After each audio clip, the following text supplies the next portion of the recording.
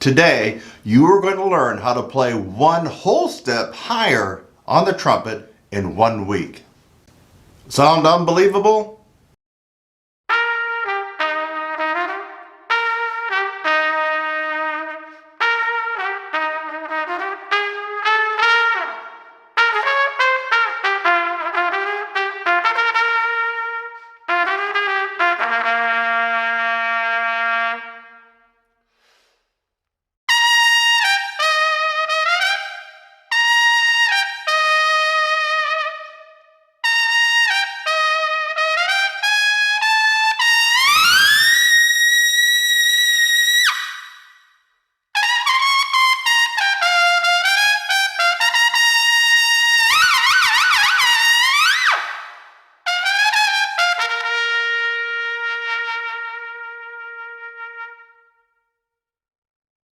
This is installment 3, or trumpet lesson 3 in this series on how to play higher in 1 week.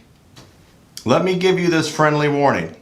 This is not going to be a tutorial, a trumpet lesson about long tones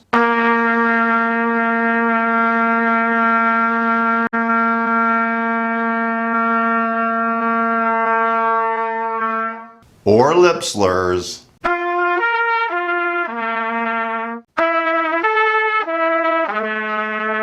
Yeah, so I'm not going to give you that generic advice that you already know, or that you likely have already found on YouTube, or that you likely have heard from your trumpet instructor, especially if you're a trumpet major at some college or university. You're not going to get that here. You already know it, or it can be easily found on YouTube. Before I continue, please make sure to subscribe to this channel to get amazing and unusual trumpet lesson tutorials. By the way, also lessons for tuba, trombone, cornet, flugelhorn, French horn, baritone, euphonium. Yes, it's all here at Trumpet Sizzle. So subscribe right now and hit that little bell notification so you'll be alerted anytime I put up a new video. So if you've been following along and watching the other trumpet lessons in this series, you'll notice that each trumpet lesson said you could gain a half step in range in 1 week. But if you listen carefully at the beginning of this video, I told you you could gain an amazing 1 whole step in 1 week. You didn't miss here, and I wasn't fooling around. This particular trumpet lesson is going to focus on technique. Yes, a lot of brute strength is required to play skillfully in the upper register on the trumpet or any brass instrument.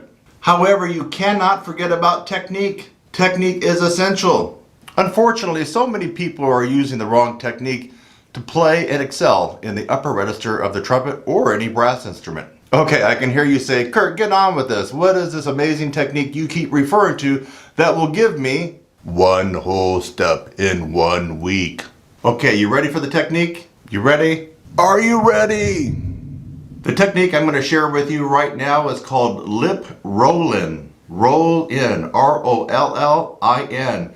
Lip roll-in. And it really amazes me how many people don't know about this and how many people don't do it. And for those who know about it, they still don't do it. I can't tell you how many times I've gone on YouTube to see people start their playing and not roll in. And it looks something like this. The lips are just like this. The horn comes up like this. And that's it. There's no rolling. So if I'm going to play in the upper register, it's going to go something like this.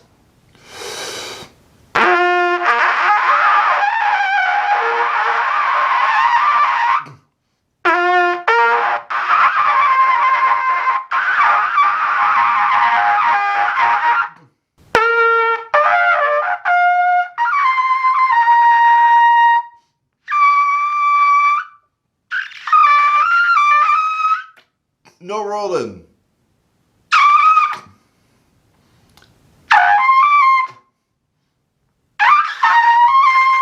And what you just heard right now sounded like total crap. Why? No rolling. But you heard at the beginning of this trumpet lesson video, I killed it on Sesame Street.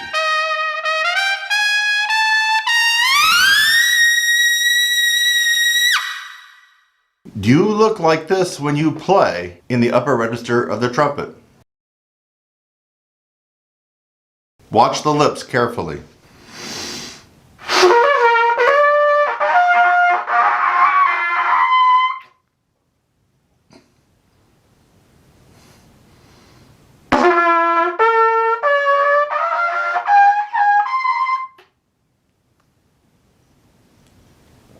Let me actually roll in and show you the difference so you can hear it and see it.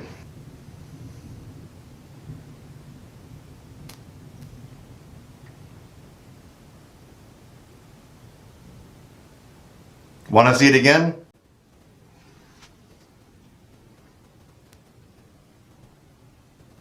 Now, let me go ahead and apply that technique of rolling to playing the horn. Remember, this could be applied to tuba, trombone, French horn, baritone, euphonium, cornet, flugelhorn, E-flat cornet. I put the mouthpiece up to my lips. If I'm going to play low, I'm going to keep a low C setting, what I call a low C setting. It could be a low B-flat setting if you're playing a bass clef instrument. A low C setting.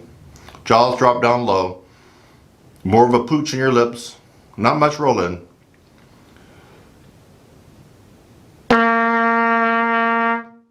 Oh, it kind of probably looks like that in the mouthpiece. Oh, lips apart, teeth apart. With the roll in, a couple of things have to accompany this particular technique. The jaw needs to be up, not down like in the low C. Up, teeth almost touching. Lips up and rolled in.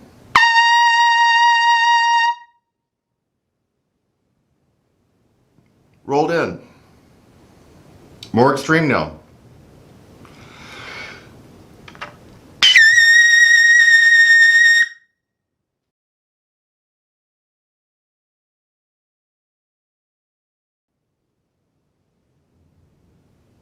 Extremely rolled in.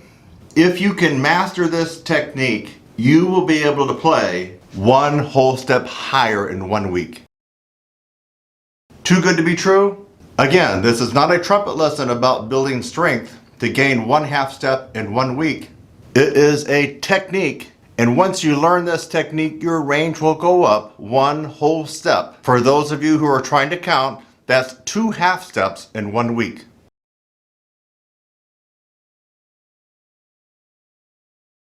Now here are 2 strategies that can help you gain this technique. Number 1, use a mirror. Yes, you heard right. Practice this technique in front of a mirror. Or maybe you can borrow your mom or sister's makeup mirror. You know, the little round one that flips around and one kind of magnifies and you can just set it on something? So use a mirror to see what's going on and try to shadow and mimic exactly what you saw me do in this video. You're going to roll in. Strategy number 2, get with a professional trumpet instructor who can show you this technique in person or via Skype. Okay, so did you learn something today? If you did, here's a reminder again to subscribe to this channel. There's a lot of amazing content and actionable material that you can use starting right today. Now I want to turn it over to you. Are you going to use this amazing trumpet lesson technique to skyrocket your range in 1 week? Well, we're waiting.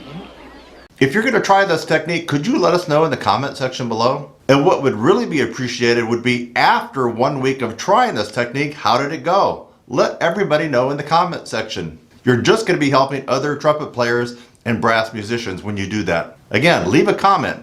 This has been Kurt Thompson along with TrumpetSizzle.com. And by the way, if you want amazing tutorials, exercises, practice devices, and practice aids to help make you a better musician, a better brass musician, a better trumpet player, then you need to go to TrumpetSizzle.com. And the last word, at the end of this video, you're going to see my top rated trumpet lesson video on the top 2 reasons why you can't play high at the end of this video. Go ahead and click on it. It's one of the number 1 rated trumpet lesson videos on YouTube. And you watch that video and you'll see why. You're going to learn something. This has been Trumpet Lesson 3, or the 3rd installment in the series on how to play your trumpet higher in 1 week by moi, Kurt Thompson. I'll see you in the next one, my friend.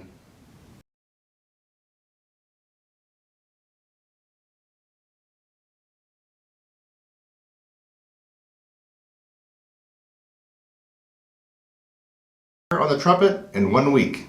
The trumpet technique that I'm going to show you today has really helped me improve my range, actually more than a half step. But we're going to let you guys experience the half step increase in range in high notes on your trumpet by using this one amazing technique.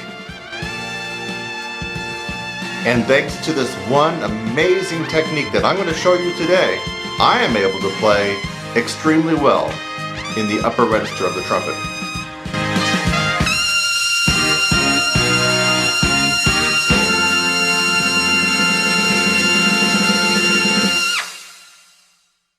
Now let me give you this warning. We're not going to be going over the same old that you already know about. Lip slurs.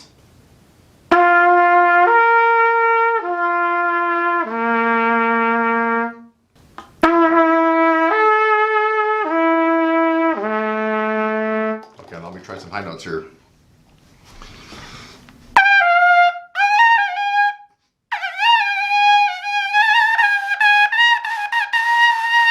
Oh, why can't I play high? I'm playing lip slurs. Long tones.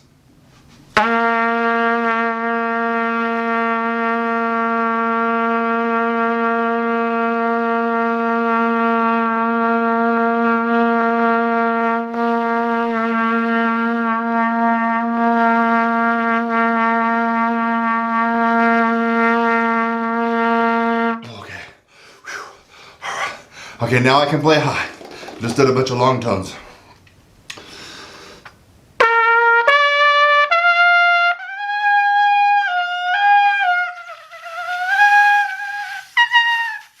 Oh, I still can't play high, even doing long tones. So yeah, this is a warning. You're not going to get that same old advice that you've already been given, long tones and lip slurs. It can only take you so far. You are going to get an amazing, unique technique.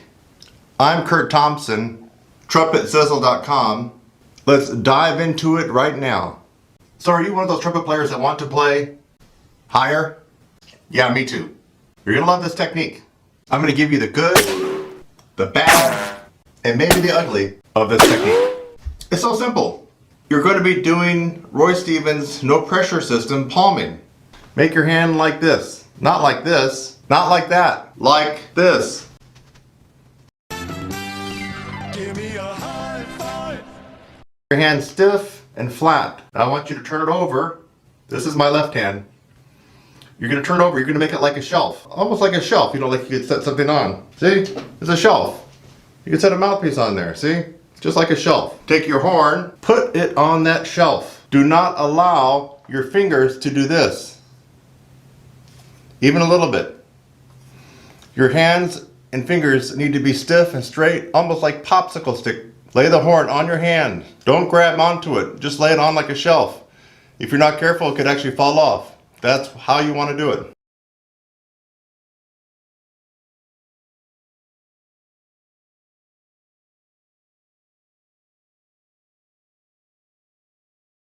It's just like a shelf. Here we go. I want you to put it up to your lips. Now, here's parallel. You can have a little angle on it, which will help seal the vibration. This is parallel, approximately. Here's an angle. Put it up where you normally would play, and play a low C.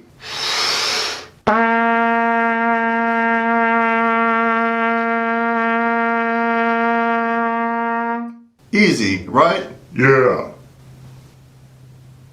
Step 2 in how to play higher on your trumpet for this 1 week technique. On your palm again, and I want you to play 2 notes.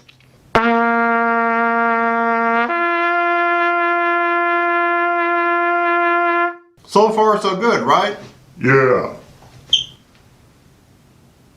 Seems like we have an echo in this room. Step 3, you're going to add a note. So far we've done the low C on trumpet.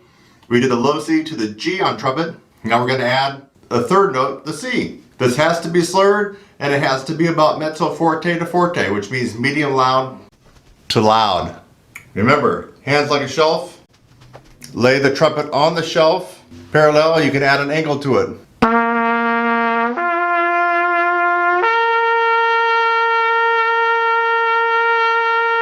You want to play as high as you possibly can. Now, you're going to keep adding notes until you can't play anymore. Let's add a note. Now we'll be going to E. You think you can go up to an E? It's not that hard, is it? Do you think that you can go to an E? It's not that high, right? Yeah. Shelf. Horn.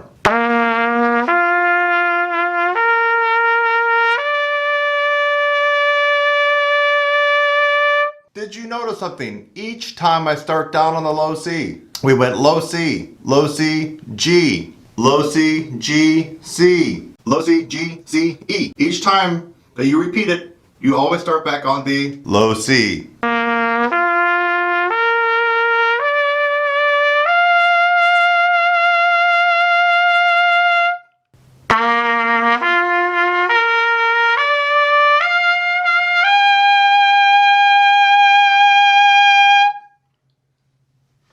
Getting to that high B flat is going to be quite an advanced move for most of you, but some of you may be able to get it.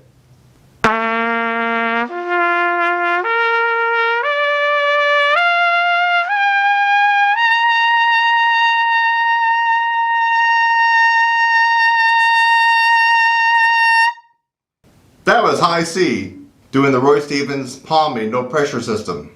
If you can get up to high C like that, and it was loud, you really have strong chops. You really have strong chops. Yeah. You want a half step increase in your range? 7 days, my friends. 7 days. Every day.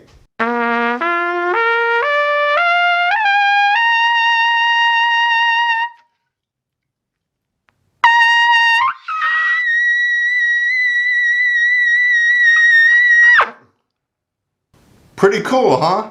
So now I want to turn it over to you. So did you learn something? Are you actually going to try this technique? Are you actually going to try it for 7 days? If so, let me know in the comment section. Love to hear from you. Especially if you tried it for 7 days and you got that high range happening. The last word, if you want exclusive tutorials, lessons, and strategies that you can only get here, you gotta go to TrumpetSizzle.com. I have something that's gonna help you get better. Tutorials, lessons, DVDs, practice aids, practice devices, exercises.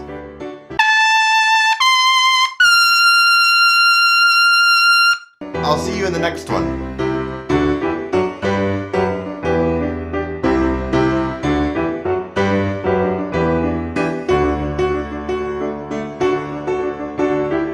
Alright, let's go on to some demonstration with some of the other instruments. What if you don't play trumpet? What if you play French horn? So for French horn, I'm going to hold it like this. Let me kind of back up a little bit. I'm going to hold it like this. And just, you can see how I'm holding it with my hands, just palming it. Alright, let's see what we can do with trombone.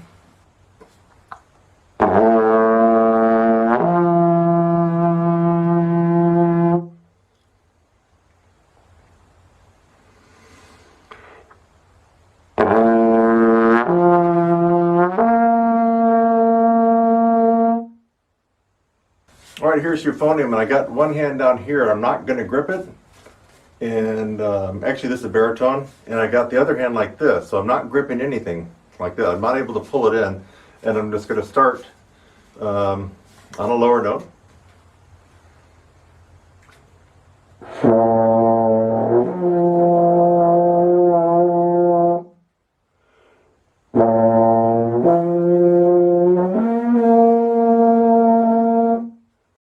Now this guy you're probably going to have to get a little bit more innovative with. This is too heavy. What is it, like 25 pounds almost, just to try to do what I did with the baritone, which was pretty light. If you could fashion a way to hang it, or with a little bit of rope from somewhere in your house, that would be great. If you have a tuba stand, I'm going to just maybe try to wing it and do it on my chair. Let's just see what happens. So I'm on a chair here. Now let's just see if I can just work it up, just to show you that this can be done. So it's on the chair. I've got it lean like this, and I'm just going to keep it. I'm going to put my hands up here, so I'm really not going to use any pressure.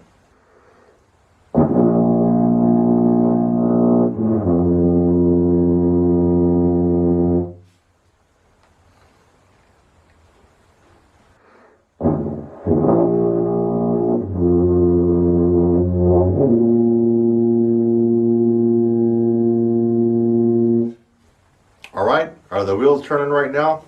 So this would actually be better if you had a tuba stand and you just bring your mouth up to it and don't even touch it.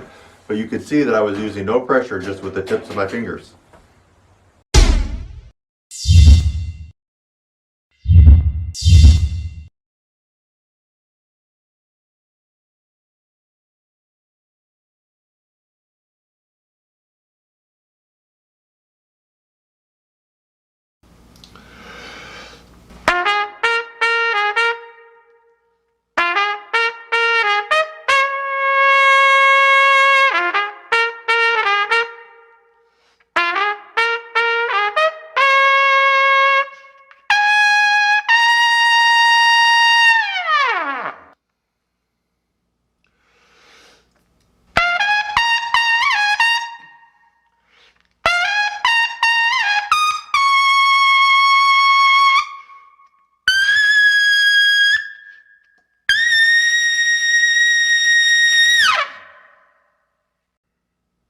If I had to choose one thing to really explode my progress on any brass instrument, especially during this time where we're all kind of stuck at home, you're not at school, you're not in your rehearsals, you're not in your ensembles, I have one thing that I would recommend that you could do right now: the sizzle pull. The sizzle pull.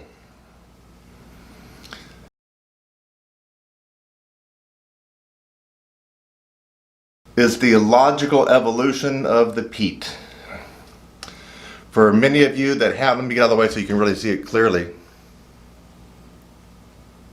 There we go, should come into focus a little bit better. For many of you who have the Pete,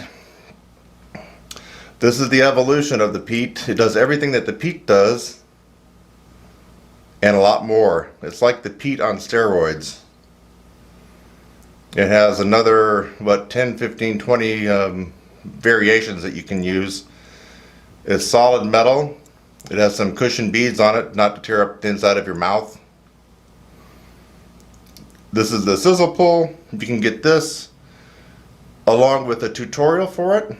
If you didn't want to embark on the best, #1 rated amateur improvement program in the world, which is my 16-week brass upper register course, the new revised one, if you're not ready to take on that and tackle that, which actually that's the one that you should really be doing. But if you just wanted to try something that's easy, not going to take a lot of time, but will give you almost instant results over anything else that you could try. I mean, I've looked at everything that is out there, anything that you can buy anywhere. This will do it. The sizzle pull.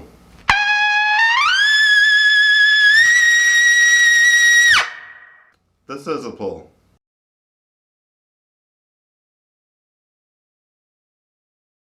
Today, you are going to learn how to play 1/2 step higher on the trumpet in 1 week.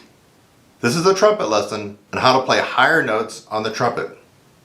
The trumpet technique that I'm going to show you today has really helped me improve my range, actually more than a 1/2 step. But we're going to let you guys experience the 1/2 step increase in range in high notes on your trumpet by using this one amazing technique.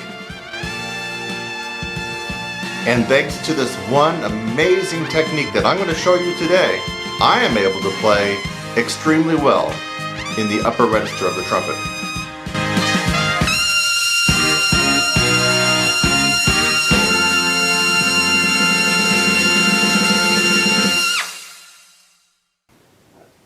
Now I should warn you, I'm not going to be giving you generic, same old advice that you've heard time and time again, maybe even here on YouTube. Definitely if you're a music major, of practicing long tones, practicing the Schlossberg, blah, blah, blah, blah, blah, blah, blah, blah, blah. You already know that, so I'm not going to be talking about that here. I'm going to be giving you this amazing technique that will work in 7 days. You probably already know who I am, but for those of you just watching me for the first time, I'm Kurt Thompson of TrumpetSizzle.com. Let's dive right into this amazing technique.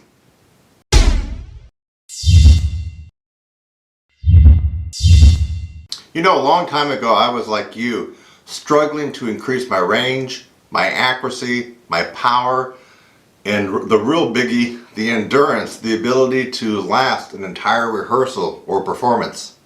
And yes, some of it does work. You know, I tried the long tone thing. In fact, I still play long tones. I still do that, but not as a way to really jack up my range. I mean, I tried that. I had trumpet teachers that told me to lip buzz and mouthpiece buzz 45 minutes a day before I even touched the horn. I tried all that stuff. I didn't really get much out of it, folks. And we're just a few days away from St. Patty's Day, so why not tilt the odds in our favor?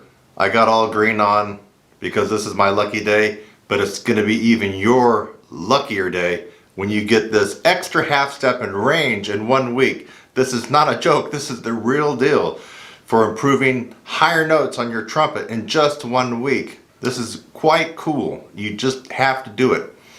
Alright, here we go. First, you are going to be taking the trumpet mouthpiece and placing it in the center of your chops the way you normally would. You're going to start off on a relatively easy note. Say, for example, middle C. Now watch carefully. I'm going to repeat middle C going to my left, and this will probably be your right, but I'm going to repeat it several times as I slide the mouthpiece across my chops to my left corner. That's probably your right. Watch.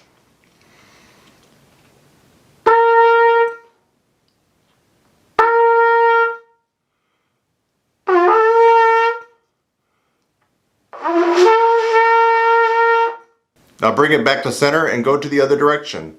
This way.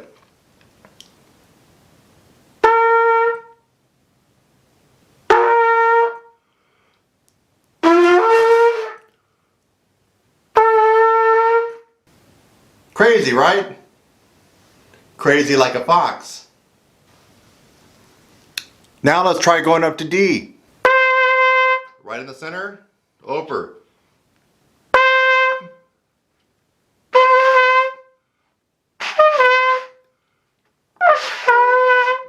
Bring it back to the center and head the other direction.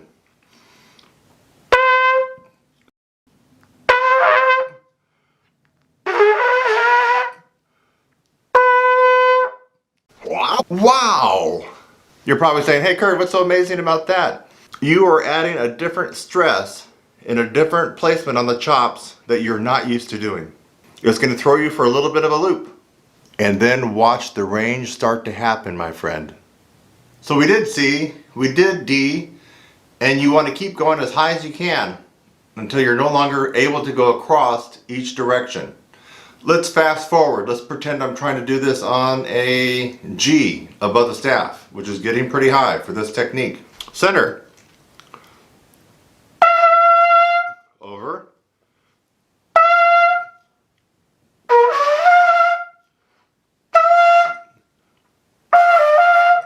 Getting tough. Back center. We're going to go this direction.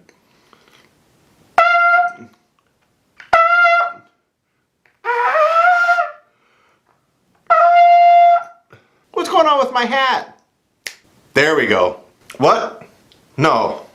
You didn't ask me right now to try this on a high C. It's a crazy, amazing, wild, quirky technique, but on a high C? Huh? What? Ah, what the F. You want to hear it on a high C? It's going to sound horrible. It's going to sound god-awful. Let's try it.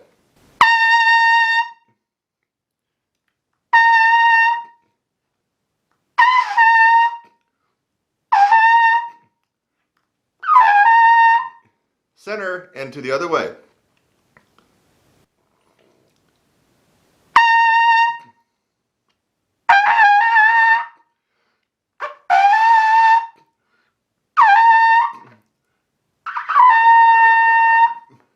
Woo! It was the green hat. The green, the luck of the Irish. The reason I was able to do this on high C. Now, this technique is an amazing technique, and you will get 1/2 step in 1 week on your trumpet. This has been a trumpet lesson on how to play higher on trumpet, and actually it will work for trombone, tuba, French horn, euphonium, baritone. Now, will this amazing, powerful trumpet technique allow you to do this?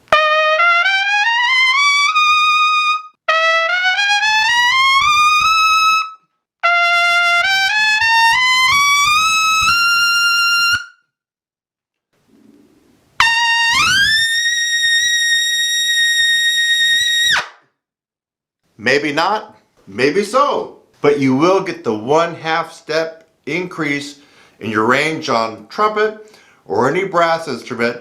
I promise you that in 1 week. So after going through this one amazing technique with me and having observed how to do it, did you learn something new today? Are you going to try this technique? Why wouldn't you try this technique? Well, anyway, if you did learn something new today, make sure to subscribe to my channel, Trumpet Sizzle. It's easy. Just click on that rectangular red button that says subscribe below, right below. Maybe it's right there. It's right there. Just click on it and you'll be automatically subscribed. I'd also hit that bell notification. That way, every time I upload something you might be interested in, you'll get a notification of it right away. And by the way, if you want exclusive training, courses, tutorials, practice aids, exercises, all for brass players, trumpet, tuba, euphonium, baritone, French horn, cornet, flugelhorn, then head on over to TrumpetSizzle.com. TrumpetSizzle.com.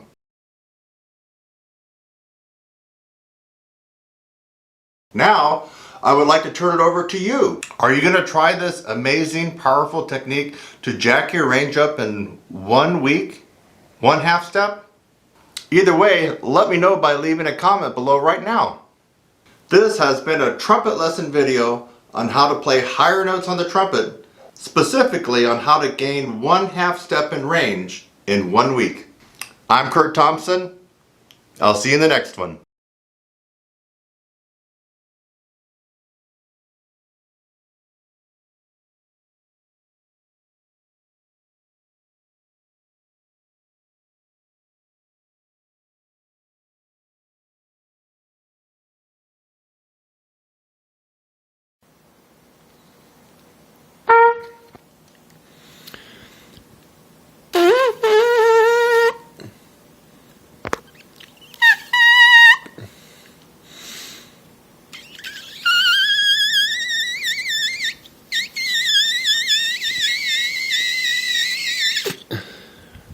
Okay, middle C, high C, and double C buzz.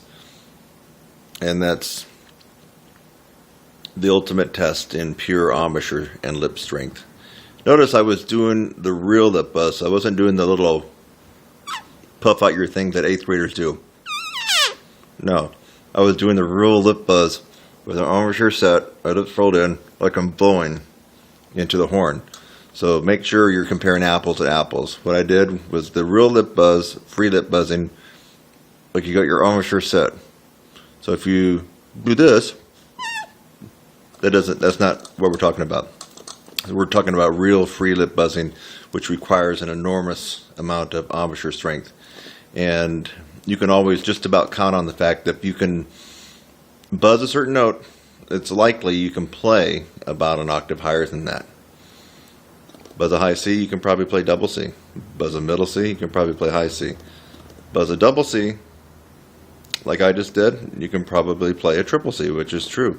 So there is a correlation between your lip buzzing and your strength and what you do on the trumpet, what you do on any other brasses. It doesn't really matter, tuba, trombone, whatever. So embouchure strength is the most important thing, the most important aspect of brass playing. Take it away and you really have little left. Little left. You might as well just become a singer. I mean, you really do. You don't have the embouchure strength. You can't play. I don't know. Maybe you can play in the low register, and that's about all you're going to get if you absolutely have no strength here whatsoever. Nothing really is going to happen on the horn. You could be Olympic swimmer with great lungs and air. No embouchure strength, that is going nowhere. So there you have it. And I will continue on with this brass improvement series right here.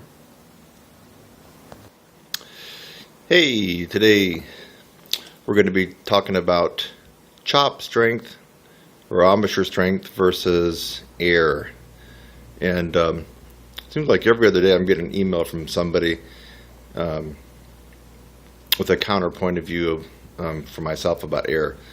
A lot of times you hear me say air is not the main thing that's going to get you your range. and it's not the only thing. And then people think that I don't believe in air at all, and that's not true. But we really need to figure things out. Now, I love Don Jacoby and his stuff. Bill Adams is wonderful. In fact, I do a little bit of his stuff in my 4-month upper register program, the lead pipe buzzing and stuff like that. So, and then the other yoga breathing techniques. But air, my friend, if you work only on air and think that's the holy grail to ultimate endurance and upper register, you're going to fail. That's just the bottom line. And we're going to find out why today. In fact, I'm going to prove that air is not the holy grail to upper register. It really is lip and embouchure strength. And then the second to that would be how you compress your air. So that is a very important part of being in upper register and playing that way, playing clearly in the upper register. So, and I'm not following a script here, I'm just thinking out loud, but you need to see a good up-close demonstration. That's why I have this camera so close. I want you to notice how much air I'm really taking in to be able to get in the upper register. And if you have half a brain, you're going to figure things out that you got to have the chop strength. You got to have the lip strength. Lip strength is a little different than your embouchure, than the muscles that surround here. Don't believe me? Watch some autopsies. It's pretty gruesome, but you're going to see that the musculature of the face right through here, our embouchure, actually is different tissue than what you have right here. And so this is a little something different here that we want to work on to get stronger. You have to have lip strength to withstand the pressure of the air coming out. So yes, you do need to be able to have great air flow and to be able to really compress the air. That's the most important part. So even if you only had one lung, if you had the mechanism set up to really compress that air and everything was synced and coordinated, I'm sure that you could probably still play decently in the upper register and expand your range. I'm confident of that. And let's find out why that is. So I'm going to put the mouthpiece up. First of all, I'm going to see if you can get the feeling of when I take a full breath. So here's a full breath. Okay, so you'll know when I'm taking a full breath. I'm sitting down, so you'll see that I have to do that. Now, if I take a partial breath, I'm not going to take a full breath. And by the way, this video's in lieu of me writing out a big email for my brass techniques improvement series.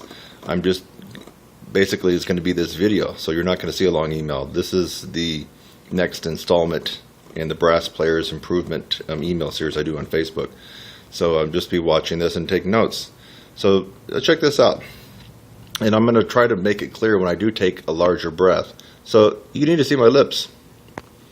Try to get it close. I'm putting the mouthpiece up. I'm going to take about 20% air. Here we go. That's it.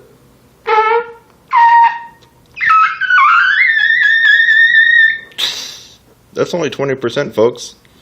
Now, I didn't exactly have the accuracy that I wanted because I didn't have the airstream pushing it forward. But that's pure embouchure strength. Let's do it again. I'm going to take about the same amount of air, about 20%. Here we go. It's only 20.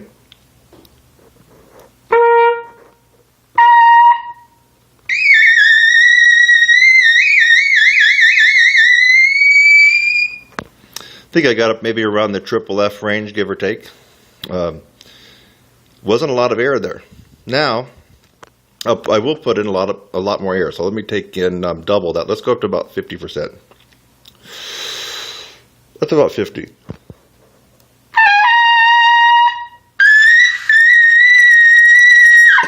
So I'm getting more sound out, and the air that I'm blowing through my chops is more air, more quantity, and it's actually probably a little bit faster, of course.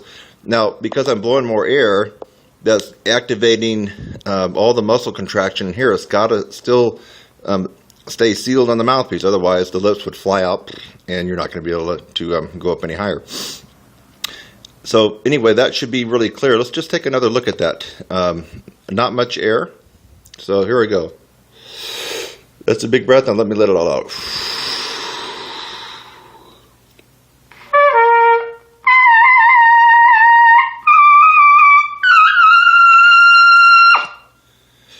Basically, you saw me playing a double G, that's a double concert F, on the trumpet with virtually no air. Did anybody check that out? I basically had hardly any air. And how loud was it? It came out about MF. So wait a minute. Now let's go back to Don Jacoby, and we can even include Stamps and some of these other guys, Bill Adams, real big proponents. Even my hero Bud Brisbois, real big proponent of his wedge breath. He was the original wedge breath guy. Shu came after him. Bud Brisbois is the originator of wedge breath breathing, in case you guys didn't know that. And there's actually two versions. The Shu version, Bobby Shu's, is a little bit different, more applicable to like real-time playing. But Bud Brisbois basically said his way of breathing, this wedge breath, was the reason he could play so high. And tell you the truth, I don't believe that's true. The guy had incredible chops, and I'm pretty confident that even if he had only one lung or wasn't breathing quite as good as he did in the wedge breath that he originated, he could still play very, very well in the upper register. He had a natural setup, and so I think he was trying to explain why he could play so well. Sometimes when players are born with natural leverage and a natural ability to really compress air, they're not quite exactly sure what they're doing. So they look to rationalize how they're able to do it. You can watch Maynard, one of the ultimate talent in upper register. Just look at his face. He had a natural setup. His teeth and everything was just perfect for being able to get the high velocity out to play in the upper register. Now, of course, he had to work. He had to practice, not shortchanging that.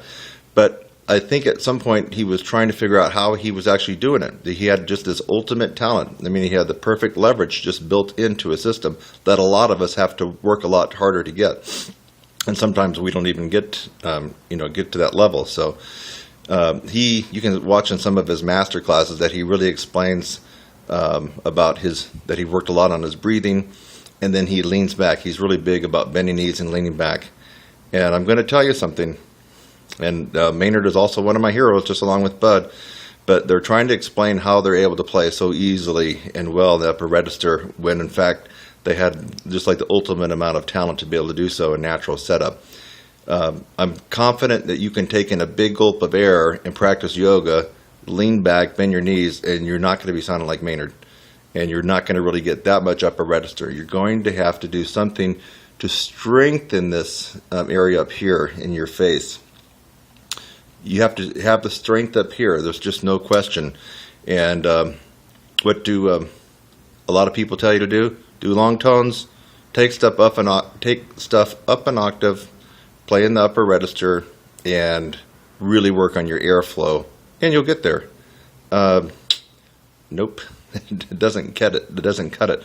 Now, it might for some people who are already predisposed and have the natural great leverage in their face right here, their tongue. Maybe they got if you have a smaller oral cavity and you're using your tongue arch, you really can speed up the air a lot faster. So there's a lot of things that really go into this to making natural leverage.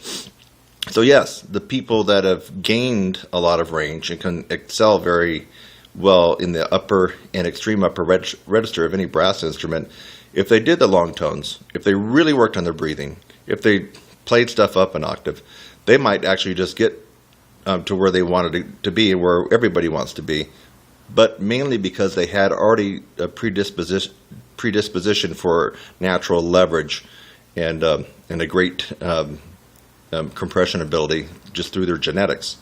So the rest of us, you're going to have to really be strategic about getting this strength.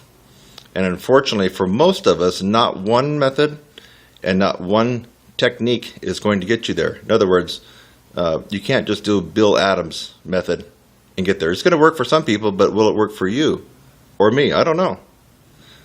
Claude Gordon, love it. And I actually got something out of it, but is it going to work for you? I've been teaching for a long time, and that Claude Gordon doesn't work for everybody. It works for me, and not ultimately, but it did help me out at one point. So I love the Claude Gordon stuff. Roy Stevens, so palming and all that kind of stuff. Will it work for you? It may. and it may not.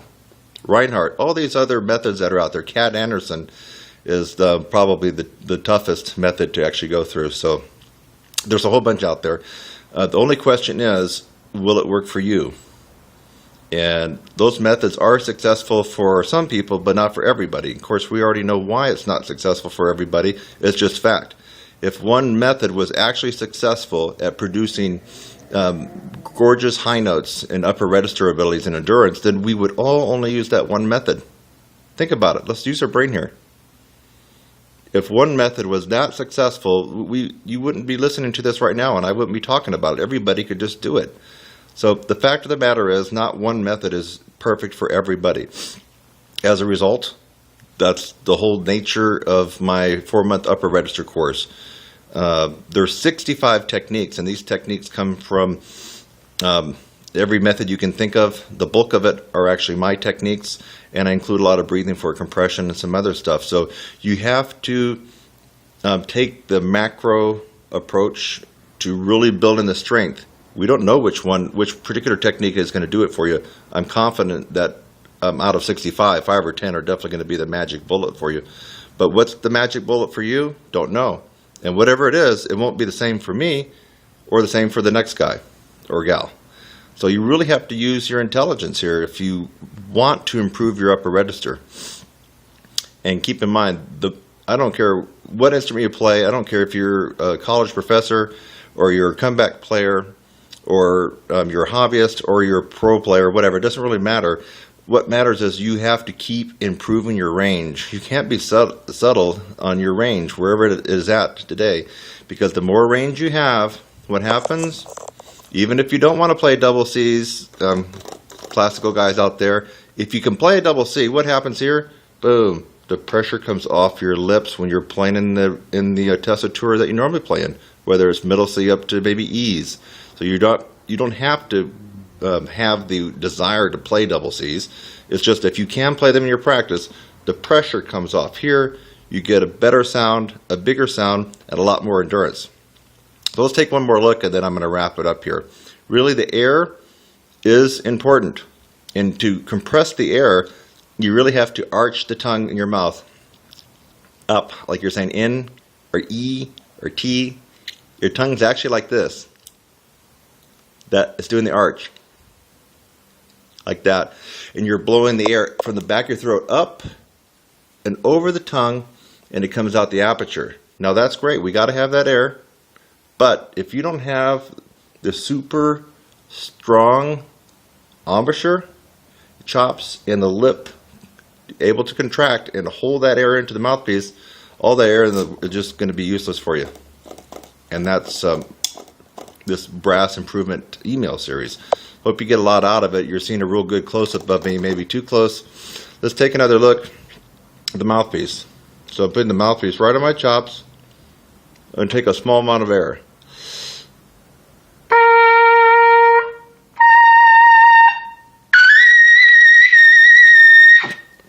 Okay? Not a whole lot of pressure there, really. And that was probably about 30% of my air capacity. That should prove a point.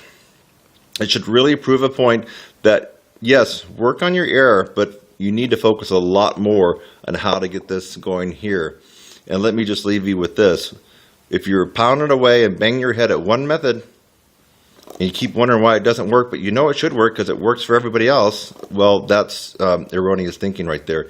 You really need to take the shotgun approach. I'm here to tell you, you got to take the shotgun approach, the macro point of view, when it comes to really increasing your strength in your face, your lips, and everything else. You just got to do it. Otherwise, you're going to be one of those guys that sticks with a method because you don't want to, I guess, admit that you made the wrong decision. You'll stick with that method for all your life, and you'll always have problems in the upper register. So, use your intelligence. Think about things in an intelligent way. And I'm Kurt Thompson. Hope this made a little sense to you. And today's date, by the way, happens to be March 7th, 2013. Take care.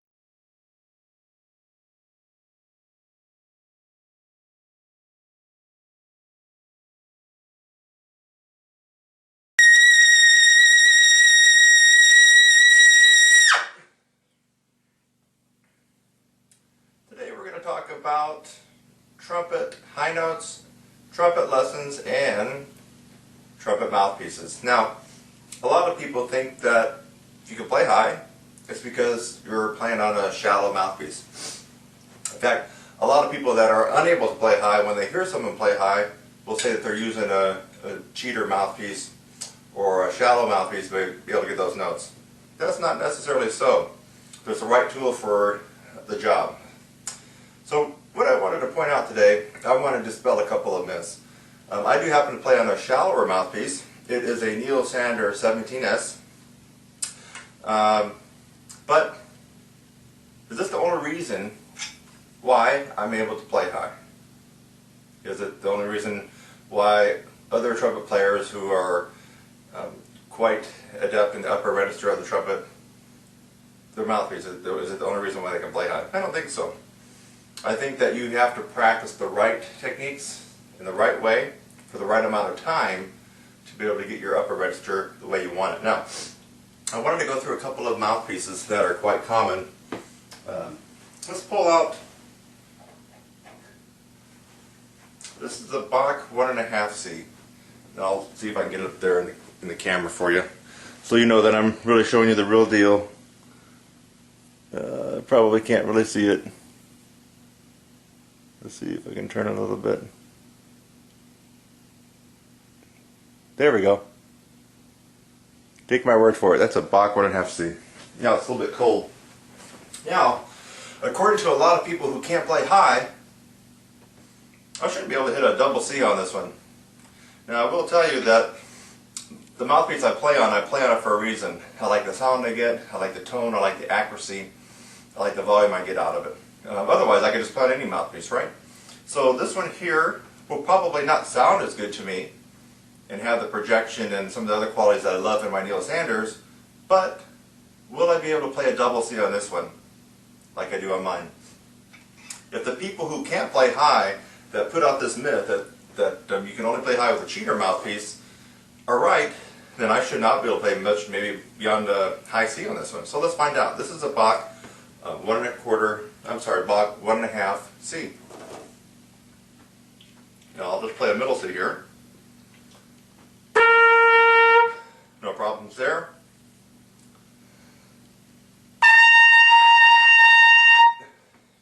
Does seem a little bit harder than mine.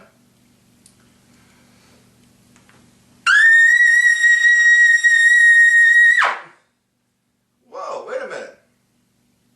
That was a double C.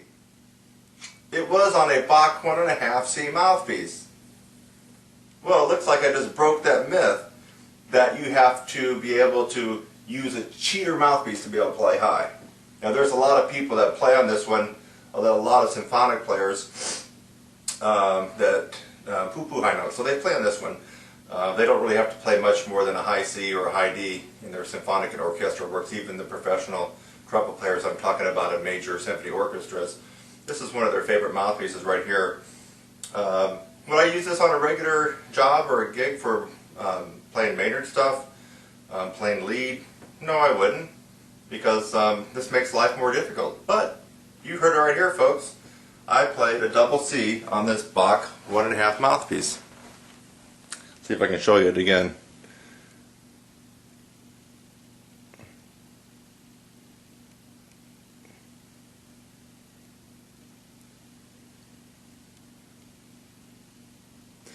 Well, before I put this one away, I got a couple other ones to show you. Let me put it right back in. This is the Bach 1.5 C mouthpiece. I'll put it right back in my horn. Let's just see if that was a fluke. Maybe it's a one-time fluke and I won't be able to get it again.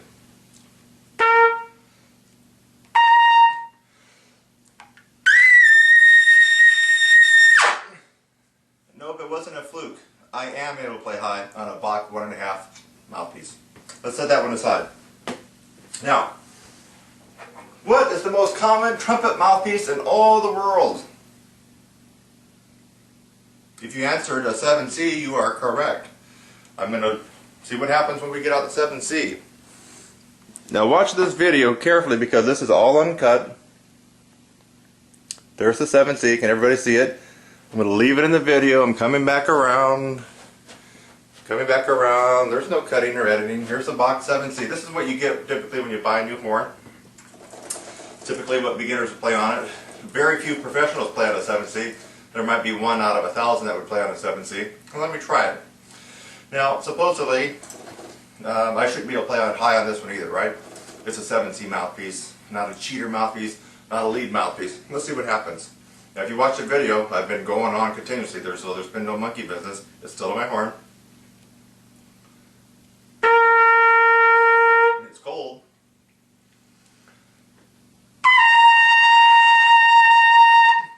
Try to double C there.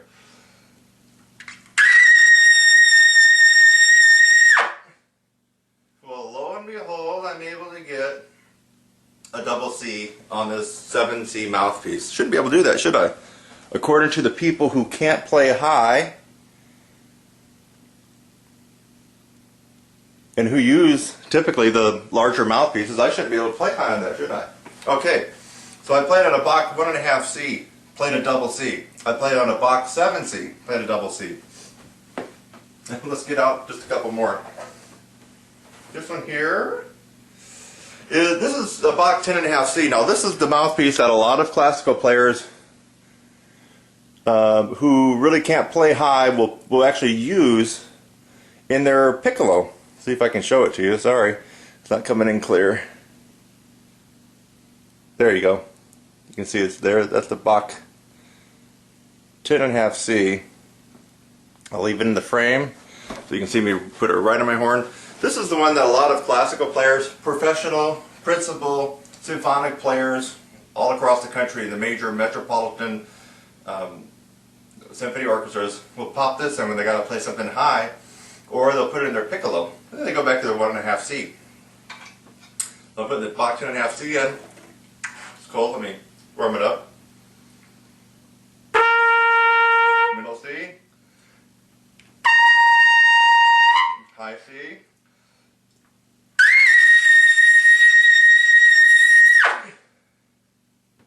Double C. I'm going to pull right on my horn.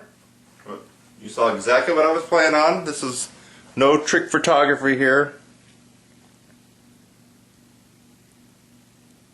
It's a Bach 10.5C. Oh, what is this? This is a Bach 12. Bach 12C. We'll try that one. I've actually never played on a 12C before. I borrowed a couple of these mouthpieces just for this demonstration. Bach 12C, I have no idea how I'd play this one. It is probably a little bit more smaller than the 10.5C, I'm guessing. Middle C. High C.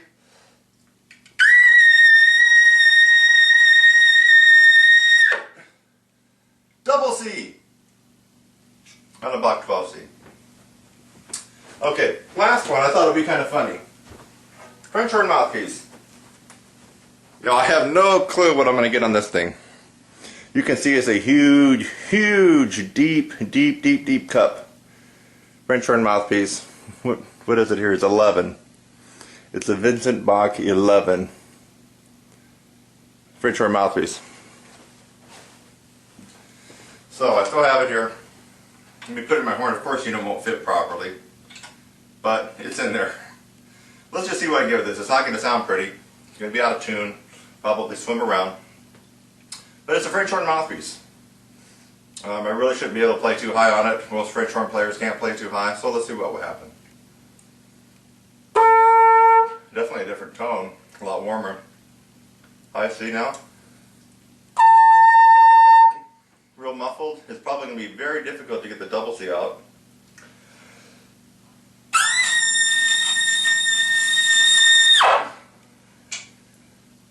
You heard it right there. Got a double C on a French horn mouthpiece in my trumpet. So, let's go back to my mouthpiece. Neil Sanders, 17S. There you go, you can kind of see it there. There we go. Neil Sanders. You can tell it's beat up. This is the very mouthpiece that I played Gabriel, Maynard Ferguson's Gabriel on quite a number of years ago. So if you happen to see my video doing that one, or hear it somewhere. This is the same mouthpiece I used for that one. Now let's go back. You're going to notice that I can, of course, still play the high note. It's just going to have more of a punch, more power. That's your middle C. Here's your high C.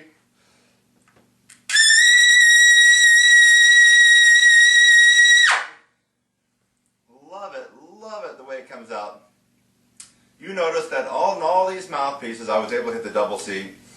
All of us have different dental structure, different facial features up here, and therefore what works for somebody, for example, this works for me, might not work for you.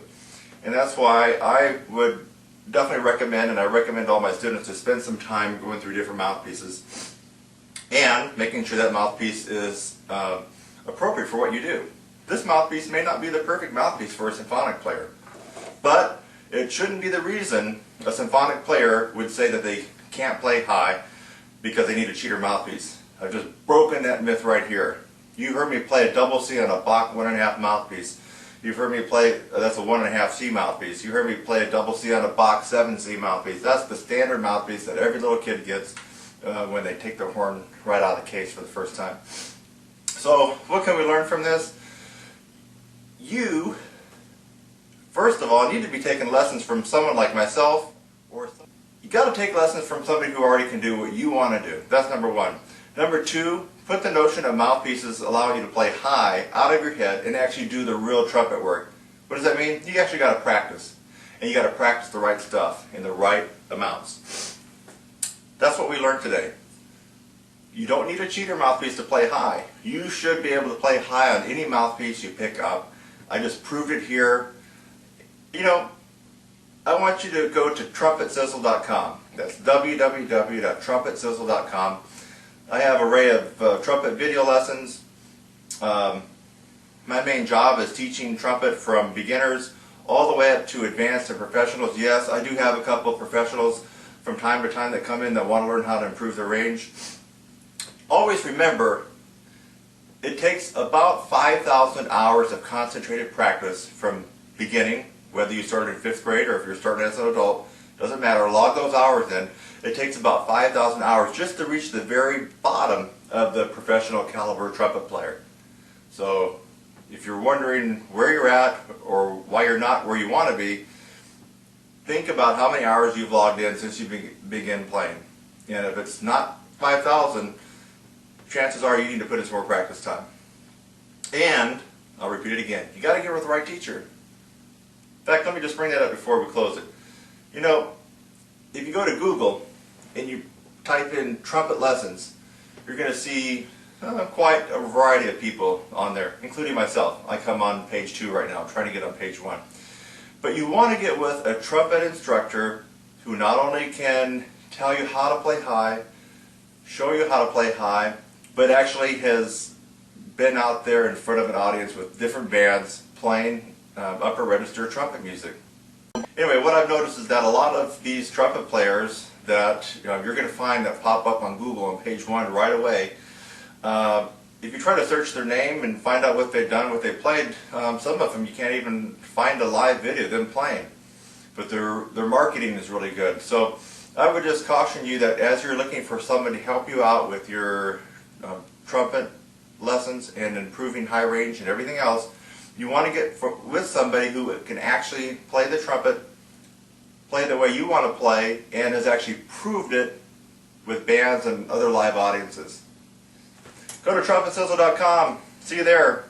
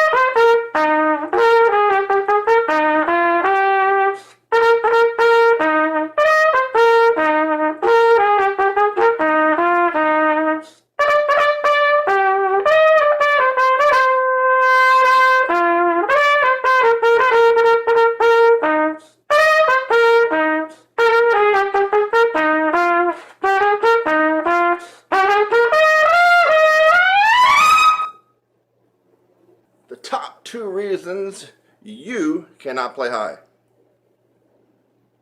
Well, I just demonstrated one of them. This, the meat, the muscle, right?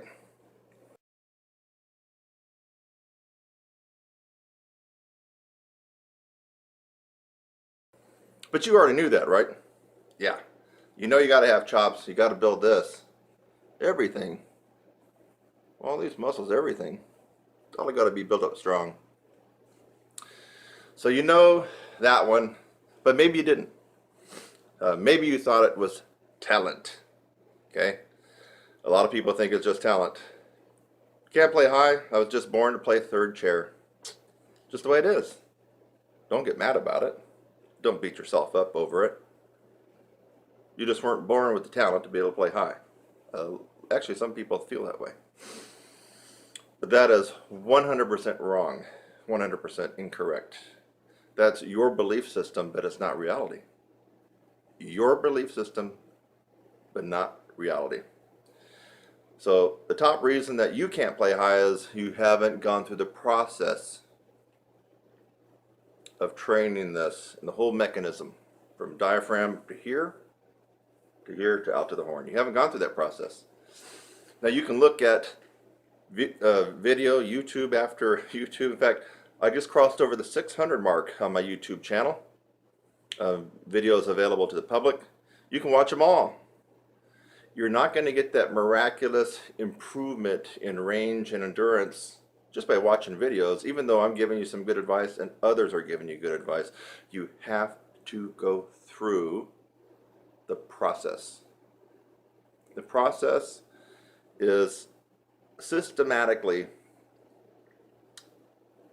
applying so many different angles at your chops, your breathing, your tongue, strategically over a period of time, infused with momentum. That's what the process is. And you're not likely to have gone through that process if you're watching this video, or maybe you're just watching it just for giggles. But you have to go through the process. It seems like a lot of teachers that can actually play decently high are not taking their students through the process. And as a result, the students don't end up playing as well as the teacher, and they don't even make that much improvement. It's about the process, not about one or two techniques or a routine that you're going to do. About the process. So, if you watch my stuff, you will get better, and you are certainly going to play a little bit higher, a little bit better, a bigger sound, a bigger tone, more accuracy, better endurance, yes. But you're not going to get that miracle, amazing, oh my God, I was playing high C's and D's a few months ago, and now I'm zinging out double high G's. Now I can actually do some Broadway shows if I wanted. No, you're not going to get that by watching just individual random videos on how to play trumpet better from anybody. You have to go through the process. I happen to know what that process is, by the way. And according to most of the people that have been working with me, it seems like they know it now too, and they can demonstrate it. So let's go on to number 2, where the second top reason that you can't play high. That. Tongue and tongue arch. Now, you can still play high without the tongue arch. I'm going to play high right now, leaving my tongue dropped in a low C positioning. And now it's not going to sound good at all.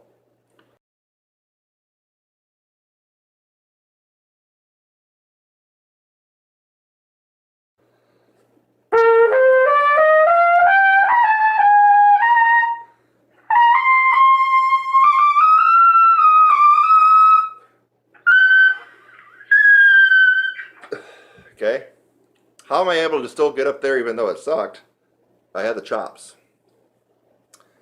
But having the chops is one part of the equation. If you don't have the tongue arch, my friend, you can have the range. F, G, weak, kind of brittle sounding, stiff sounding, not that powerful, but I can get those notes. That proves to you right there that if you're still not doing some things right, that you can still gain some altitude just by developing your chops, but that's not going to be the panacea and what you're thinking about as an end result of how you want to play. So the tongue arch, the less space you have in your mouth when the air is coming out, you're going to zing out higher notes because the air is going to be speeding past the lips, vibrating them faster, vibrating the air that goes into here, coming out here is going to all be faster. Okay. So how do we do that? It's the tongue arch. And it's kind of one of the most elusive techniques on the trumpet. It really is. I get people that can actually play pretty decently up to high C, D, even E, and they're not using tongue arch, but they're so used to not using tongue arch that they can actually play sometimes at the professional level or as a professional in a symphony. It's quite amazing how they can do that. They're making things in life very, very hard by doing that, but yet they've accommodated not knowing about the tongue arch or not being able to do it. So what if you had a screwed up embouchure, or what if you thought you didn't play correctly? Well, here's my natural setting. What if I played poorly? Let's move the mouthpiece over a little bit. There we go, see it?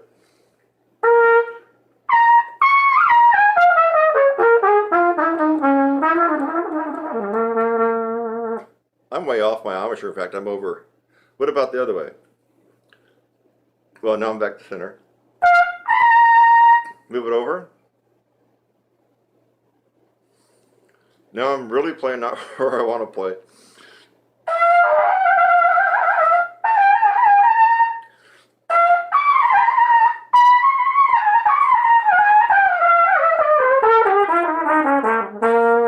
I can still do it, but it sucked that on that one side compared to the other. So I've showed you that with no tongue arch, I can still play high. Playing on a totally screwed up embouchure, one side to the other like that, I can still play some, actually into the upper register above high C. So it's the tongue arch. Tongue arch. So quit looking at whether or not you got a bad embouchure, a defective embouchure, whether or not you think that you're playing a little off center and your teacher's on you for that. Or you play too high, play too low. You can work on that stuff later, but that's not your problem. The problem is tongue arch, especially if you've got the other part handled, the musculature, the embouchure, and the strength. But a lot of people don't got that handled either.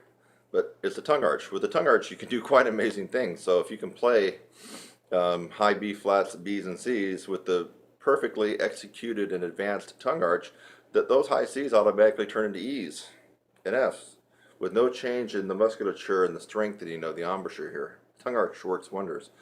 That's the second reason that you can't play the, and if it's the second reason, or it's the second place why almost all brass players can't get altitude and can't have good endurance. It seems to be mystical and ambiguous, foggy, murky, unclear what the tongue arch really is. But basically, if you can take the tip of your tongue, that's the tip. Take it and put it under, behind your teeth, your lower teeth. There's upper, lower. Take the tip, go down, anchor it. I have the tip anchored right at the bottom of my lower teeth, where the teeth kind of almost turn into the gums, right at that gum line, or you run out of teeth, and you can feel the wet gum. That's where you anchor the tip of your tongue. Yeah. And then the tongue arches up. Like you're saying in, or E-I-N-G, swimming. Yeah. So that's when you're at maximum tongue arch. And here's a good test for you. I made another tutorial about this, but it was kind of shorter. So you can try this on different things. Here's me going from second line G to C on purpose. Okay?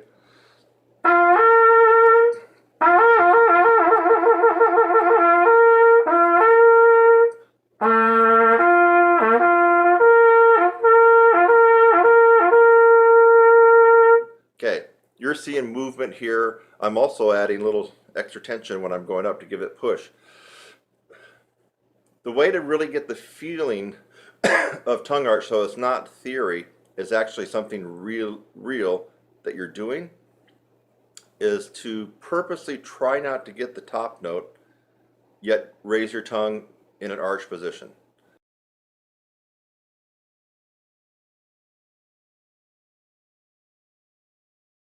So right now I'm going to take a big breath, and I'm going to hold a G, but during that time what's happening inside my mouth is this. My tongue is arching up. You already know that tip is placed behind my teeth. So it's going here, up. And I'm purposely going to try not to get the C. Watch what happens.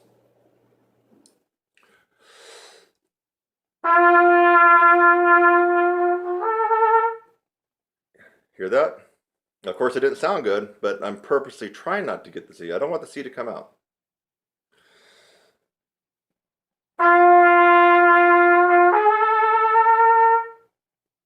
Watch again.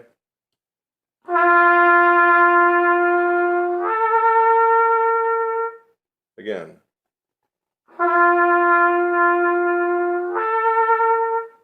You notice no movement going on here at all, right? And I'm really trying not to let the C to come out. That's your assignment. If you can get that to happen, you've executed the tongue arch quite perfectly. Now, it doesn't stop there. The tongue has to be developed, and you have to be able to hold the tongue arch under a lot of undue pressure when you're above high C. That pressure will flatten down your tongue, and your range will drop. Not because you don't have chops, because you're not maintaining the tongue arch. So the tongue arch, you got to get it, but then you have to develop it to withstand the pressure that will be inside your oral cavity when you're really playing in upper register and beyond. Your tongue arch drops just a micromillimeter, and you've lost 2 notes on your range, just like that. That's how easy it is. So watch. Let's try it on a different note. Low C.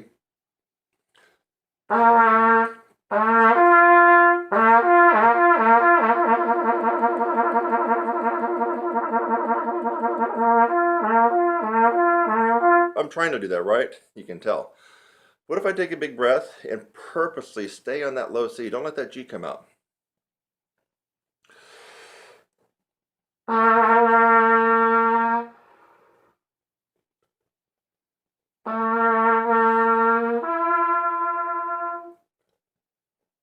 Take a bigger breath this time. The first one came out air because I didn't have any air left.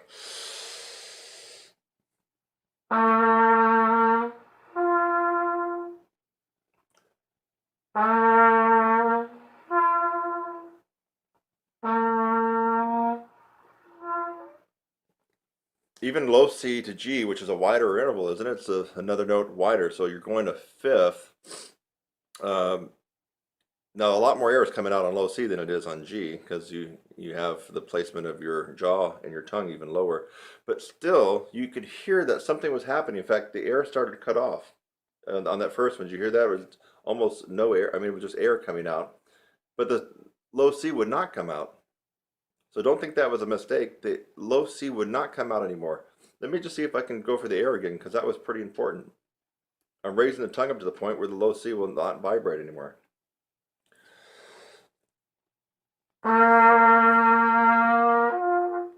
Well, now that time the note came out. No, hold on, let me try it again. Trying to keep the low C down, but I'm raising my tongue into a tongue arch.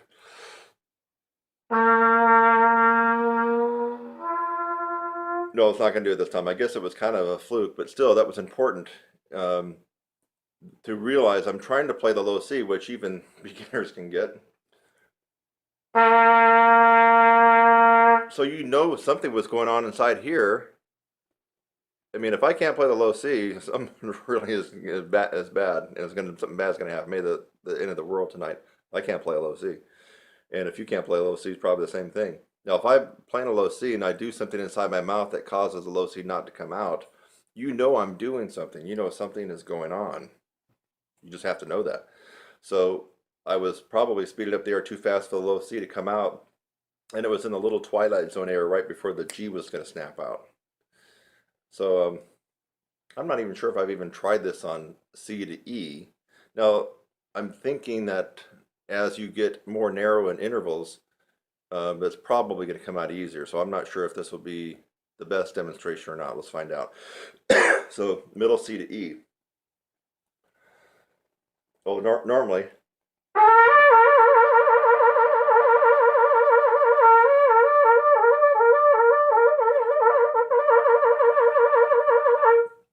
Now, I'm going to try to keep it at middle C and not let the E to come out. Oh no, okay, it gets easier as you go higher, actually.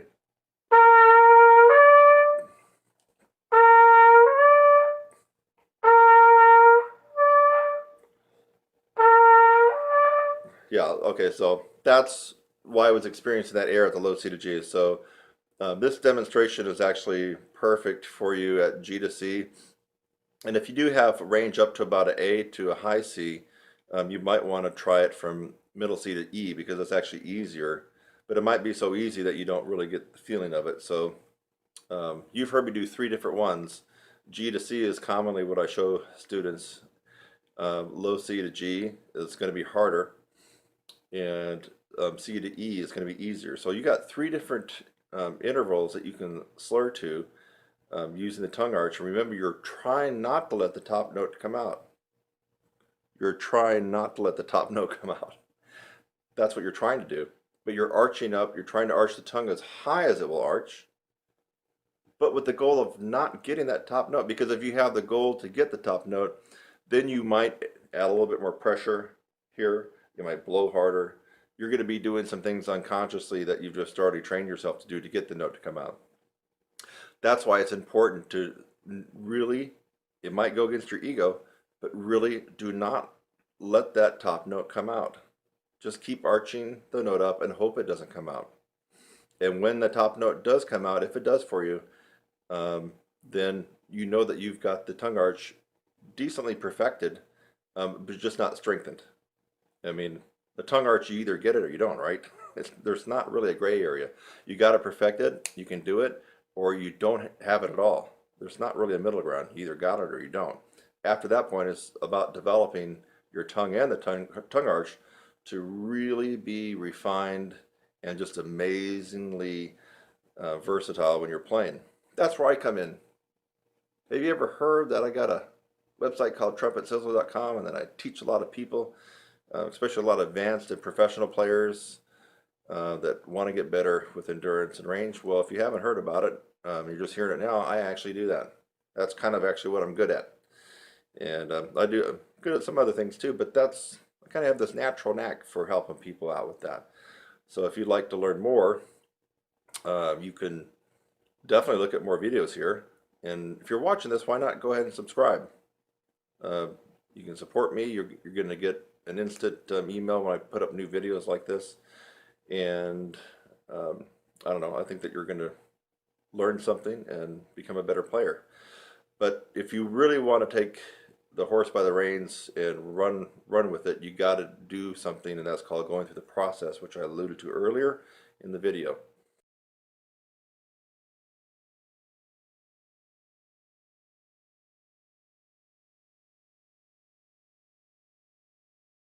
So, but this tutorial on tongue arch should help you. And now if you're not getting the note to come out at all, even though you're trying not to, but it still doesn't come out, that's where, again, you need a coach, you need someone to work with you on that, because that is the second reason you're not able to play high, play with power up the upper register, or even have great endurance. If you're constantly playing a low C position in the upper register, you're gassing out all the muscles here. You're just putting such a load on them, and that's why you don't have any endurance. So you might even have a little range where you have no endurance. You got to get the tongue arch. It's the second reason people have problems in the upper register and with endurance. Since you've already heard me say that, it's a no-brainer. Work on it. Get it going. It's worth the investment in time. So that's a wrap.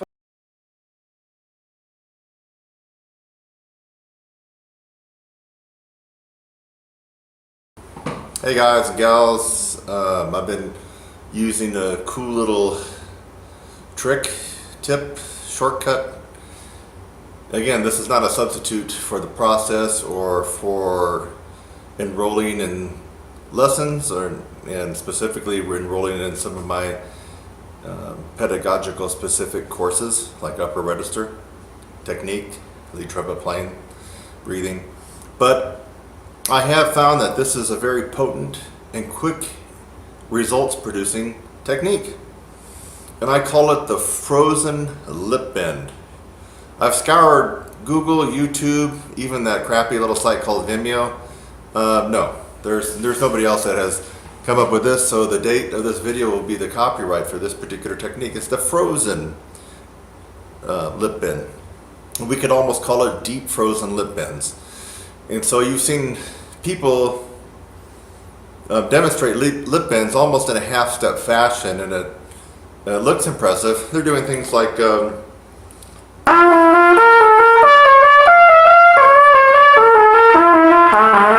right.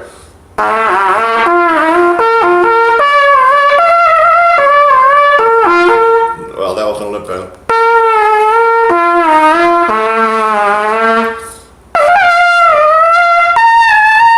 Okay. I was doing that in 9th grade, folks. I mean, come on. So when you see someone, a pro that's screwing around, lip bending like that, that's kindergarten stuff. You want to go up to the heavyweight league with the big boys, then you do deep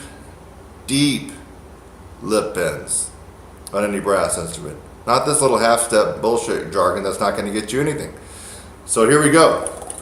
I like to play the F sharp in the G progression down. So play the F sharp.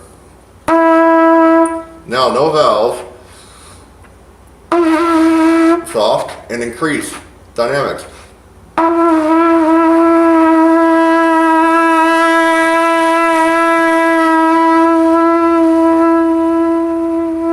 Control, baby, back it off.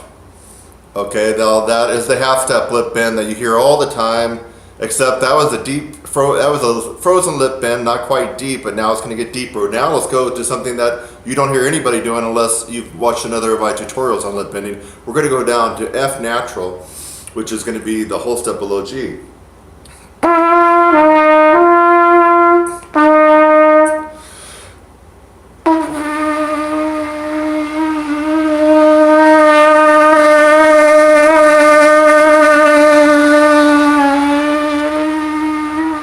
Control that baby all the way back to triple pianissimo, baby. All right, this is the big boy league, and you might not even be able to do what I just did, but that doesn't mean that you couldn't do it with a little bit of practice with trying this.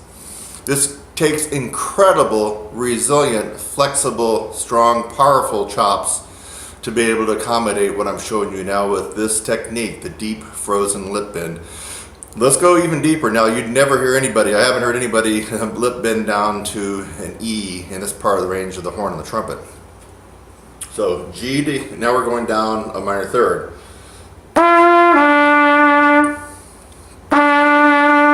Lift the bells up.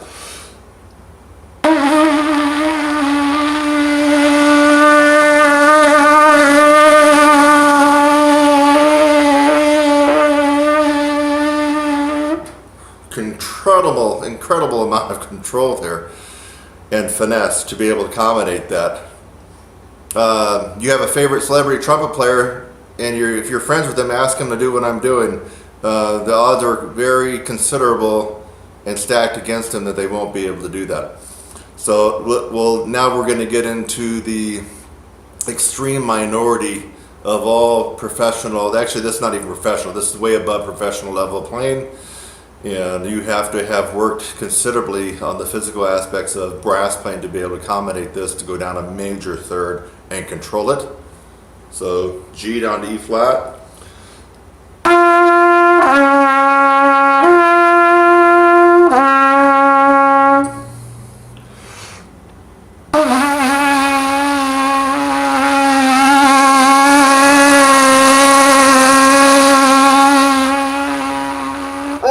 Down to quadruple piano, ladies and gentlemen.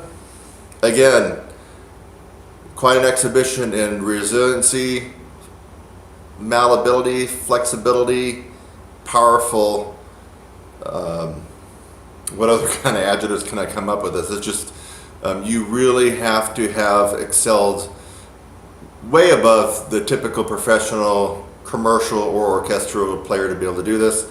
But with this technique, you can. It's not going to happen overnight. But what is going to happen is as you keep working on this, you're going to notice that your sound opens up. Your flexibility just becomes like a hot knife through butter as you go through all registers of the horn, and the facility of the horn is just going to be a piece of cake. Of course, your range is going to improve. I think that this would be especially good for orchestral players because I have a feeling that you're going to be able to open up and get that more brassy resonance on the mid and lower middle register of the horn, which is where a lot of this orchestral music is played, especially if you're not principal trumpet. So this could be very beneficial if you totally don't like the commercial and jazz idiom of playing and you're more into the classical. This could really benefit you in this particular register. Now let's go to no man's land. We're going to go down to perfect fourth. Man, this is like super deep. This is like the 12-foot deep into the pool where the high dive is. So here we go.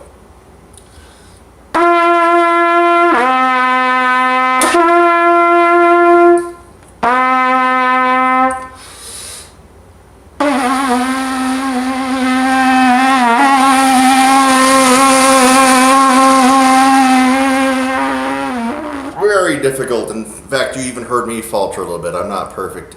I'm close to perfect, but not. No, just kidding. Just kidding. Well, when it comes to looks, yeah, that's been pretty close. But when it comes to playing, yeah, I have my problems. It's just like everybody else.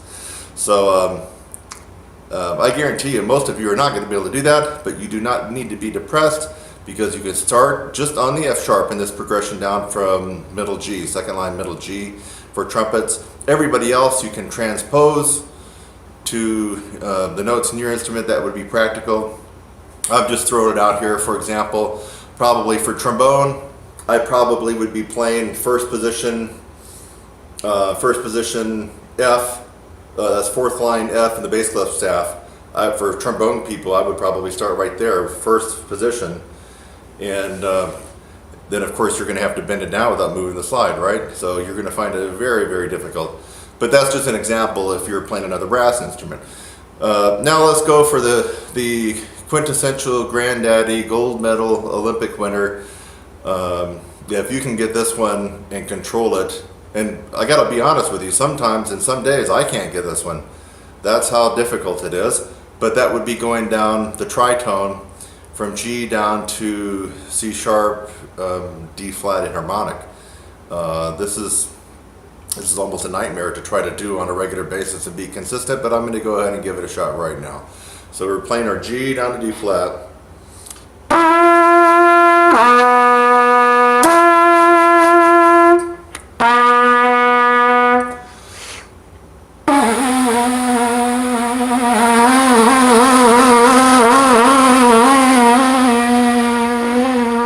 Oh, almost didn't get it. Folks, that was rough and tough and tumble. If you can do that and control it, you just certainly have to have chops. I would almost bet without hearing you playing anything else that you probably have a good core to your sound, amazing dynamics in all registers, and just great facility all over the horn, whatever brass instrument it is. So this was Kurt Thompson with another amazing proprietary and unique tip, trick, and technique for brass players that you've never heard before, and the date of this video will be its copyright. No one else has done the deep frozen lip bend. Try it, you'll like it, comment below. I'll see you in the next one.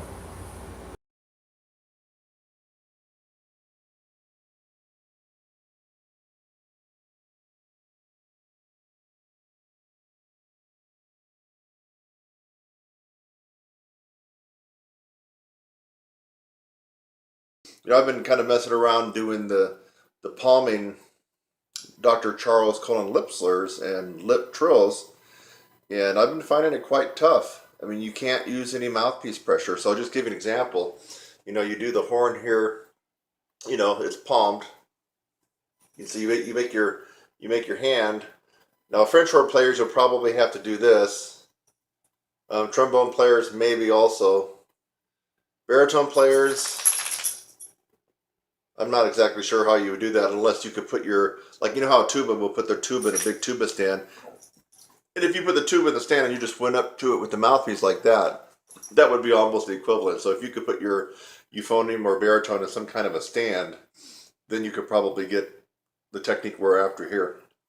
So you make your hand like a shelf, and I would just kind of mess around doing some lip trill, just seeing where I was at. As you've heard in other past tutorials, I've been able to, lip trill pretty decently up to triple G's, but that was using a tremendous amount of mouthpiece pressure at the very end, so that was pretty tough for me. But here I am. I'm going to just do it this way so you can see.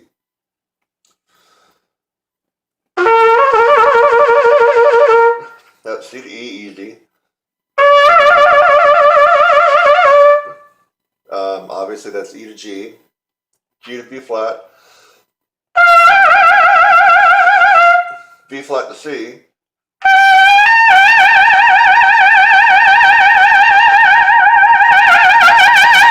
okay, so that was B flat to high C. Now, also I'm doing these rather loud. I would say that was just pushing probably forte. You're not going to get too much out of your lip trills in the Charles Conan book if you're playing them pianissimo or piano. I recommend all my students that were at least at the MF mark. MF to F is good. Probably fortissimo is not good. You're going to be blowing so loud, you're going to be defeating the purpose of the technique. So keep these around MF to F. So that was a B flat to high C. So palming. Now look how I got it. I don't know if you can see. I'm only using the weight of the horn, and I'm not doing this. I'm not grabbing and pulling. There we go. Let's try to go a little higher.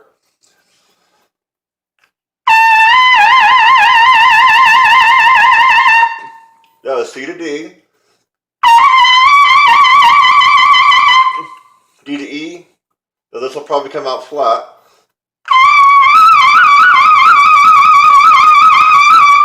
And then, geez, I don't even know if I can make this last one.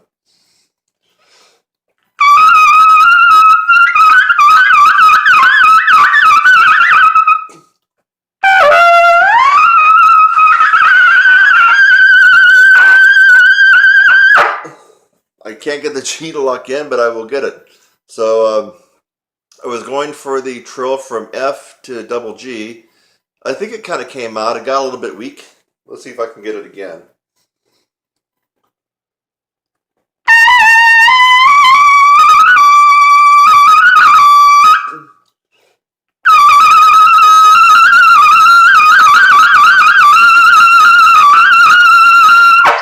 Whew, barely. So I ended up on a double G. Now, folks, I'm probably making that look too easy, so I want you to try it. And why would I say I'm making it look too easy? Well, one of the techniques in my course does kind of focus on the Roy Stevens, William Costello, no pressure system palming. Now, we're not doing it exactly as Roy would have had his students do, because I'm not doing the whole gap in the teeth thing and the forward jaw and the upstream type of embouchure that is the Stevens embouchure. So we're not really doing that, but we're actually doing the physical exercise to kind of strengthen up our chops. So the reason I mentioned that might have looked too easy is because when people come into my course, a lot of people have trouble just doing this.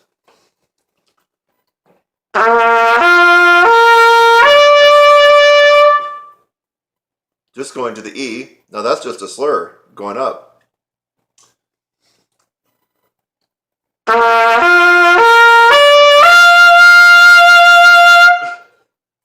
would say more than half the people getting in my course cannot do what I just did there. That was simply going up to a high G. Low C, G, C, E, G. And to go up the next one, now we're going to whittle out almost all people that start my course.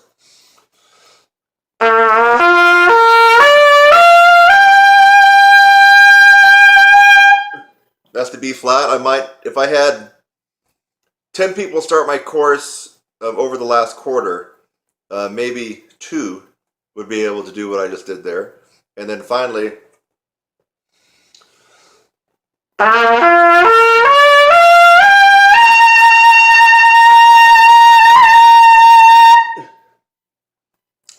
had 10 people start my course over the live course now, the one that they're seeing me every week live, either via Skype or on the phone. Maybe one would be able to do what I just did right there. And that's just a maybe. So take this technique to heart in this drill, and it's a good challenge. I mean, we're all brass players, and it seems like brass players, and especially trumpet players, like a good challenge in the competition and to challenge ourselves. And wow, can you think of a better challenge than this? Yeah, because I mean, come on. If I got on normally,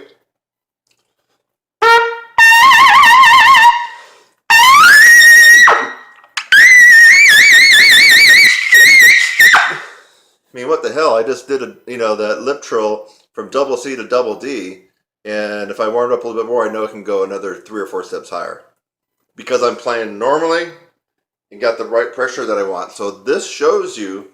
You saw that I kind of thinned out going up to that double G, lip trilling it.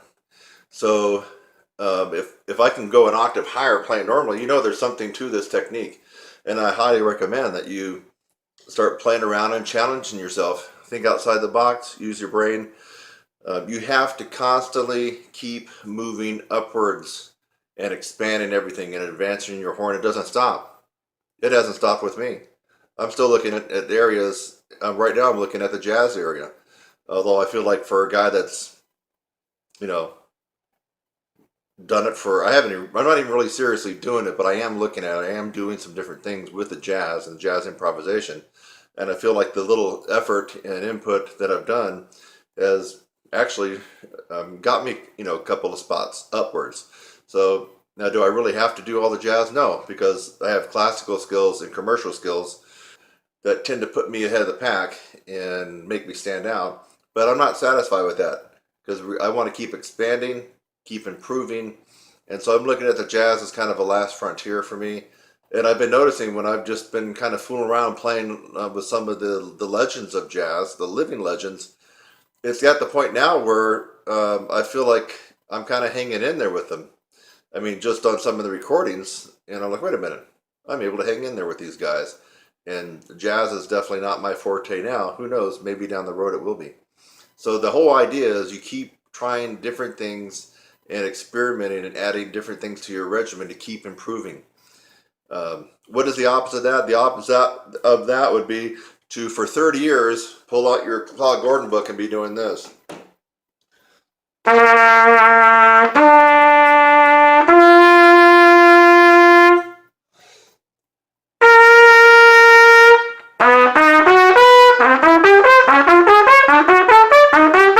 and on and up. I mean, if you're doing that for 30 years and you're doing nothing else, I can guarantee you just aren't that far along, my friend. Be smart. I'm Kurt Thompson at TrumpetSizzle.com, and here on YouTube, you're a brass instructor. I'm a professional trumpet player and teacher, and I want to ask you a question. Would you like to learn how to skyrocket your range, improve your endurance, and reduce mouthpiece pressure? At the very least, you should discover that improving range and endurance is a process. It is not one book you're going to read, not one ebook. It's not one lesson you're going to take with a celebrity trumpet player. It is a process that you will have to go through. If you're willing to go through this process, I can almost guarantee that you will get fantastic results on this instrument or any brass instrument. And for right now, I would just like for you to subscribe to my channel. Look down below and click the subscribe link. I would love to have you as a subscriber on my channel, Your Brass Instructor. I'm Kurt Thompson. I'll see you in the next one.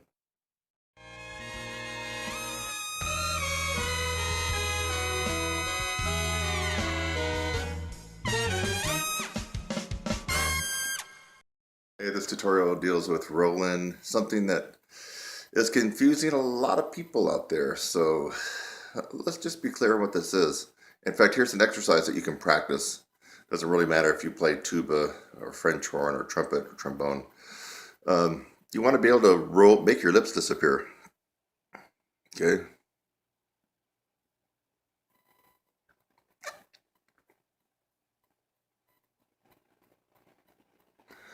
That's a double C roll-in position.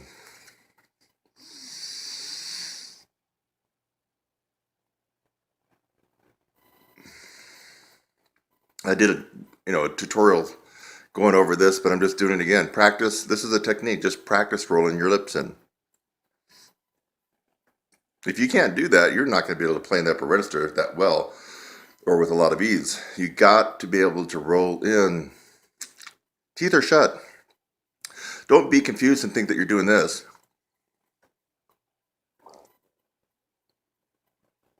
That the lip is over the teeth. And here too. No, we're right here.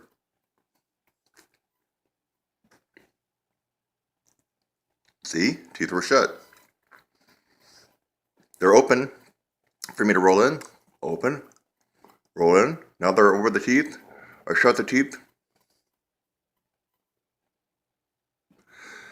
So, a technique for you that would be of value is to make sure you get the roll in. And if you can't do it this way, you're not going to be able to do it on the horn in real time. So this is kind of a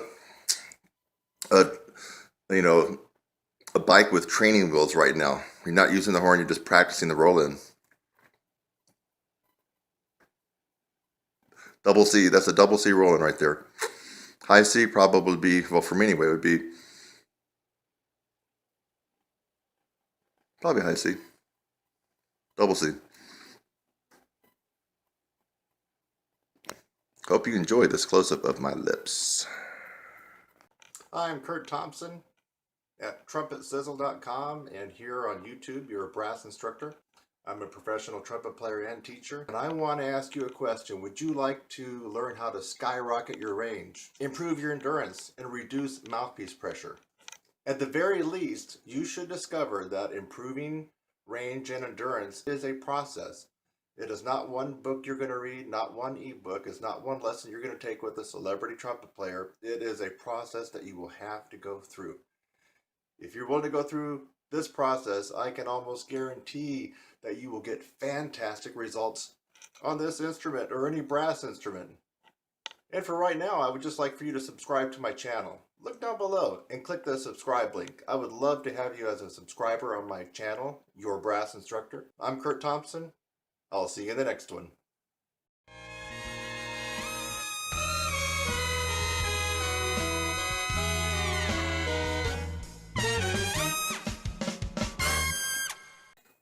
Hey, one of my students, Tom Granoff, told me about a master class that he went to quite a long time ago where Bobby Shue came in, talked about his breathing techniques like the wedge breath and all that, and then picked up the trumpet by a second valve and played a few high notes that were pretty meaty. And so I thought I would try to see if I can demonstrate the Bobby Shue. I would just call this probably the Bobby Shue no pressure high note test. So you can do this after you watch this. You can try it right out if you're in a practice room. So what I was told by Tom is that I guess Bobby just grabbed the middle valve like that and proceeded to play a couple. My valve's starting to unwind. Proceeded to play a couple of notes. So I'm going to try it here. Just a couple of notes.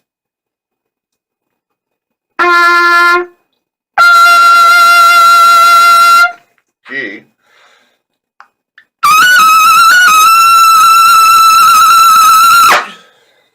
So that was a pretty loud double G just by doing the Bobby Shue method of holding on to the middle valve. Even though I was trying to pull in, you really can't pull in too much, folks, as opposed to when you got, both arms grabbing and pulling in. So you got just your fingers holding on to this. Part of it's holding the weight of the horn from dropping. So anyway, that's the Bobby Shue no pressure high note test. You saw it here probably for the first time because I just found out about it from Tom Granoff. Thanks, Tom. Thanks again for watching this video. I hope that you got something out of it. Sometimes I make a video just to make you laugh. A lot of times I make a video to educate you on something and maybe even help solve a problem. So I hope something like that occurred for you in this video. And while you're at it, again, subscribe, click on my website link, and go on to the next video. It's lovely out here. Have a great day.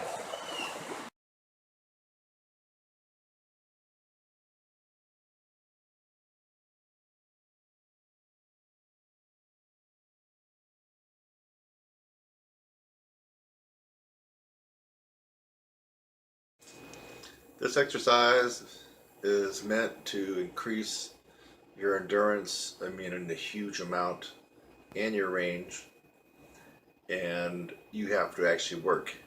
And that's one thing a lot of you are not willing to do. So what you're going to see is me doing the Cat Anderson whisper quiet middle C for 5 minutes. Trust me. You do that for 30 days in a row and you're going to notice something big time happens to your endurance, and you'll probably get a half step pop in your range. That's not a bad trade-off for doing your 5 minutes of practice a day. So let's see if we can put this. Hold on, I got to fix the phone here first. Yeah, so I have this set at 5 minutes. I was just trying to adjust the screen so it won't go off. And this was set at like 30 seconds just to go to sleep. So let's do it for 5 minutes. In fact, once you know what I'm doing, why don't you get out your horn and go right along with me, and let's kick some butt together. Okay? So let's start the countdown. By the way, if this note sounds pretty on your horn, you are doing it the wrong way, my friend. Listen to how I do it. This note does not lock in, and the closing your teeth stuff is optional in my opinion. I'm going to just do it normally without my teeth shut. But it's going to be at the threshold of where the tone quits. The tone should be kind of bad on this one. The pitch should waver around because you're never locking it in. You're playing at about 4 Ps. Here we go. 5 minutes.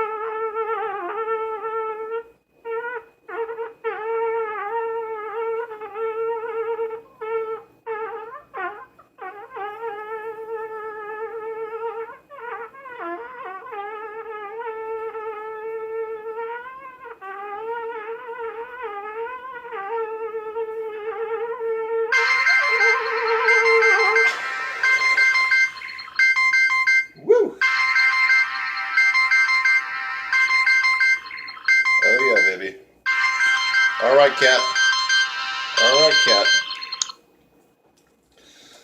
Folks, you want to get some serious range and endurance, then you need to man up. Or if you're a gal, you need to woman up. I mean, you need to work your butt. You try that exercise I just did and watch how it exhausts you. Basically, you're not breathing for 5 minutes. That is the Cat Anderson Whisper Quiet 5-minute C. It's an advanced technique in my course. And I'm here to tell you, you do that once a day, like I did, 5 minutes for a month. You might double your endurance and you might throw a half step on top of your range just for 5 minutes a day. But you're going to work. Did it look easy? You do it. And you do it for 30 times in a row for a month.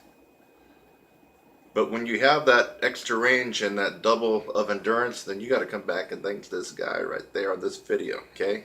You make a comment. If you haven't subscribed, you should subscribe right now. And you come back in the middle of January with more power, a little bit better range, and a lot more endurance, and you make a comment right there for everybody to see that it does work. Kurt Thompson, TrumpetSizzle.com, and I was just doing the Cat Anderson 5-minute Whisper Quiet C.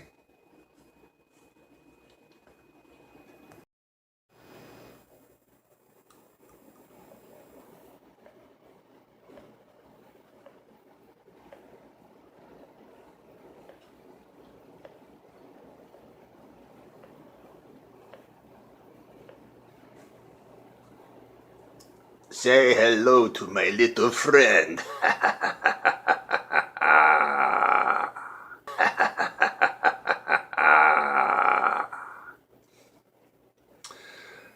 Yes, folks, I found this little contraption online, and I'm going to be doing an experiment, so I'm going to make a couple of subsequent videos on this to let you know what happens. I'm actually doing this just to increase my power and volume. I don't know if you figured this out. I don't really need to increase my range, and I definitely don't need to increase my endurance. But power, I'm all for being the most dominant, powerful brass player anytime, any place, anywhere, baby. And let's just see what this does. I just did like, 10 reps of that, and feel there's something going on. Now, this is an isometric activity, kind of, because you actually have a device. So, I mean, you're actually doing, an exercise where isometric means you're kind of like tensing muscles against themselves. Kind of like if you just kind of grip your fist, go like that, that's kind of isometrical. Where if you had something that you were squeezing, that would be just more of a regular type of calisthenic exercise. So, for those of you who follow my stuff, I think you might get a kick out of what happens. I like to give things a decent amount of time, so I'm going to give this little contraption here about a month to see what happens and see if I notice when I get ready to blow. In fact, I might get out my old trusty decibel meter. Remember that one from a couple years ago? And the threshold of pain, if you remember watching that one and the new one I just put out, the threshold of pain for your ears is 130 decibels. Now, if you watched that one from a couple years ago, which I just recently kind of edited, I got my double A up to 126.5. Folks, now that's trained whistleblowing loud. And then I included a couple examples where, I buried the band with that note. What I would like to see is if this guy can get me up to that 130 mark on my double A. Yes, that would be cool. That means anybody that I don't like would experience the threshold of pain at 130 decibels on my double A. Yes, it will become a legitimate weapon of vengeance. And you too can be able to exact revenge on people that rub you the wrong freaking way. So, for those of you who play trumpet, watch my progress on this little contraption. And by the way, I'm thinking that even if you don't play trumpet, guys, this could be a wonderful Christmas gift for your girlfriend or wife. You know what I'm talking about, baby? Yes. So even if she doesn't play trumpet or is not a musician, you still may want to order this for her. Get my drift? Let's exit with a little bit more exercise here. Ready?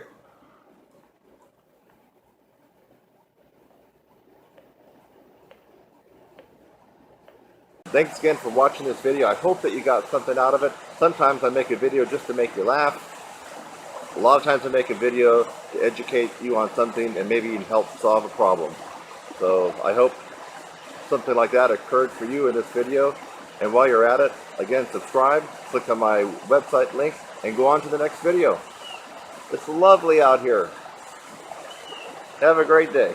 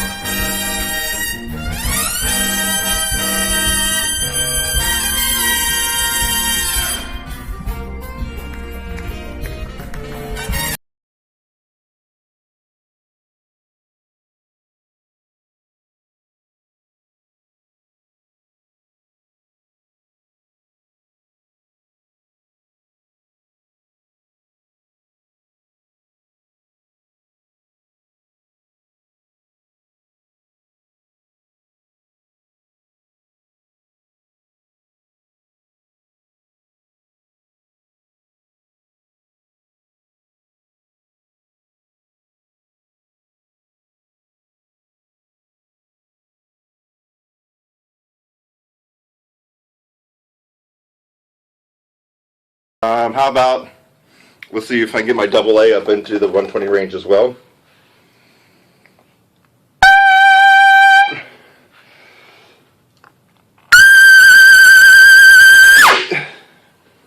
I'm proud of that. That's almost 130. I think I got up to 127 range. It's a wonderful little tool. You ought to get one of these decimal meters and you can kind of critique yourself on how much power you really have.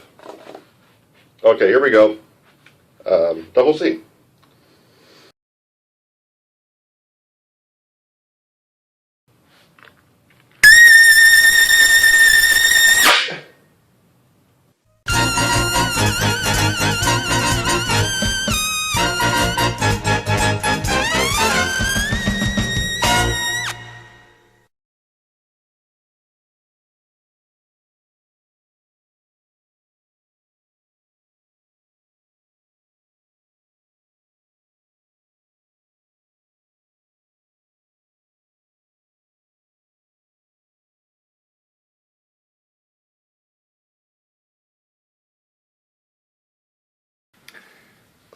Lip buzzing is a poison, so you really have to be careful.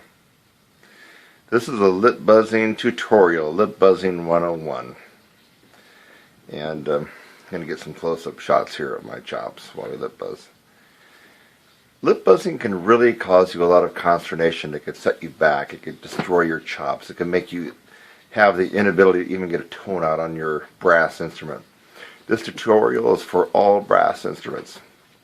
A lot of people think it's only for trumpet, because that's my main instrument, but it's trumpet. trombone, French horn, baritone, tuba, euphonium. If you buzz a metal mouthpiece into an instrument, this tutorial is for you. First of all, lip buzzing is a poison, and that's why some people have tried it and then issue it because it really screwed them up. You know, some people take nitroglycerin for heart problems. Think about it, folks. Nitroglycerin explodes. That's that little liquid that if you have a certain amount of it, you throw it, it will really explode like dynamite. So nitroglycerin is a poison, but yet people take it for their heart problems. Zoloft and Lexapro and a bunch of other drugs are good for people that have depression and bipolar disorders. You take too much of it, you're really going to be screwed badly. Anything you can think of that can help you in small doses could also kill you. Let me think of one other thing. Well, let's just pick Vicodin. You know, Vicodin, the painkiller. You know, you take a little bit of it, it makes you high, gets rid of the pain. If you take too much of that, man, it will definitely kill you. So poisons can really be beneficial, and they can also kill you. And lip buzzing is a poison. It's not like doing lip slurs, and it's not like doing other stuff. I mean, you can do lip slurs all day long if you wanted to. It's not going to kill you. If you lip buzzed all day long, you won't be playing for the next week or two. I can guarantee that. So lip buzzing is a poison, but it's a necessary evil to incorporate because it does focus on one thing. Here. Lip strength. A lot of people confuse all this as embouchure. Not true. You really need to investigate this for yourself, but if you happen to see a cadaver and you peel back the skin, and I know it's kind of gross, the tissue fiber here in your lips is different than the embouchure, the feather-like muscles that surround your lips, the corners that we all work on real hard, right? The corners, all these muscles here that are real tight. Well, the lip flesh and tissue is different, and so you can actually work on strengthening the lips. And the reason that you want to do that is because the lip muscle in the aperture is the final stage of compression. You have your diaphragm. That's number one. You have the tongue arch and the bottleneck that happens with the tongue arch and the squeeze, number two. And then you have the aperture, which is the third and final stage of compression. The aperture is just a fancy word for the little hole. That's the aperture right there. The little area where the air comes out and goes into your mouthpiece. That's the aperture. Excuse me. Those are the three stages of compression. And you must work on all of those if you want to get a good tone, good power, and of course good range and endurance. If you fail on one of those, you're going to be lacking. And a lot of people tend to fail on the aperture part. Basically what happens is if you don't have a strong lip strength here, when you blow enough air through the mouthpiece, your lips will blow apart. What happens when your lips blow apart? When your lips blow apart, you have more air going through the aperture, but at a slower velocity. So think about that.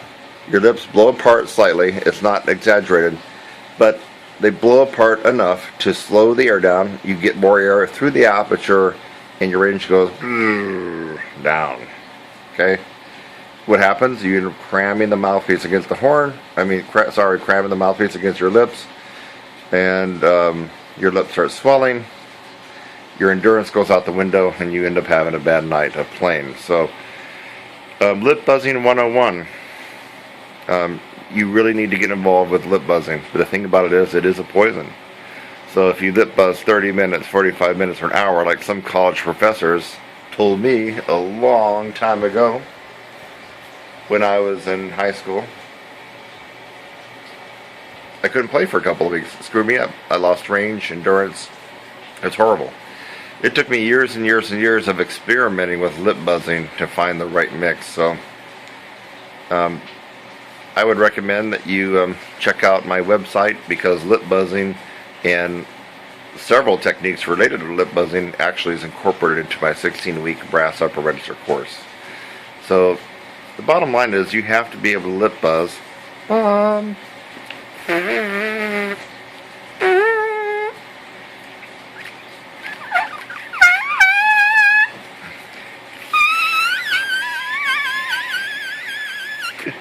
Almost a double C there. That wasn't warmed up.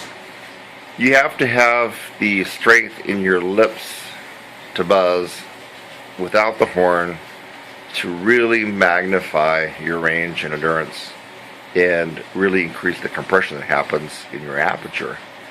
So this is Lip Buzzing 101 tutorial, just basically telling you why and the hows, and hopefully that you'll pursue it further. But last word, and I've said it several times, and I know it's repetitive, it is a poison.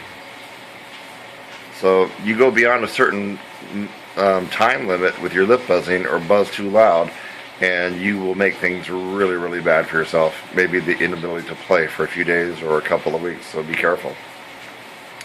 If you want to know more about lip buzzing and how to incorporate it in your practice, and the different various techniques that you can employ in your practice to help that last stage of compression, then go ahead and click on the link you see below. You have to click on the description and open it up, and you'll see my link there. Go there and you can email me, or simply email me at kurt@trumpetsizzle.com. KURT@trumpetsizzle.com. So I hope this video tutorial made a little sense to you. If you don't employ lip buzzing at all, I'm convinced you will never gain and master the range on any brass instrument. That I can guarantee. You must master the lip buzzing. I will see you later, my friend. Bye-bye. Why do you really need to have more range than what you see on the page in your rehearsal and your ensembles? Well, I'm going to show you why. I'm going to show you why that the notes and the highest notes that you have in your ensembles is not where your range needs to be.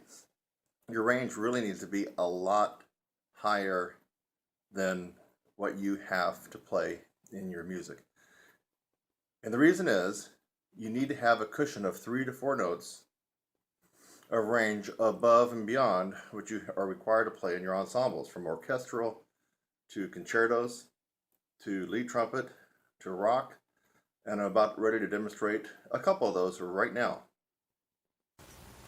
Having more range simply allows you to play a wide variety of music without killing yourself.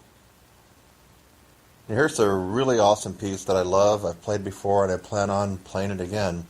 Concerto in La Bemol, or otherwise known as Vivaldi Concerto in A flat for piccolo trumpet. Now, I don't happen to have a piccolo handy, so I'm going to use my big horn, which means I'm going to be using my piccolo fingerings on the big horn, because this is a transposition that I'm doing, and of course some of the notes may be a little bit out of tune on the big horn. But I'm just going to go down to one note before, let's see, where are we? Maybe near the very end. Like one note before number 3. That's the second line from the bottom of this first movement, Allegro.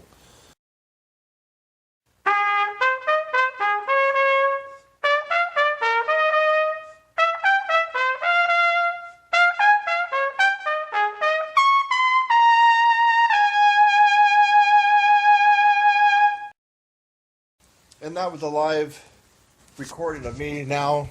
No dubbing, no punching out, no punching in, no nothing. And that just gives you an example. I did that on my big B-flat trumpet. So, classical music requires chops, requires range. And if your range is an E-flat on trumpet or a concert D-flat, and that's it, you won't be able to play this particular piece because you'll be killing yourself with the pressure. So that's why we have to have more range than what we really need. when we're looking at a piece of music. To play this piece and make it sound good and easy and with a gorgeous tone, you can't have just a concert D flat range. You really need a concert G flat or concert G, really, to have that big cushion from what you have to play on the page to what you have in your practice room on your face. So that was Antonio Vivaldi Concerto in A flat for piccolo trumpet.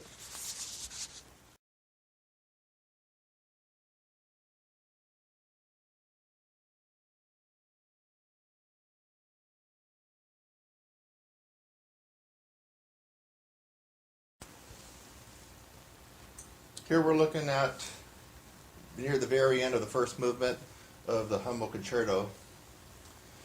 And actually, if you play the Humble Concerto on an E-flat trumpet, it's a million times easier, but you will see a lot of people play it on their bighorn. In fact, I'm going to do a little bit right now. Some of the stuff that I'm going to be playing goes up to a high C on the B-flat trumpet or concert D-flat. If your range is only a high C or high D, you're going to have a lot of trouble with this piece. And any piece that has high C range, you have no cushion. You're going to be playing on the skin of your teeth. You're going to be using too much mouthpiece pressure. You're probably out of tune. You'll probably miss a lot of notes. You won't have any endurance. It's not going to be fun. That's another reason why you have to have a lot more range than what's called for in a particular piece. I'm starting at, it looks like measure 273. It's the second line down, right near the end of this first movement.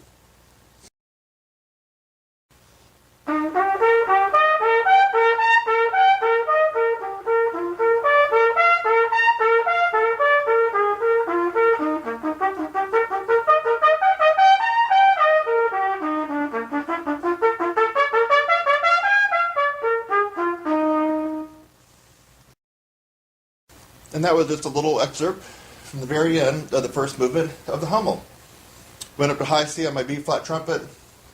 Lord knows if I had a high C or a high D range on trumpet, I would be in seriously big-time trouble trying to play this, and especially in a live performance. You have to have more range.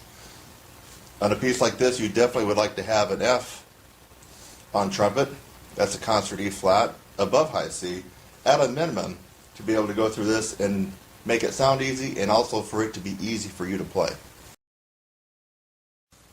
Here we have a slow rock ballad. It's a second trumpet part, but don't be fooled by that, because the second trumpet part here is actually playing the lead part. As you know, Maynard's playing the solo. So don't let the sun go down on me. If you look at the very beginning, it's not really that horrible. In fact, this one never really gets that horrible for the lead part, which is played by the second trumpet player. But still, you have to have more than the high E flat that you're going to see there on the first line.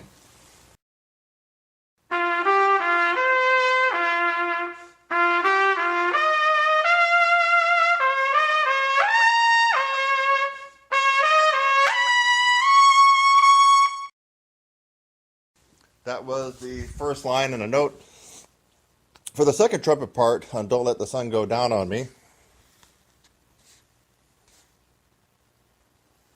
and it went up to an E flat. If you can play an E flat in your practice, or an E, or even an F, you're going to really have a lot of trouble with that line, because you need to have at least a double A flat, so you can be nailing this without killing yourself and playing on the skin of your teeth. Another example why you need to have more range than what you think.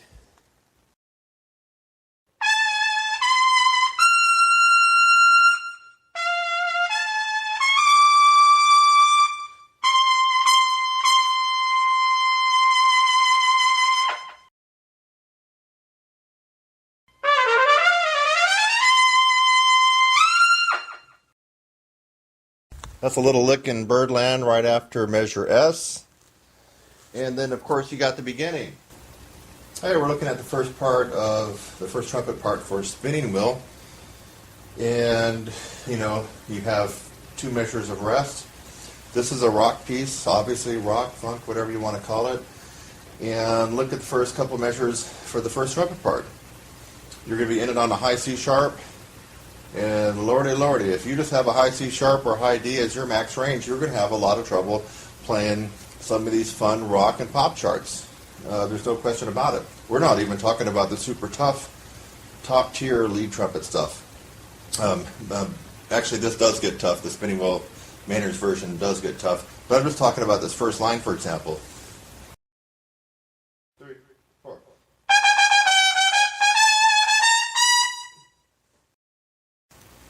To put some meat on the bone and have some sizzle, you have to have a lot more than a high C sharp or high D on your B flat trumpet to be able to play stuff like this. You really do. Otherwise, you're going to kill yourself. You're going to be out of tune. You're going to be wondering why you're using too much mouthpiece pressure. You're going to be having endurance problems. Another reason why you need to have more range than what you actually have to play when you're looking at a piece of music. So I just did that the first couple of measures there just to show that you do have to have more range than just what's on the page. Otherwise, you're going to run into problems. Demonstration and explanation why you really have to have more range than what you think. It's amazing how many students that get in my course and they'll tell me that they have a high D or a high E flat, and when I ask them, well, what typically do you have to play in your big band or your rock band or your orchestra or your community Broadway shows? And when they tell me high C's and D's, I just kind of cringe because that's tough, folks. To have a high D max range and you're playing up to high D in your ensembles, I mean, that's a recipe for disaster and pain and torture and bad endurance problems, everything. You got to get your range up.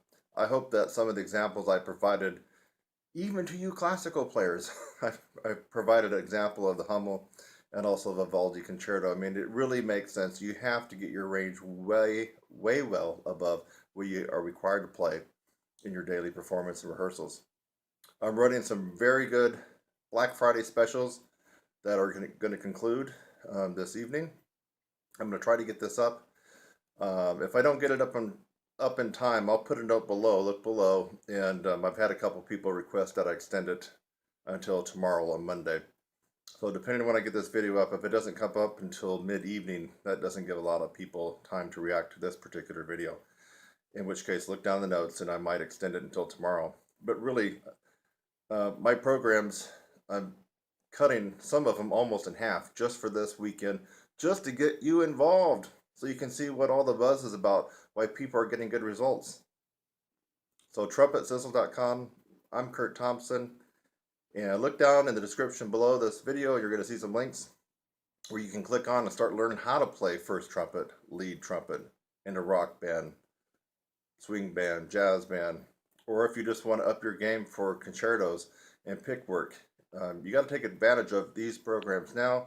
They will resume at their normal offering price probably late tonight or late Monday night. You'll have to look down in the description to see what I decided to do. Bye-bye for now. So you want to play like Maynard, huh? Yeah, you and about a million other people do too. So we're going to talk a little bit about the desire to play like Maynard, and then the reality, and some people's very close attempts to play and sound like Maynard, and some people's attempts to sound like Maynard thinking that they do, but they really don't. And we're talking about some of Maynard's most famous lead trumpet players. And some of these guys are some of the A-list players in LA and New York and Chicago. We're going to find out what the difference is.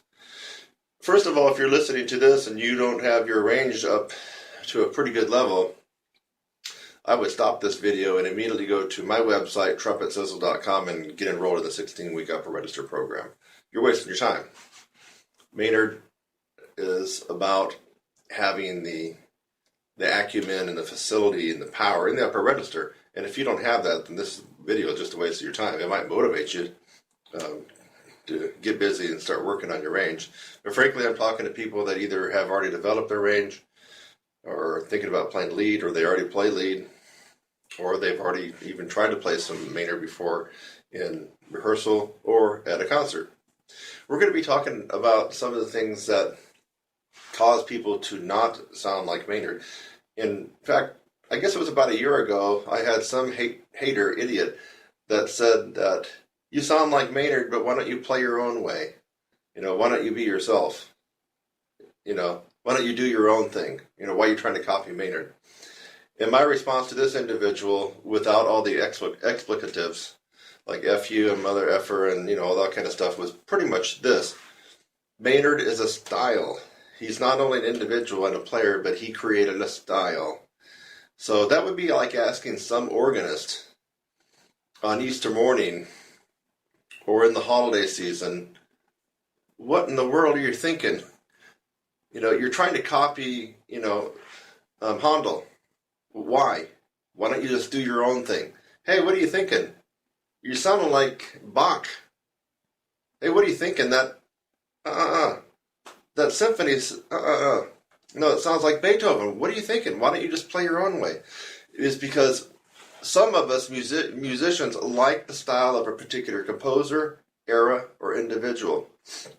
And we want to play in that style. We want to sound like that. That is a style. So who in their right mind would play Brahms and try to sound like Scott Joplin? Right? Ridiculous. So when we're talking about trying to sound like Maynard, trying to play like Maynard, what we're really saying is we want to play with his style, in the style of Maynard Ferguson. Can anybody ever play like Maynard? No. Even the people that come closest still do not play exactly like Maynard. It's impossible. He was a one of a kind. So no matter how hard you try to copy Maynard, the best that can happen to you is you become better because you have some of the essence of his playing in yours, but you will never be a Maynard clone. Nobody is. Let's get that out of the way. So when we're trying to play in a particular style, we can call player Maynard Ferguson a style.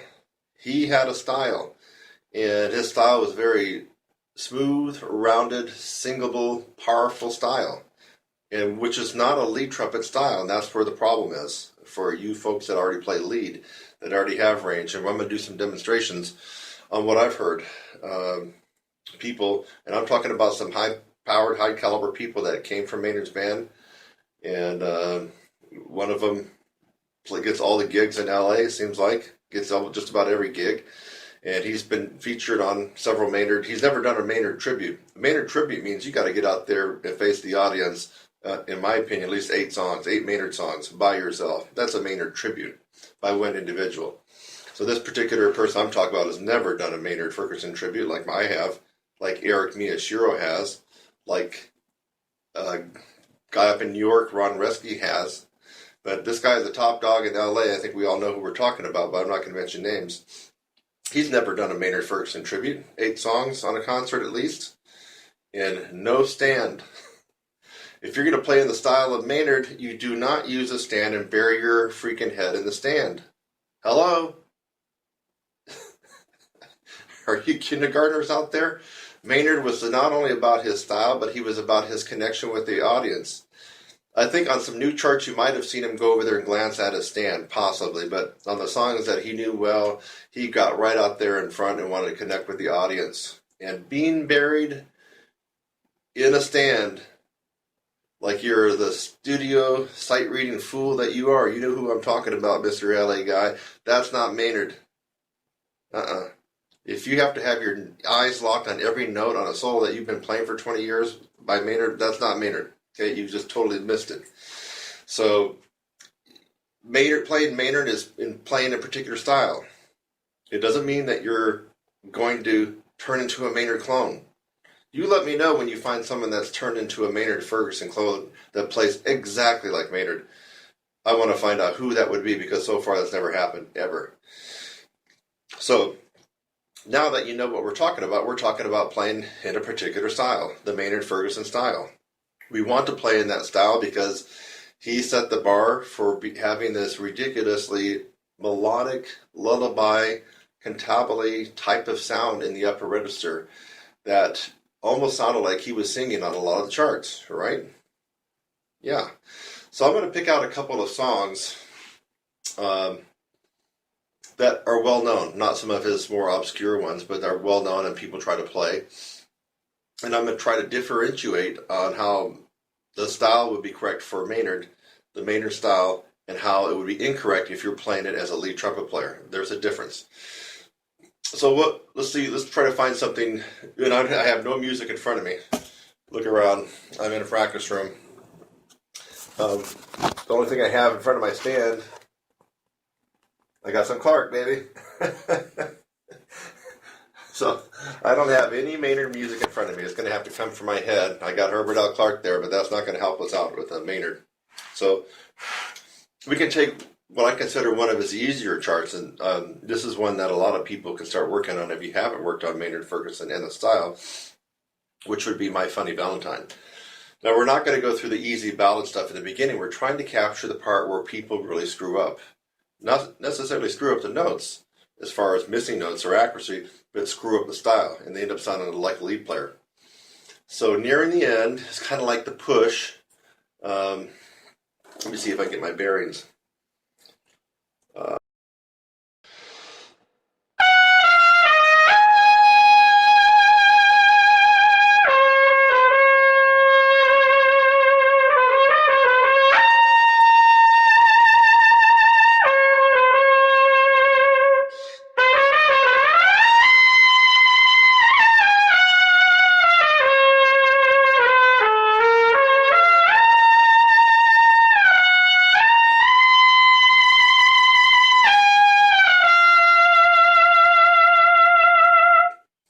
Okay, that's a very sweet singable part in My Funny Valentine near the end that Maynard just sounds wonderful on.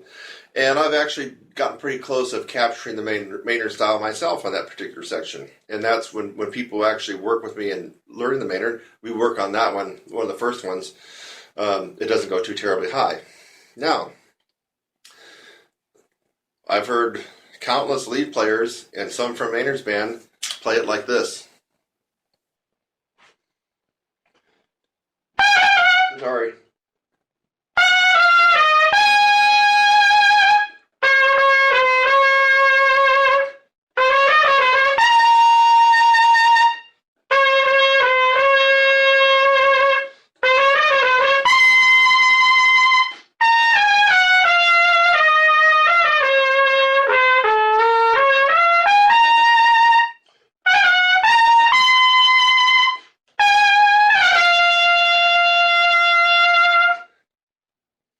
All in all, they're hitting the right notes, right? Yes, they are. What's the difference? And as we get into May 4th, we're getting very close to Maynard's birthday of 2016, which is on May 4th. You're going to hear people pop up playing some of the Maynard stuff. I'm confident of it. In fact, I heard there's a big shindig in LA with some of the Maynard's alumni. Now, I want you to use this tutorial and listen to what they do. You're going to notice almost all of them, except for probably Eric Miyashiro and maybe one other person, is going to sound like the lead trumpet player trying to play in the Maynard style, not playing the Maynard style. Don't take my word for it. Watch this video right before you see some of these guys play, and you'll know exactly what I'm talking about. And no, they aren't trying to play in their own style or play with their own personality. That, like, again, that would be like playing toccata and fugue in D minor and you know, playing it like you're some kind of jazz piano player, right? Or playing it like Barry Manilow, right? No, when you play in the style of something, you play in that style. You can bring in whatever you want from your own personality, but you play in that style. You don't screw up the style, okay? And you're going to hear these lead trumpet players screw up the Maynard style. They're going to get the high notes, they're going to get the notes, but they're screwing up the style. Just like I did on My Funny Valentines. So, playing it like a lead player, you smack the notes harder than you normally would, just like you would in lead.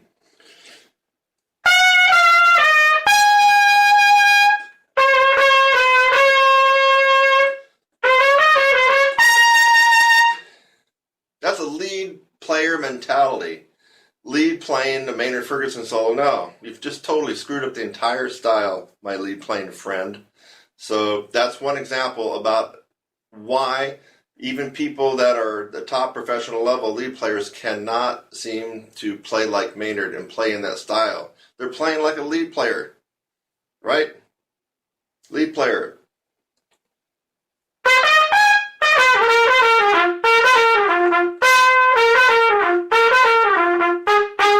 Lots of harsh articulations and pops and percussive attacks that go right along with the rhythm section. No, we're not playing that way when we're playing Maynard. Lead trumpet player. Turn on a light bulb. Think. Let's go on to a harder example now. What would be harder? Okay, a lot of people try to attempt this particular song, and most crash and burn on it, but the ones that actually get through it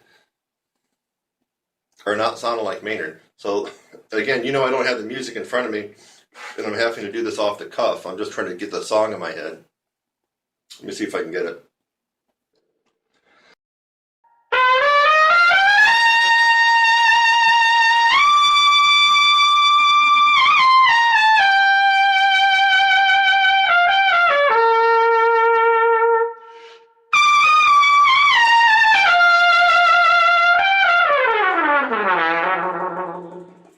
Okay.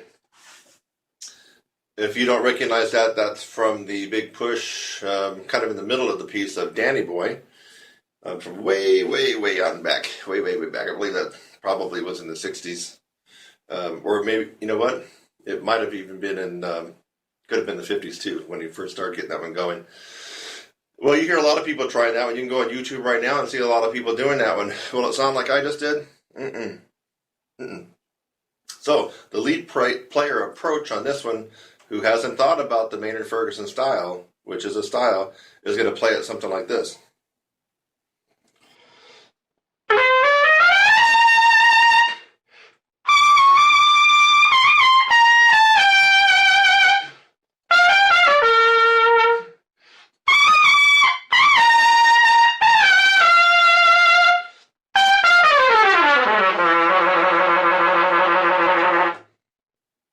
I got pretty much all the right notes, didn't I?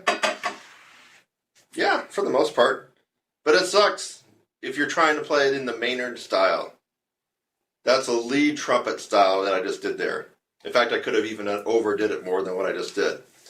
So the singability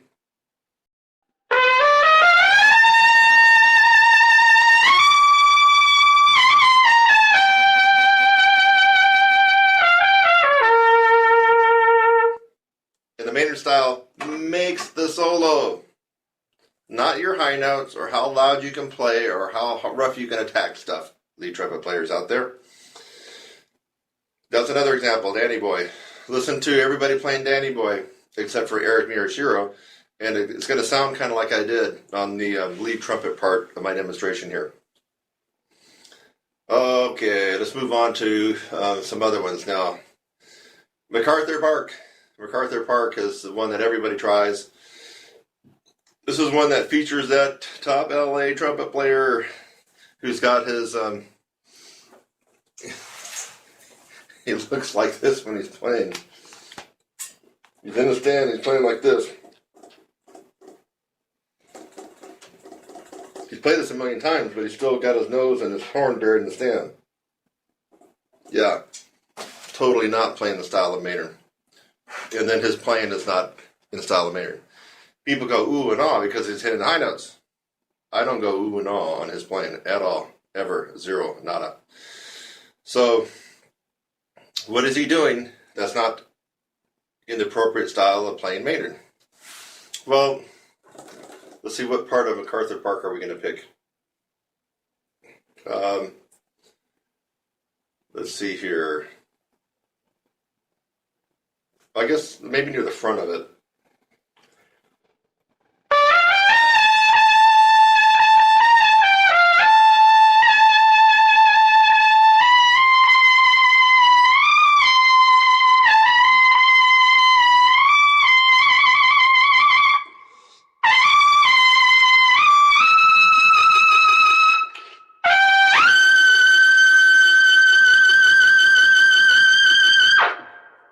Okay, quite smooth, quite flowing, quite connected, right? Go back and listen to Maynard do that and listen to what I just did. It's about the same thing, right? Except when you watch some of his live stuff and he's getting a little bit funky. And sometimes he does when he's doing some of the live stuff like the Maynard Ferguson stuff. Okay, so now how would you screw up the Maynard style on that one and make it sound more like a lead trumpet player playing that particular song and not playing correctly in the Maynard Ferguson style, you would do it like this.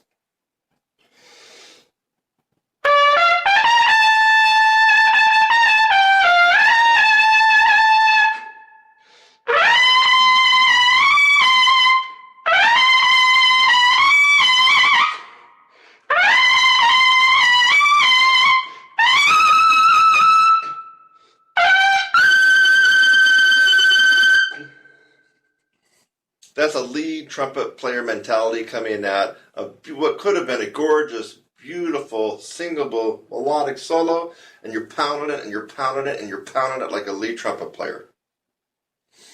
Almost like the whole agenda is just to get the high notes popping out loud. You totally screwed it up, Mr. LA studio guy from Maynard Ferguson, old-timey band. You screwed it up. How come you can't play it like Maynard? Like I just did, because you're missing the important part of the style. Okay, it's not about playing lead trumpet with the Maynard solo. It's about playing the Maynard Ferguson solo style, which this person obviously, until now, still hasn't got.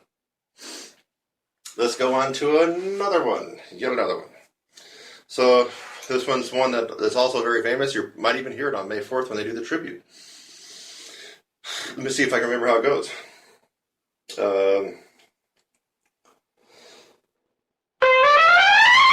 Yeah, that's it.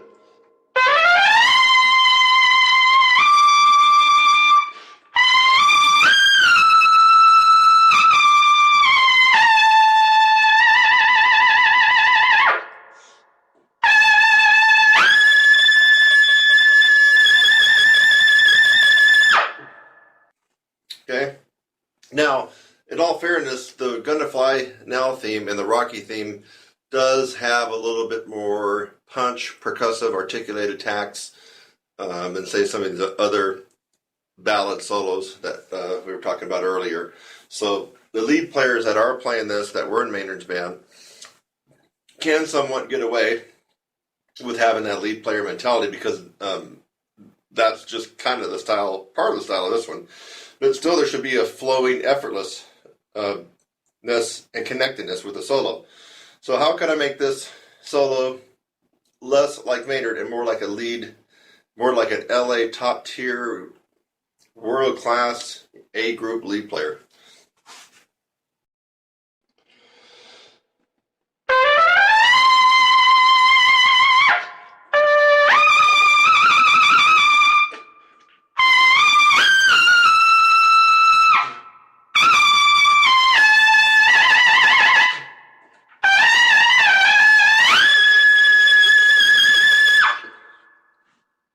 You could tell the difference in that it was a choppy, lots of taking air breaks and stuff like that to make sure you're getting the high notes, as opposed to the nice, smooth, singable style that should be in that particular piece.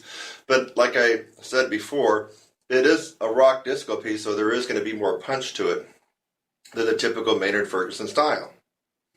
So that's why the lead players, if you hear this on May 4th, they're going to get away with being a little bit more punchy with it and still making it sound close to the style. But by throwing in all these air breaks and some of the things that they're doing, it totally takes away from the style, in my opinion. Okay, so let's see if there's any more Maynard Ferguson things to talk about.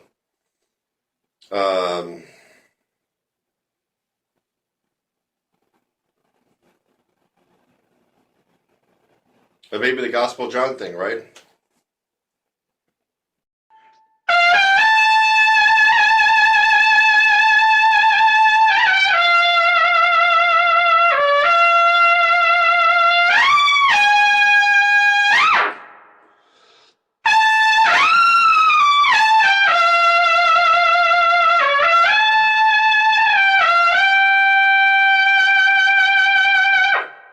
Okay, that was pretty close to the Maynard and Ferguson style. If you're a lead trumpet player playing that, just thinking it's all about the high notes, you're going to end up sounding like this.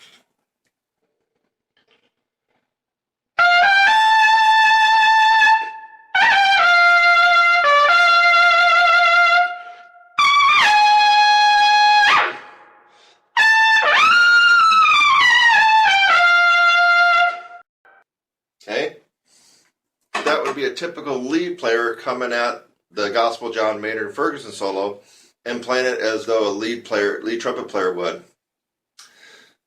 Is he getting the notes? Pretty much. Is it loud? Yes, that was loud. Is it really in the style of Maynard? No. Maynard would never play. He would never play Gospel John like that. It's how a lead trumpet player would approach that solo, and not Maynard Ferguson. So anyway, I hope I've turned on the light bulb for you lead trumpet players that have thought about playing Maynard, or you already have, and then you go back and look, and you're thinking there's something missing in my performance. Why? I just don't sound like Maynard. I just don't got that style. What's going on? So just forgive yourself, because you'll never be Maynard, but you can sound and get the style like Maynard, because that's what we're after. Again, if we're going to play Furley's da da da da da da dee da da, right, by Beethoven, we're not going to play it at da da da da da da da da. Those would be the right notes, but the wrong freaking style, because we're trying to play in the style of Beethoven, and here we're trying to play in the style of Maynard Ferguson. You're trying to play in the style of Maynard Ferguson. By God, play in the style of Maynard Ferguson, and not some lead trumpet player that's chopping it up with a big old hacksaw. Okay, that's my tutorial on playing in the style of Maynard Ferguson and trying to play like him versus just going for the high notes as a professional lead trumpet player and being satisfied and all smug with yourself that you got the high notes. No, you missed it. And then this stand, if you got the stand in front of you and you're playing a Maynard Ferguson tribute or solo and you got your eyes buried in that stand, you have so freaking missed the point of Maynard and the connectedness that Maynard had with his audience. You just totally missed it. Watch on May 4th, if there's a tribute concert, watch how many people that played with Maynard, bink, missed it. Maynard never came out hunched, with his eyes and his horn buried in the stand, playing a solo. Never did that. I mean, come on, folks. So if you're trying to play Maynard, rewind this video and watch over and over and over again, and you just might be able to get some of this into your playing and sound better. For those of you who have the range and have some lead but would like to start venturing out playing Maynard Ferguson stuff, I'm telling you, it is the hardest part that you can do on the horn. Playing Maynard Ferguson or another written high note solo, whether it be Doc Severinsen or Bill Chase, really doesn't matter. When you are playing the written high note solo, folks, there's nothing else. There's no other harder music for you to play. And I know this for a fact.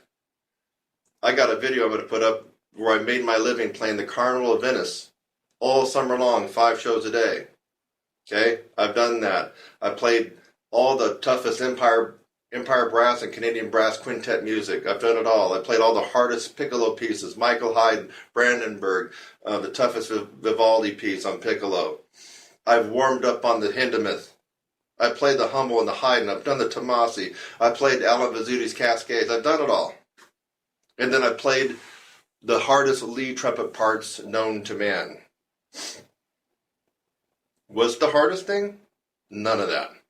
The hardest thing is to stand up, pick up your horn, walk out in front of the band. It's you in the mic or you in the audience, and to play that known written high note solo that everybody knows. So second book jazz players, there's no finger wiggling your way out of this one, my friends. There's no taking the horn off and listening to the rhythm section do a little something while you're resting your chops. When you play the written high note solo, it's game on. It's you play to the end. You make it or you don't. It is the hardest. I've done it all. It is the hardest. Don't believe me? Let's put you to the test. I'll pick 2 Maynard Ferguson solos for you. We'll go to a rehearsal big band and we'll make you step out front and play it. Got to play it from memory too. What's the point of burying your nose in the stand? That's not Maynard. Then we'll see what you think. It's tough love, baby, and you need it. Ever feel stiff? Not in that good way, guys. Come on now, get your mind out of the gutter. Do your lips ever feel stiff? Is what I meant to say. You know, that you felt better before, the day before, a couple days before that, but you're playing today and you're missing a couple notes, and even lip slurs, just normal thing. It happens to everybody. I think it happens to every player on the planet, whether they will admit it or not. Even the best players in the world. You know what happened to Maynard, because you can watch some of his live performances where he actually was having some trouble. So yes, your lips do get stiff from time to time. You lose your flexibility from time to time. And have you ever noticed that on some mornings and some afternoons you're playing and you got this kind of fuzz and you're airing your sound? And let's just pretend that you're not even a guy that, or a gal, that cares about playing above high C, and so you're not playing in that extreme register. But you got this fuzz in your sound, so it's obviously not from playing too high and playing too loud. And it bothers you. It bothers me. Well, I teach my students a plethora of many remedies for this particular situation. And one of them is weird. One of them's crazy. And one of them you just won't believe.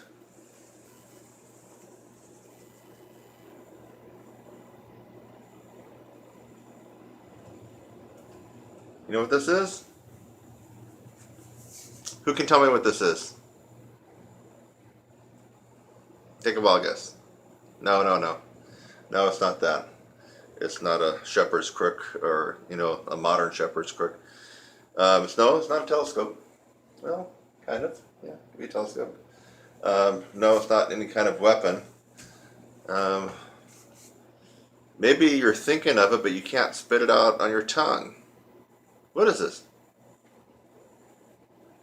Still can't get it?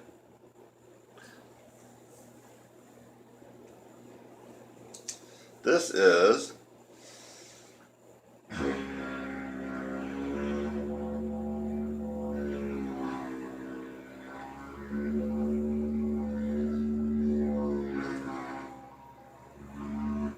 a didgeridoo.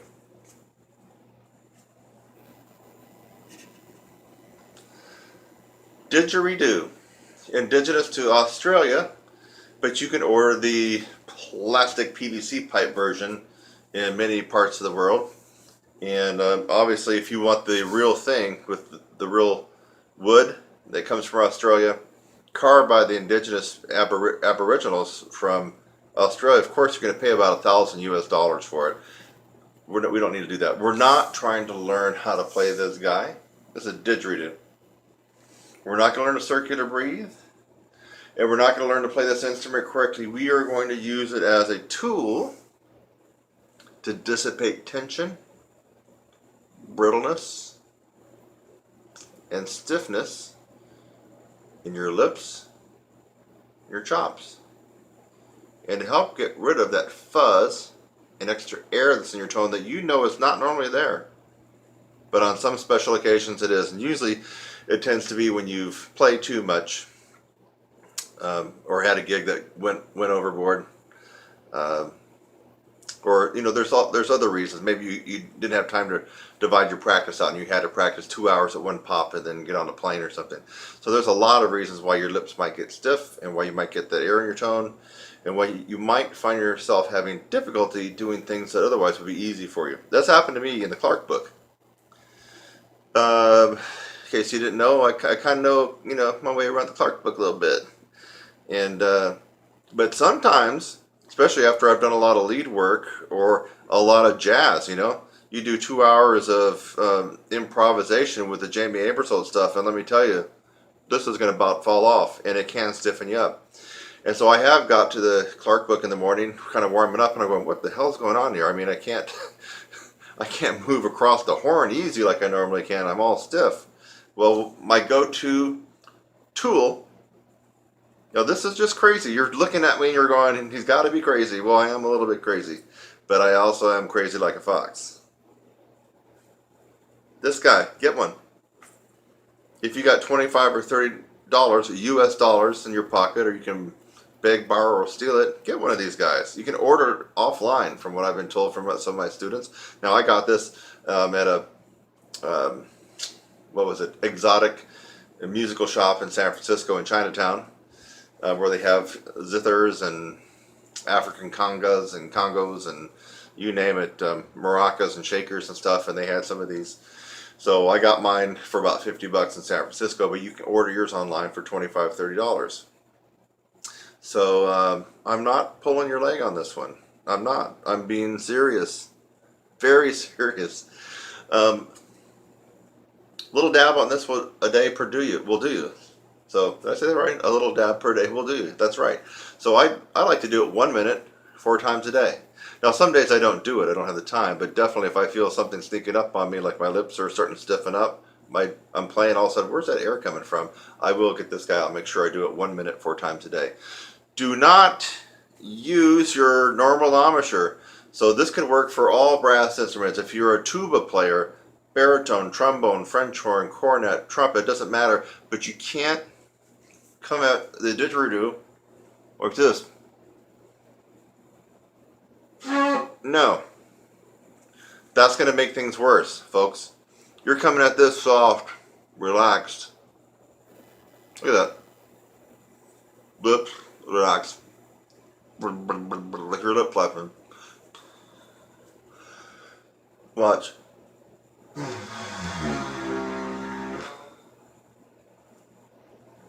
You've seen me enough. That ain't my normal embouchure, right?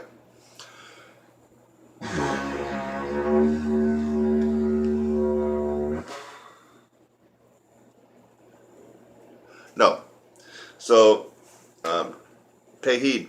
Do not use your normal embouchure, and don't get goofy and cocky and try to think that you're going to invent some kind of new way to build high notes or range by blowing hard on this and using your normal embouchure.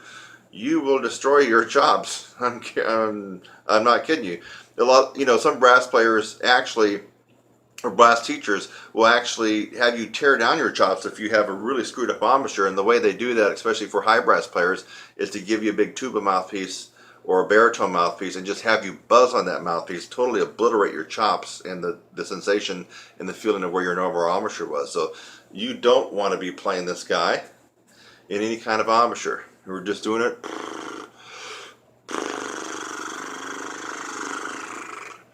We're getting all the circulation going in there, all the vibrations. We're loosening it up. It's almost like a massage for your face. It's loosening everything up.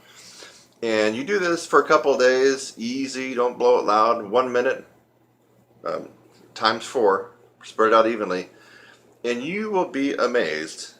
Now, it might take you a day, and it might take you 3 days, but you don't have to go longer than 3 days to have your problem of stiffness and air in your tone remedied. And guess what? You got this all from me for free, right? Amazing. But I gotta plug my course, right? You know I do. I gotta plug my course. So you should have thought, wait a minute, how is he coming up with all this stuff? And guess what? There's a ton of stuff like this that's a little bit quirky and wacky that I got in my 16-week course. Stuff you've never even thought about. Stuff that even the masters, Gordon, Caruso, Stevens, Reinhardt, Adam, Clark, and on, they didn't think about either. It's in my course. I got some really wacky stuff that works. This is one of them. But now some people do know about the didgeridoo for dissipating tension and stiffness, but there's a lot of stuff in my course that they don't know about because I'm the one that actually discovered it, invented it, or created a hybrid of 2 techniques and made a unique technique. So of course I'm going to plug my course. I'm giving this to you for free to build some goodwill and value. I hope that you can see the value in this right here. It's just amazing. Go out and spend your $30 on a didgeridoo. And the next time that you find yourself not feeling quite normal, or playing, you got that fuzz in your sound, or maybe you had to play a big band gig until 1 a.m. at a wedding reception, and things are bad the next couple of days, get this guy, get it out. Yes, you can thank me right now. Here, I'll shake your hand. There you go. You'll be wanting to thank me when you get this out and it solves your problem in a couple of days. Cool? All right. about a pound. There we go. Kurt Thompson. You should have my site memorized by now, but it's trumpetsizzle.com. Trumpet sizzle, all one word. Trumpetsizzle.com. Go there. You're going to be surprised at all the stuff that I got there waiting for you. Tongue-controlled embouchure, TCE, spit buzz, Jerome Callet.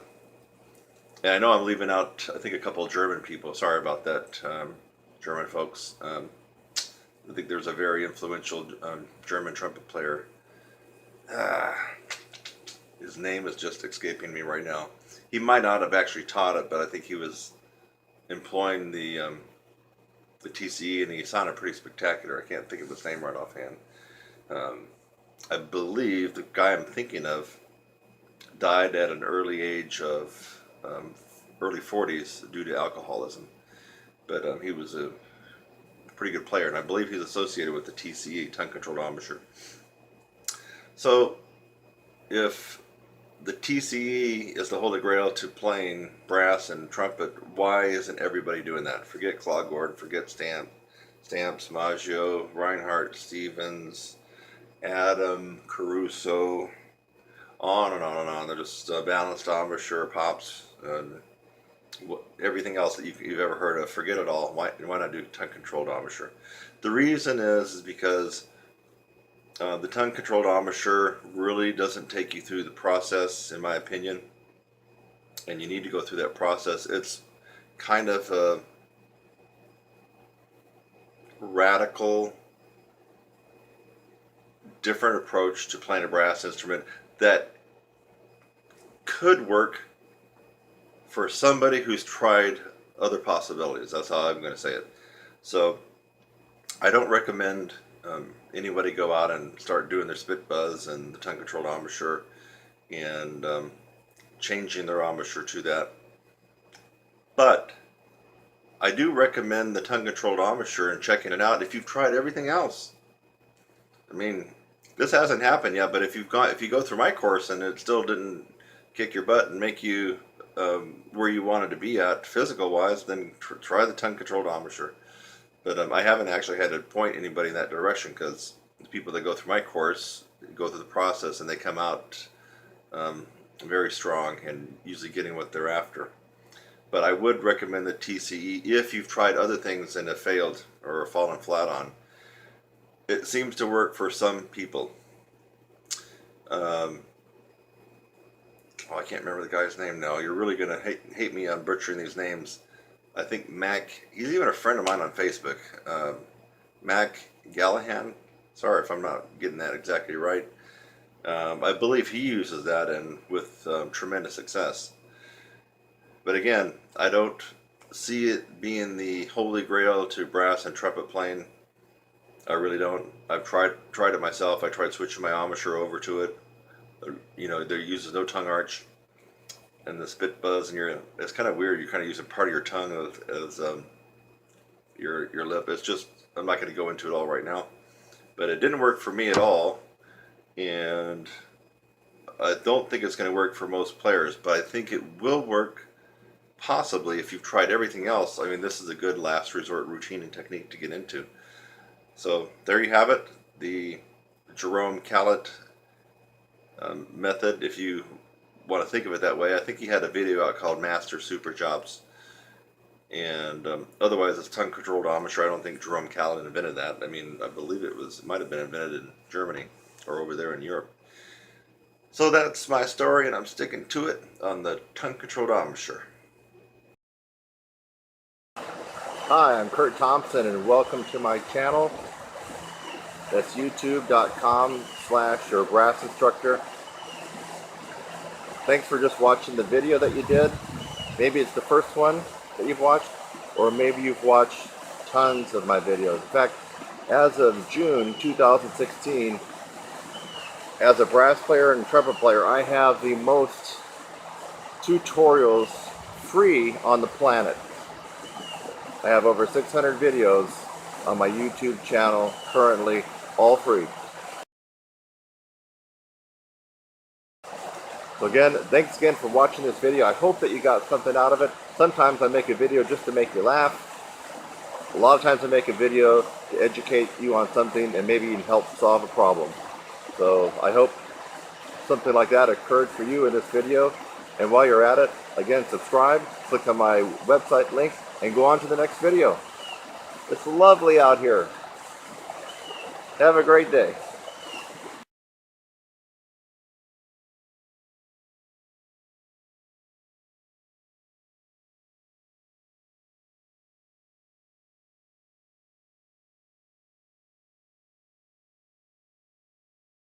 Back to nature with Bill Adam lead pipe buzzing advanced trumpet lesson here. Kurt Thompson, I'm going to expose you to a very, very useful, powerful, and efficient practice technique. And this is actually going to be more doable and more absorbable if you've already been doing the Bill Adams routines and the Bill Adam routine. I always like to pronounce his name with an S.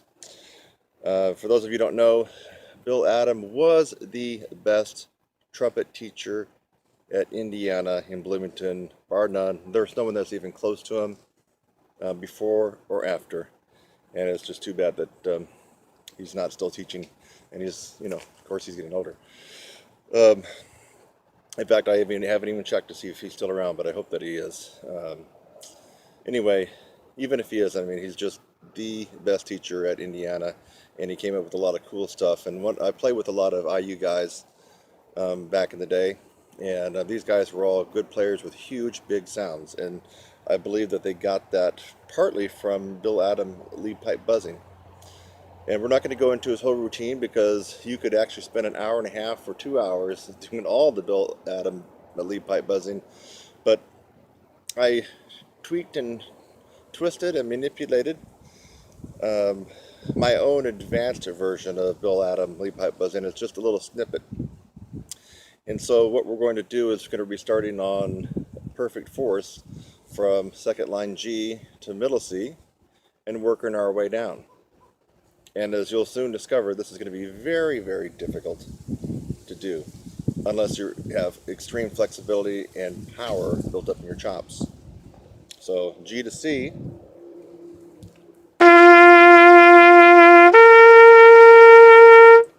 Okay, a little flat. Now I'm pulling out the lead pipe, or the tuning slide, so I'll be blowing just through the lead pipe. The same thing.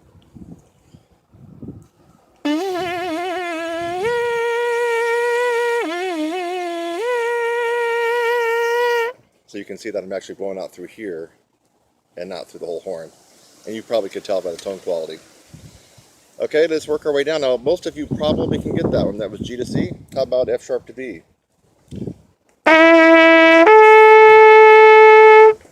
Take the lead pipe out.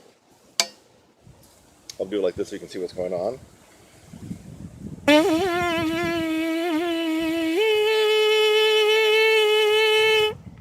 Okay, you probably are noticing it's getting extremely hard, and it's going to get about impossible in the next one or two for you. It's going to feel that way. So F to B flat.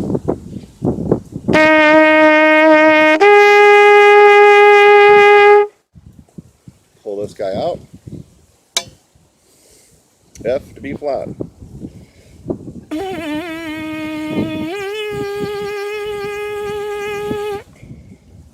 Taking a lot of intention and focus on my part to get that out. And now we're going to go to a little fly on my lead pipe. Now we're going to go to E to A. So 1 and 2, bottom of the staff, E to A.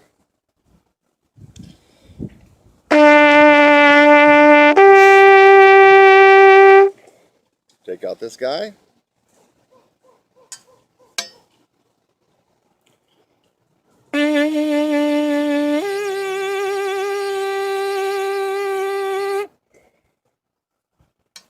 For many of you, that would have been almost impossible. I thought I heard a monkey over there in the trees. You hear that? It is back nature time with Kurt Thompson, but I didn't know that we got monkey in the trees and chimpanzees. But anyway, if I don't make it, there he goes again. If I don't make it through this video, you'll know what happened to me. I got taken out by a monkey or chimpanzees. Okay, now it's going to get really hard. This gets hard for me. E flat to A flat.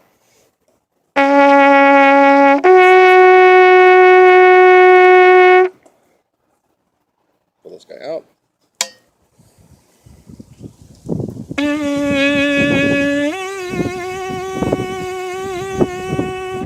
Boom, center that note. And the last one that we will do will be D to G.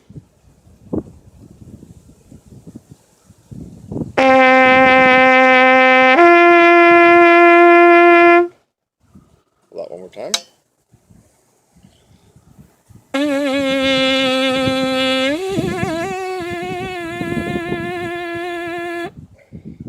And there you have it. You can consider this extremely, extremely advanced. And I put this particular technique that I just did to even the best players on the planet. And if you just sprung it on them and made them do it right without even having a chance to look at it, probably 9 or 10 out of them, I don't care who it is, would have difficulty going through this advanced Bill Adam lead pipe buzzing technique. So the physical part of the horn, yes, the high notes, but listen, so many people that can play high have a real shrill, thin sound. And so it's not about just being able to play high. If you have a real shrieky, shrill, thin, falsetto kind of sound, who cares? There were people that were playing back when Maynard Ferguson was kicking butt when he was a lot younger in the 40s and 50s that could also play high. Well, how come we didn't hear about them and they didn't get that famous? It's because they had that shrieky, thin, falsetto kind of sound that nobody wants to listen to. Maynard's sound was thick and brassy all the way up. That's why. So this is a technique here that will improve your sound. So with whatever range that you have, you're going to have a thicker, fuller, maybe even warmer type of sound in the upper register, and then all registers, really.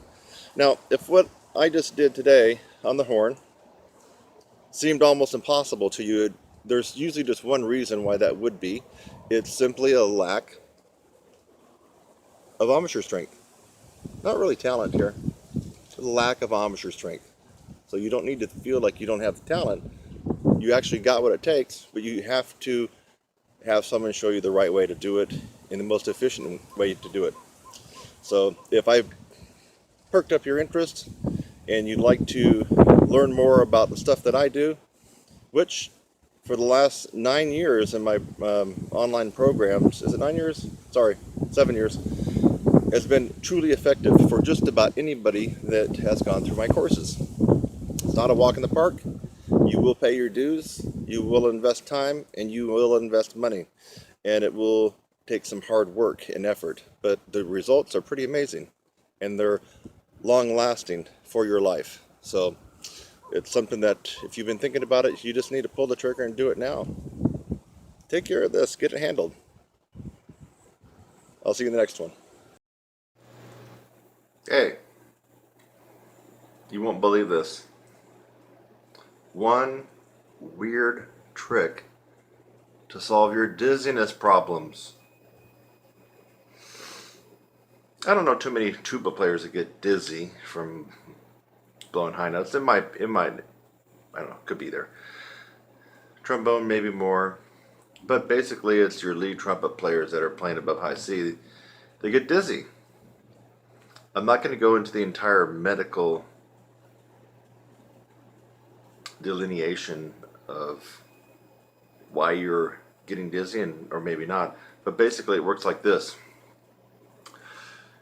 You have a certain amount of blood in your body, right? Gravity makes a lot of your blood go down to your lower torso. Now, when you blow hard, you see the veins popping out. What's going on? You're blowing, you're spreading the blood away from your brain and your heart. It's going away. Okay? Now, if you happen to have a lot of blood hanging out in your lower extremity, your feet and your ankles and your thighs and your calves, and all the stars line up right, you will get dizzy. And in fact, if you keep blowing high notes, you're going to pass out. Passing out is not a bad thing because basically the body wants you to go prone. It's your body's way of having you actually pass out to go prone to save yourself, so all the blood can immediately be pumped back to your heart and to your brain. So in case you didn't know why you're getting dizzy, that's what's going on. Now a lot of factors come into play too. Your age, your weight, your height. Chemicals like, do you smoke?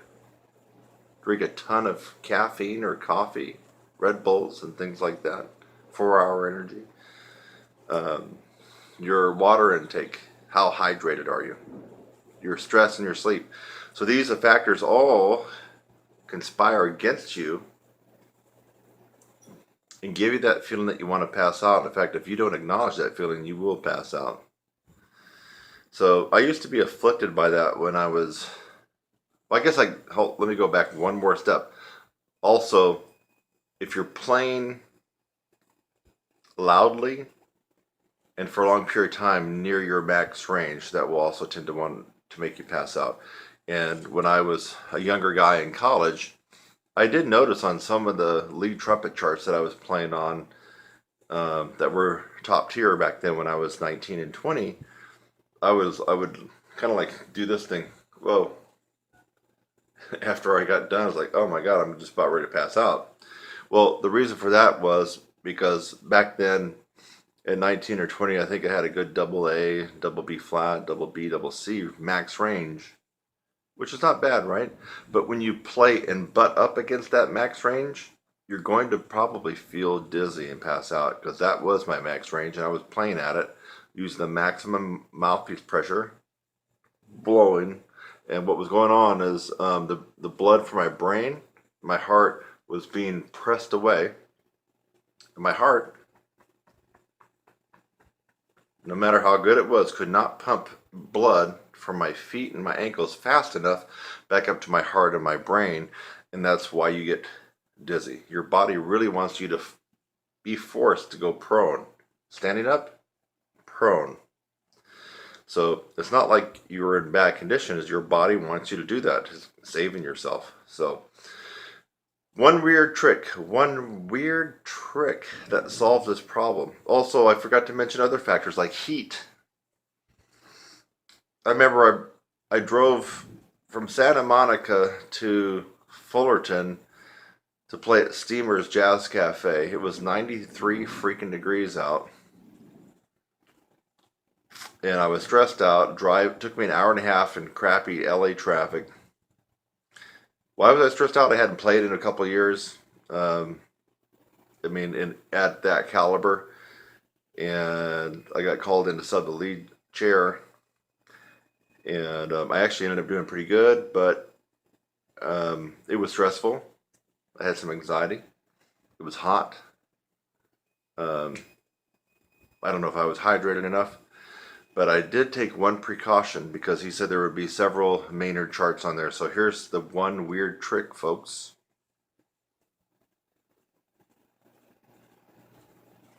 Compression socks, baby.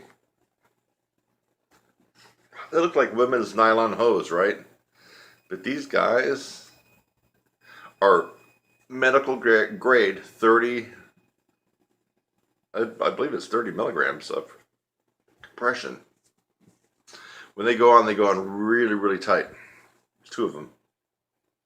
On that particular day, just because I knew that I hadn't played, I played in a couple bands before, but it was easy for me. Old-timey white tie, wood choppers, ball kind of stuff. I don't really count that as, for me, playing. It was okay playing. But this particular band had a lot of pros in it, and they were going to be playing some really tough charts.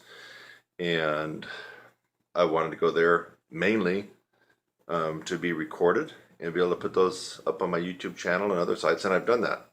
And you can see me playing some different stuff on YouTube with that particular group. I think the guy's name was Don Kubik. He's also a friend of mine on Facebook from like 4 or 5 years ago. But he runs a big band in the LA area, and made up of mainly working professional LA players. Now, I got called in and play the lead book, baby. Sight read it and nail it down. That's when, the pedal hits the metal, right? And because of the temperature, because of my stress, anxiety, because of what I knew was coming for me, I wanted to make sure that I could go through the whole book and hopefully my chops would hold up. But if not, I didn't want to pass out. And that's why I was actually wearing these. So that particular day, what I ended up doing is right before I got in the car and got in that hour and a half of traffic from Santa Monica to Steamer's Jazz Cafe in Fullerton, which is Orange County, I got on my bed and I put my legs up on the wall like this. So if you can imagine me, I'm laying down and my heels are hitting the wall like that. And I'm letting all the blood drain back down to my torso. And after about 15 minutes, because due to gravity, that's when I put these guys on. And that's when I, dress with my black pants and my attire for playing. So what this does, it grips and is so tight that it does not allow a lot of blood flow back to your lower extremities. And it enables your heart to keep pumping blood at a closer rate and a closer distance from where your heart is and where your brain is. And as a result of that, that is the one weird trick, my brass playing friends.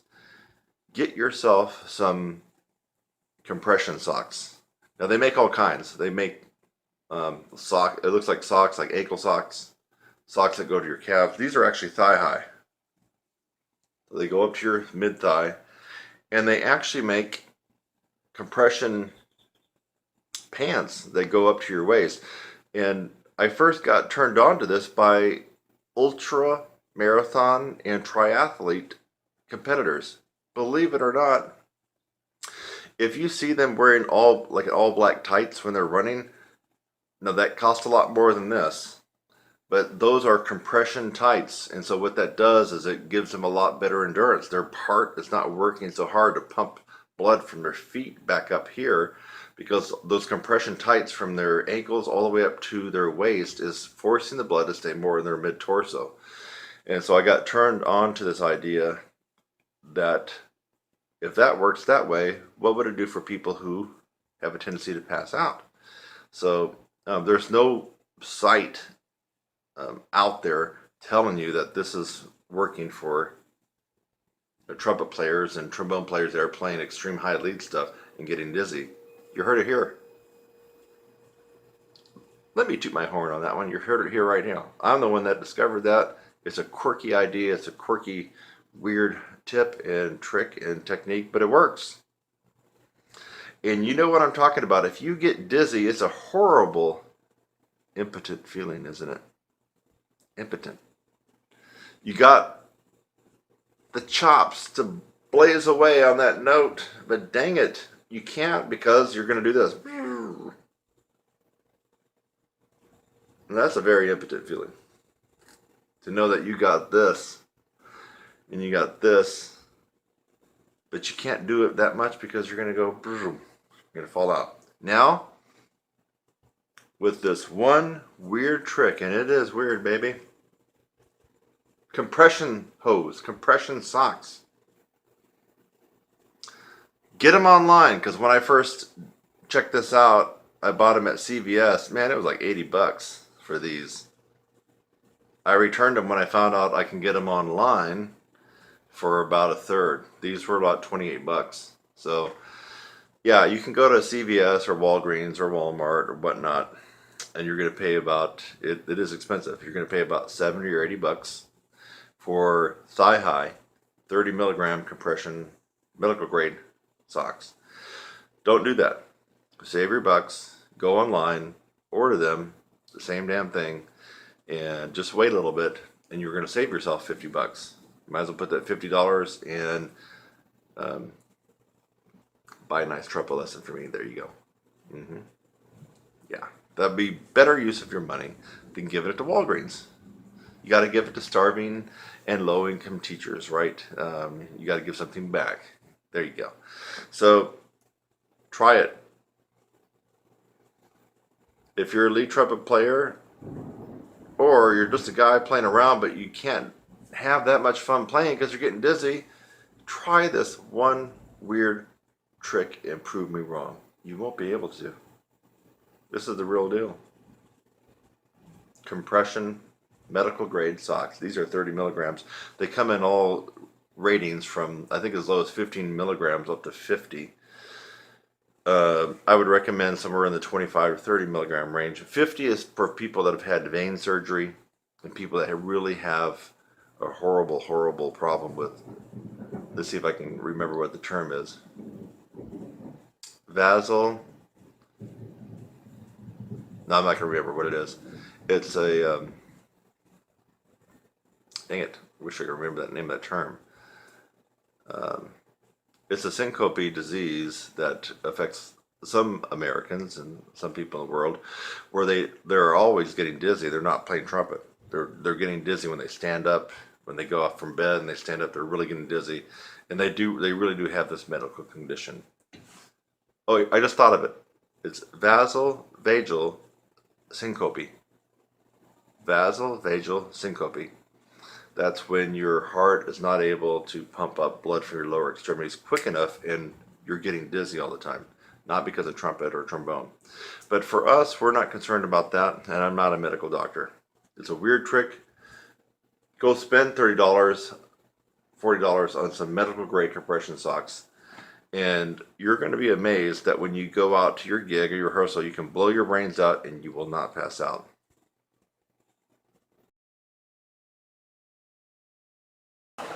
Hi, I'm Kurt Thompson, and welcome to my channel.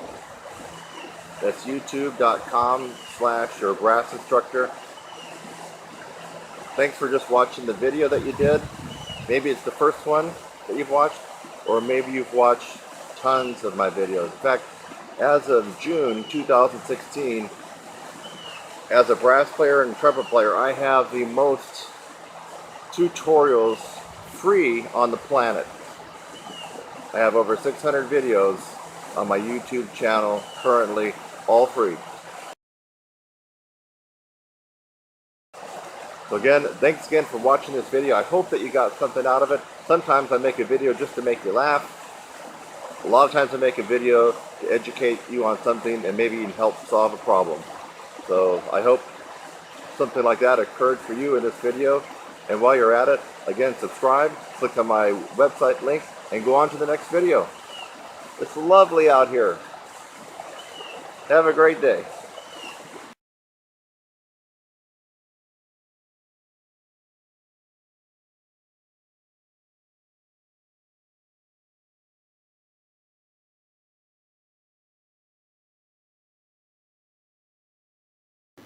Hey, I'm here going to talk about tongue arch a little bit. Simply because although I've tried to explain it before, even demonstrate it before, people still have trouble actually doing it. Now, a lot of people think that they're doing tongue arch. This is for all brass players, really.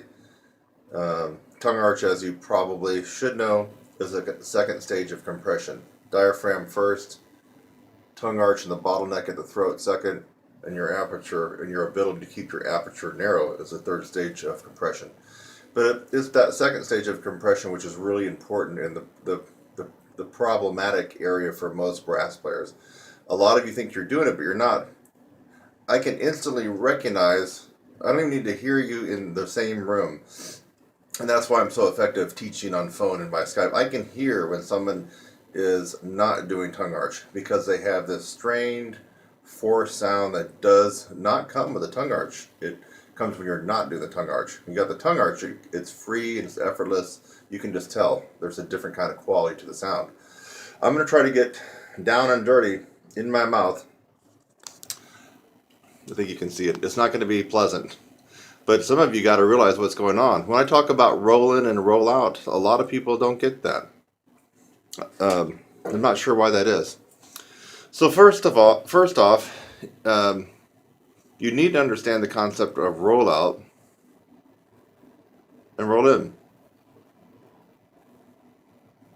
Roll out, roll in. Okay?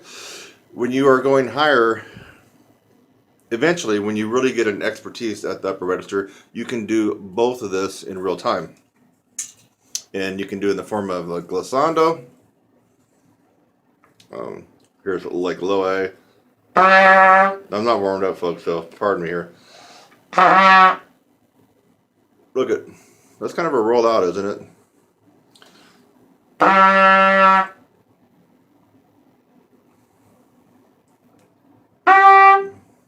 More roll in, right? Even more roll in.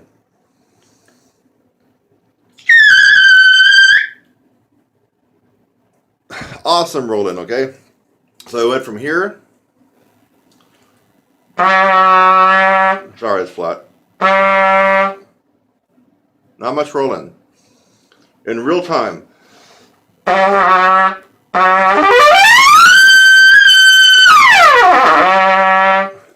little bit sloppy. That's real time rolling, folks. To be able to do what I just did, you have to be able to roll your lips in and roll them out in real time. Now, for those of you who haven't graduated to that level, and actually it's very, very difficult. I have to say that I don't meet too many people that can do that. It's just difficult. So your second best way to do it would be to already have the roll in place. Okay? So when you're wanting to play higher, or if you have to start a higher passage, you need to already be rolled in. You can't start above the staff with a roll out. It's just going to have that strain sound. Even with my tongue arch. Let's roll out.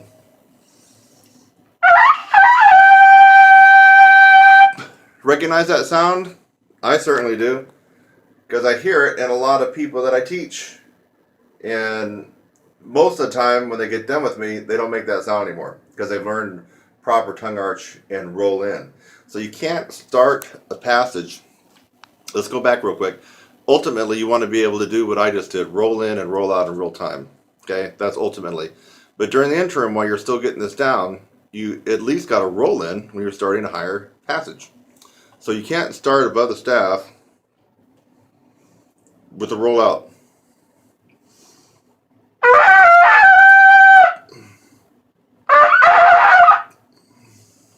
You got to start with a roll in. Roll them in.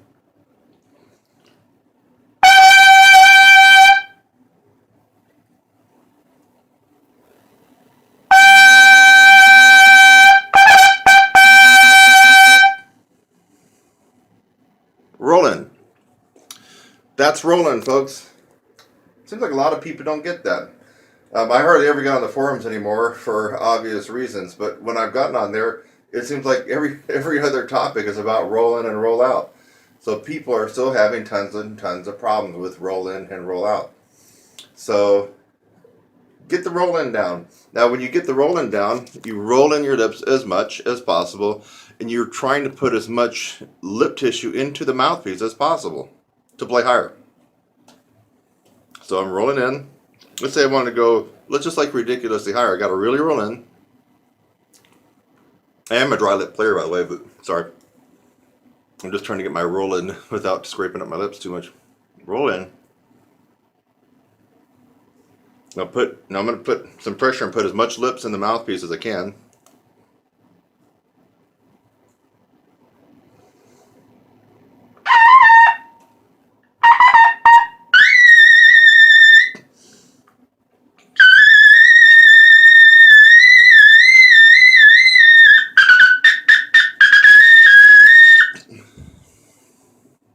Actually, that wasn't too horribly difficult for me. I'm not really warmed up. It's almost impossible to play too low, or even low at all, with the roll-in as extreme as I was doing. Watch. I mean, even that high C felt low to me. So roll-in extreme.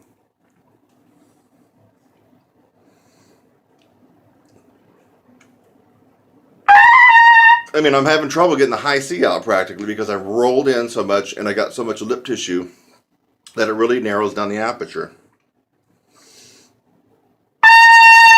Now I'll roll out a little bit. A little bit more.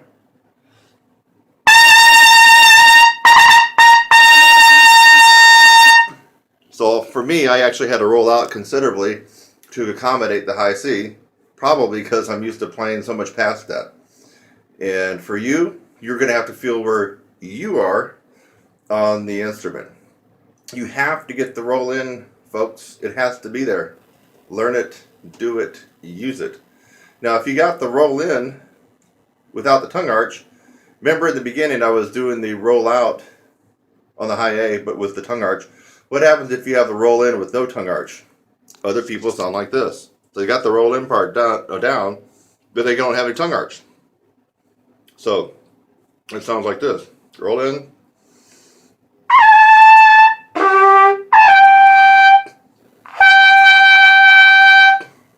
And roll in.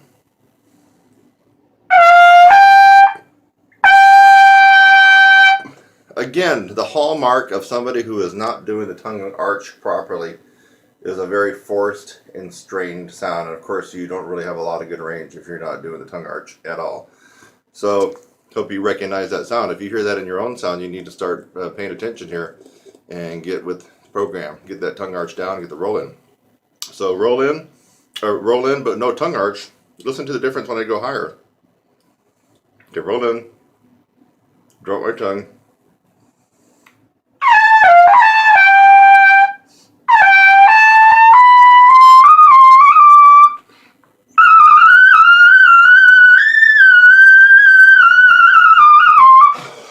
Sounds like crap, doesn't it? It's got that forced, strained, quivering, wavering tone that people get when they're not using tongue arch. So put the tongue arch back on, and I don't know if you can tell this, but I'm one-arming this myself, which is not easy to play and do this at the same time. So I'm actually holding the camera. With tongue arch.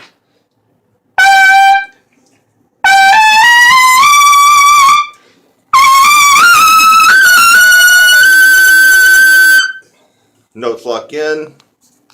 In fact, that almost hurt my ears, folks. That was louder than, okay? It's loud. So, and I was one arm banded on that double A scale, right?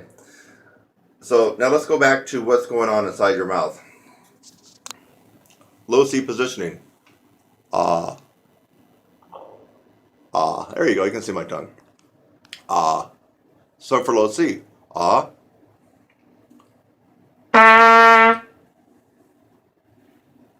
going to freeze my tongue when I get done playing with no tongue arch. Low C. Notice there's hardly any roll in. It's just more of a roll out.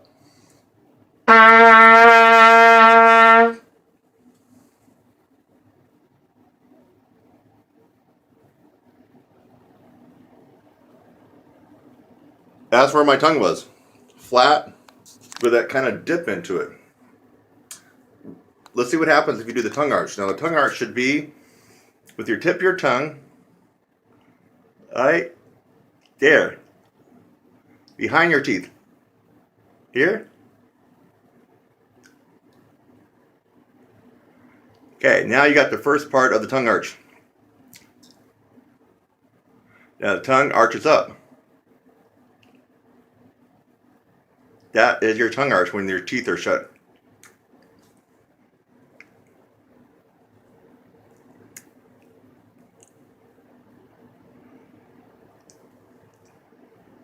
Okay?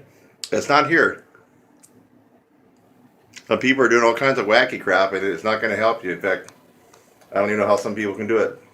Your tongue arch is not just arching up like that. I don't even know how you can play if you're doing that, but some people are arching it up, but they still sound pretty bad. And the reason is you have to have your tongue anchored. The tongue can be anchored at the top of the bottom teeth. Here's the bottom teeth, obviously, near the top. Right there. Or down lower. I'm right down almost at the gum line.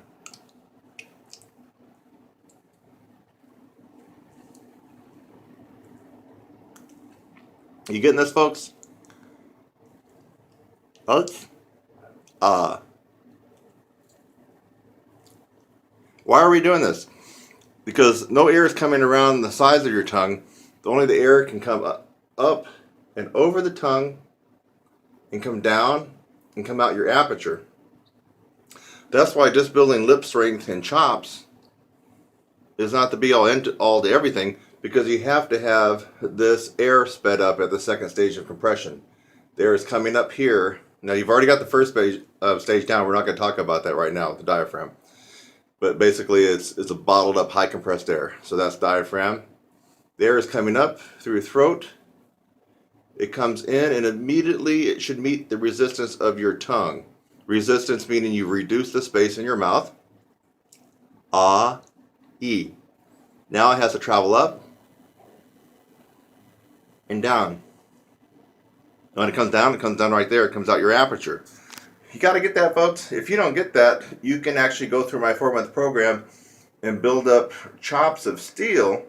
And yes, have gain in range and endurance, but you haven't hit that sweet spot. You're still going to be struggling with mouthpiece pressure, even though you have strengthened all this up. You have strengthened up a lot of things during my course, or if you take somebody else's course. But if you don't get the tongue arch, you're really missing that sweet spot that a lot of people that excel in the upper register are enjoying. It just makes life a lot easier and more efficient. So you got to get that down. You need to invest whatever time it takes for you to get the feel down for yourself. Ah. That's low C for me. Ah. Ah. Ah. Ah. Ah.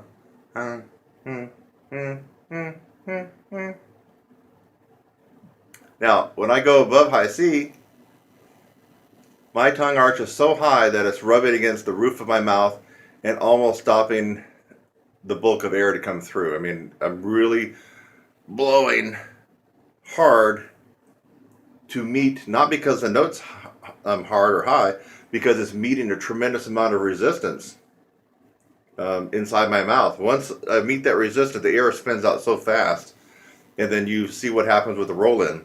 Everything links and syncs up to be able to get those high notes out with the least amount of effort and the most amount of efficiency. So, again, low C. I'll freeze it.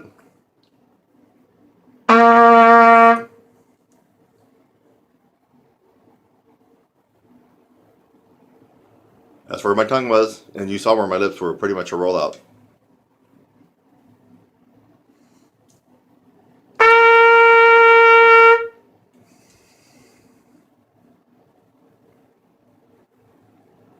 Tongue still low, but it is higher than it was with the low C, and my jaw is up. Low C, the middle C is more up. So I think your jaw dropping down when you go lower. I'm exaggerating. And it goes up as high as you can get it when you're really going into the upper register and the extreme upper register. So high C.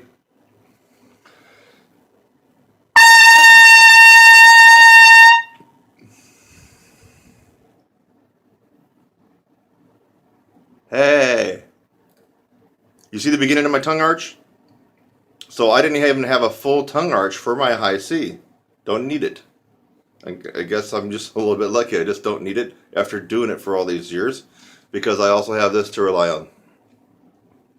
And I also have a lot of hot air. I think people know that one, right? So that's even when I'm not playing the horn. Now let's go a little bit higher. Roll in.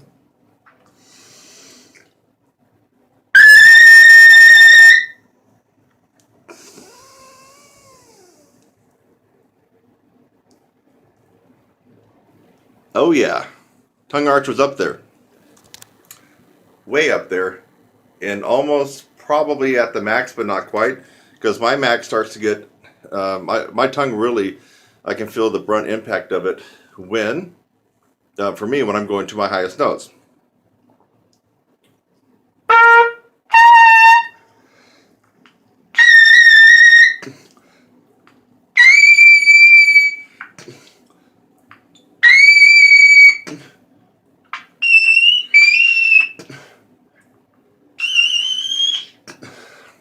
Got the B out, not the triple C.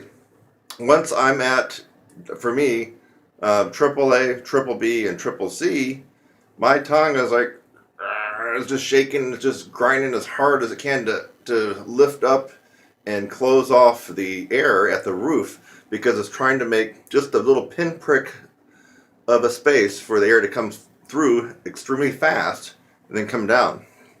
And then after that, it's up for my lips to be able to continue grip into the mouthpiece and hold that narrow aperture. As soon as you have a millimeter flinch where your lips can't do that, all of a sudden you drop. You could drop a fifth when you're up that high. So I hope this video helped explain what most of you think you are doing, but you're not. Tongue arch, just like diaphragm, is not theoretical. It's something that you really employ. So tongue arch, take a good look.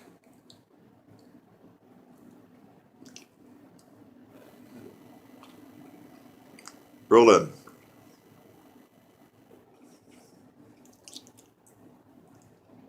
Tongue arch. It's not pleasant to look at, but so many people have problems with that you just need a little tough, unpleasant love in this video. So we talked about roll in, roll out. I got up close and personal. Roll in. Sorry, roll out. Roll in. Roll out. Roll in. You need to understand that concept, and you actually need to be able to apply it. That means really do it. Not something you're thinking about. You are really doing the roll in and roll out. You are really doing the tongue arch and then flattening the tongue back out when you go lower. You are really moving your jaw up and down depending on what register you're playing in. These are things you're really doing, and if you're not really doing, but you're just thinking about them, you really are having problems, and you're not sounding the way that you likely could. So this is all about technique and feel. It's like riding a bike. There's a technique to it, but also there's a feel that you got to learn, right? So technique and feel. This is not about lifting weights and getting stronger, making your chops stronger. This is all about applying technique to what you've actually done, the conditioning of your embouchure and your lips. You apply this technique to it, and you're going to have that wow experience. So now, for those of you who thought that you could just watch this video and sail on into the silvery seas with no more problems, no. Upper register and endurance is the most challenging technique on the instrument, bar none. Bar none. So I gave you some really good advice on this one to help you, but you still need to get involved in a process. So many people, when I say so many people, it just gets ridiculous. I mean, every time I log onto Facebook, can you help me with the high note tip? Can you help me with this? Can you show me this? I mean, well, first of all, it's my job, and people sometimes pay me for doing that. But second of all, no, I can't just show you a quick little tip, because one quick little tip is not going to help you attain your goals. And the reason is because most people don't understand improving your upper register and endurance is a process that you must go through. It is a process that you must go through. And you need to have somebody show you the correct process and the right timeline to accommodate your goals. And a couple of techniques, a routine from some guru, meaning one technique from one routine, or some tips and tricks just ain't going to cut it. You're just not going to get what you want. So I've shown you some pretty good techniques here, which is a part of it, but there's no shortcuts. You have to go through the process. You got it, my friends? I hope you do, and I hope this helped. Bye for now. It's Kurt Thompson, and you haven't forgotten my website, have you? TrumpetSizzle.com.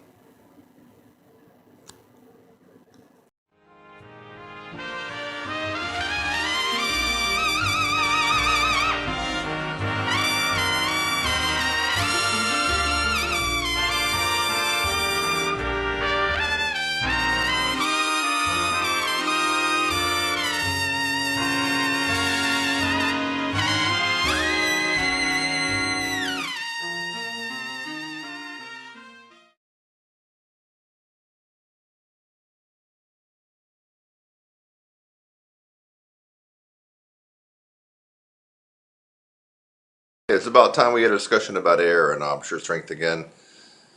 And over and over and over, when I get a consultation on the phone and people are going on and on about their air and they're having trouble with their air, I try to remind them that air is just really not the major deal that so many university instructors make it out to be, and I'm about ready to prove it right now. Okay? So I want you to watch carefully to my breathing and to my exhaling. I'm not even going to try to take a normal full breath. I'm just going to take a full breath, and that means when I say a normal full breath for me, that would involve throwing my tummy out to make the diaphragm drop down and pull more air into my lungs, and I'm not even going to do that. So what I'm going to do is try to get close enough so you can hear my breathing, and what I'm going to do is I'm going to exhale some air and still play high. You ready? Okay, so I'm gonna take a full tank of air. Try to figure out what note would be best to play here. Well, we could do a couple different notes. Let's just try the note that almost everybody can get right, high C. Just about everybody can get that. Not everybody, but it's a common note. So high C. Let me work my way up to it.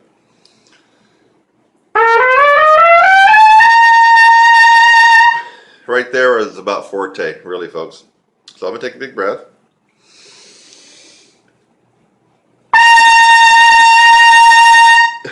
It's almost fortissimo. Now I'm going to take a breath, but before I play it, watch, I'm going to let about 25% of the air escape from my lungs. You got to pay careful attention. I'm going to let the air out, freeze it, and play. So basically what you're looking for is less air, but I'm still playing the same intensity. Here we go. So full breath. I'll let it out.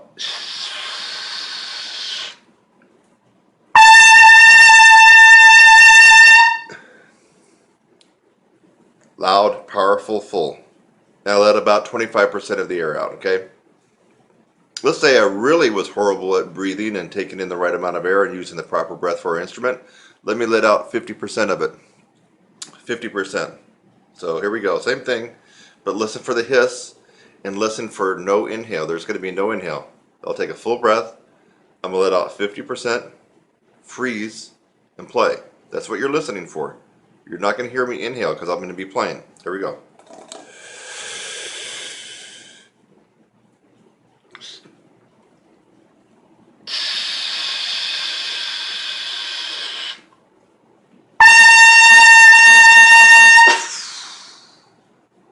I don't have much air left. I think I actually let too much air out that time. Still, a significant loud round high C. If you were in the room, you probably have to plug your ears. It's pretty loud. Let's go crazy. How about I let almost all the air out of my lungs? Let's say 75%. And when I get done playing, I'm going to finish exhaling so you can realize how much or how little air is left in my lungs. So here we go. It's all about air. You got to listen to it. Big breath.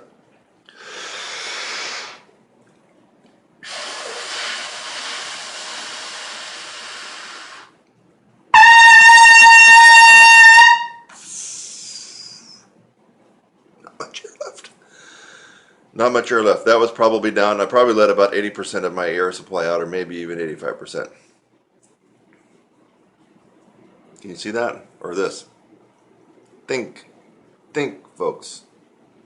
Just because he or she has a PhD doesn't mean anything. It means they were good at taking tests. They're good at doing this, and doing this. You got to think. Smart. Get your advice from somebody who knows what they're doing. Why don't we take it up to a more advanced level, because I feel like high C is doable by most people. Let's take it all the way up to right past upper register. And who knows what that means? Upper register is high C to double G. Let's take it out, no argument. It's the high C to double G. You go past double G, you're going into extreme upper register playing. Let's do One of the first couple notes you come to outside of upper register, and I'm talking for trumpet, this would be a concert G and R double A. Why is it double A? Because low A is here. Low A. Below the staff, low A. Middle A. Second line A in the staff.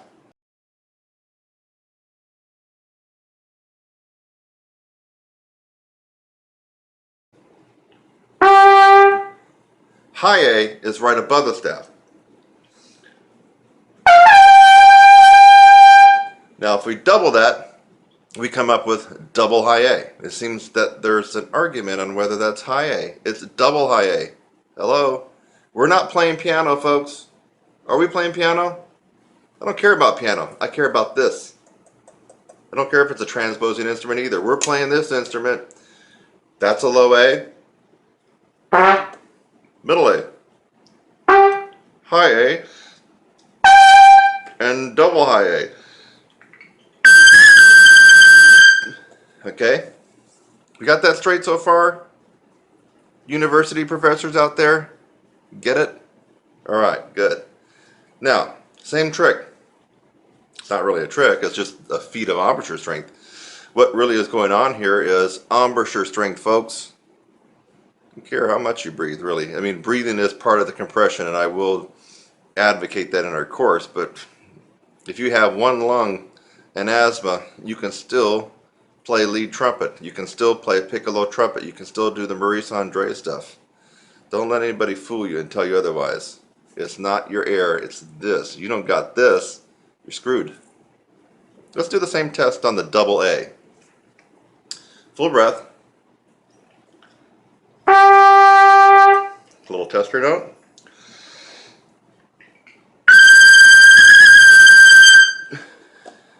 That was definitely fortissimo, bordering on 3 Fs right there. Now you're going to watch me exhale. Listen carefully. I'm going to take a full breath, exhale about 25%, and then play. I'm not going to be able to take another breath. Listen carefully. It's all uncut and unedited.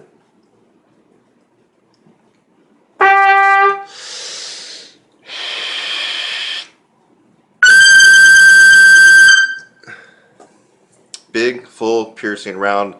That would have cut through just about most big bands. Guaranteed. Okay, let's up the ante. I'm going to let out 50% of my air. If I let out 50% of my air, folks, I'd be down to probably the physical attributes of a 6th or 7th grader playing this instrument, because I am an adult male and I have a large body and big lungs. But if I let out 50% of the air in my lungs, I'd be down to a 6th or 7th grader as far as anatomy goes, physical anatomy.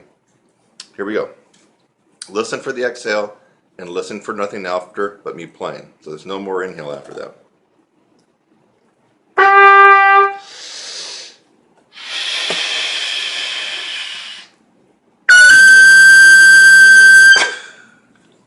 Okay, that was half a tank of air, baby. How could I do that? It's not magic. This. Don't rationalize the way other people, especially instructors, will have you rationalize you don't got range because you're not breathing correctly. I'm breathing about as unfreaking uncorrectly as somebody could right now, and still blistering, peeling paint with my double A. Let's go crazy. And I'm going to let out just about almost all my air and see if I can still squeeze out that double A. Pay careful attention and listen. You might want to have your headphones on and put this on speakers. You need to listen that once I exhale, there's no sound. There's no sound of me sneaking air in. I'm down on air in my lungs. Not much. Let's try it again. Double A one more time, but this time with only about 25% of my air capacity.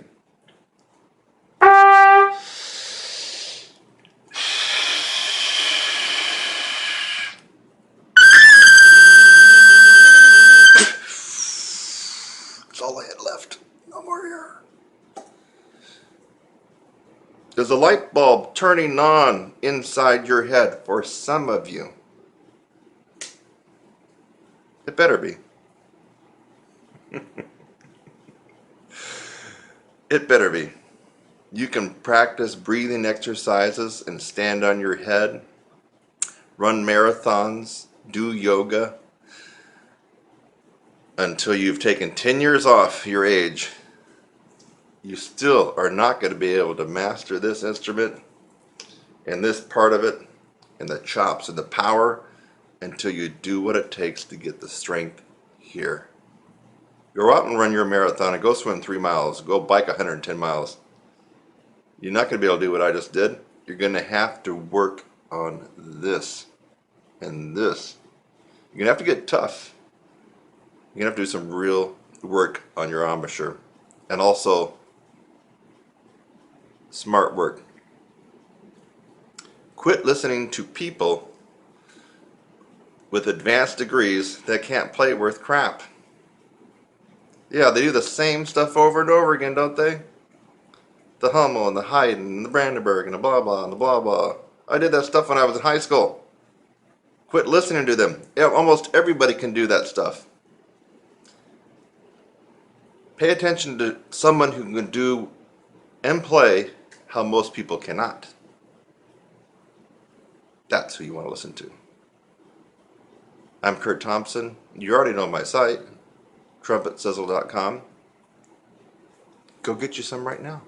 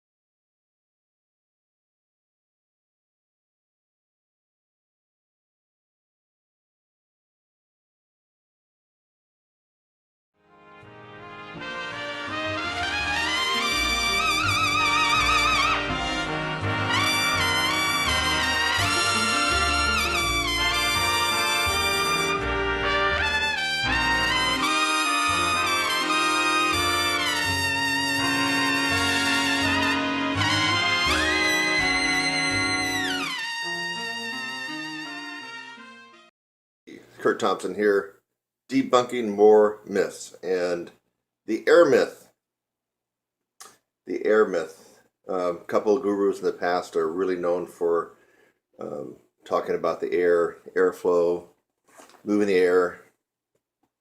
And I buy into some of that, really do. For especially playing in the low register and the middle register. Quantity of this air that they're talking about, really breathing from the diaphragm and all the way up and letting the air come out and help you sing up in the upper register, that is a myth, folks. And let's talk about the physics so you can understand when your university professor tells you it's all about the air. I actually had a French horn, Dr. Olson from Austin Peay State University. I remember when I was trying to get past upper register in college, first couple of years, and get into the extreme upper register so I could do some of the Maynard. My trumpet professor there, who was a great trumpet guy, he didn't really have that much of an upper register, and at least in my opinion. And so I took a couple lessons with Dr. Olson, who was all about air.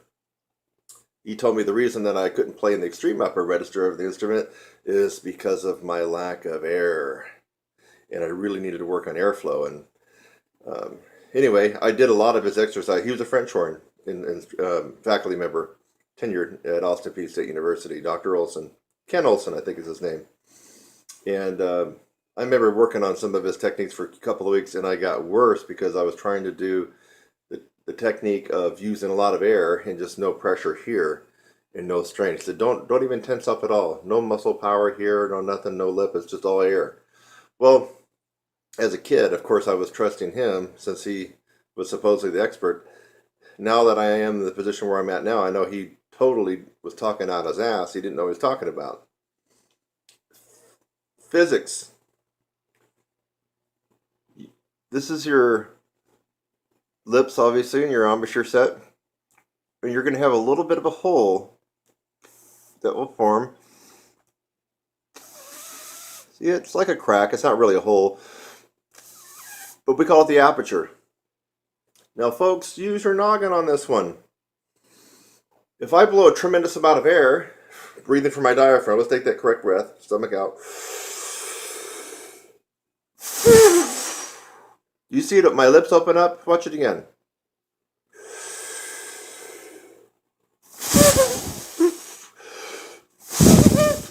My lips are opening up significantly. Why are they doing that? The tremendous amount of quantity of air and the speed of air is causing my lips to blow out just from the sheer force and the sheer quantity of air coming out. My lips can't contain it all. Now, if you're really thinking about this and you know that you need the most narrow aperture possible to jettison out fast air vibrations for the upper register on any brass instrument, what does that tell you? That tells you that the more quantity of air you try to blow out, especially if this is not strong, you're going to have a limited upper register. Now, even if this is strong, and mine's pretty decently strong, it's the physics. I can't blow as much air out as a lot of these college professors and your own private instructor might be telling you to. And I got a pretty strong embouchure, and I can't hold all that air. Can't do it. What happens if you don't have a very good strong embouchure like I do? Well, then you're even. You got like two strikes against you right there. So we have to use our noggin on this one and realize that it's the compressed air, not the quantity. And that's what, you don't really hear that from university music faculty, compressed air. You hear air, airflow. It's all about the air. Diaphragmatic breathing, that's what you hear, but you don't hear compressed air. So they're confusing a lot of people. The reason is because they can't do it themselves. They don't know what's going on. Okay, so you're going to have to back off on some of the high notes and just let the compressed air do the work. So if I take a big breath, let's see what we got here.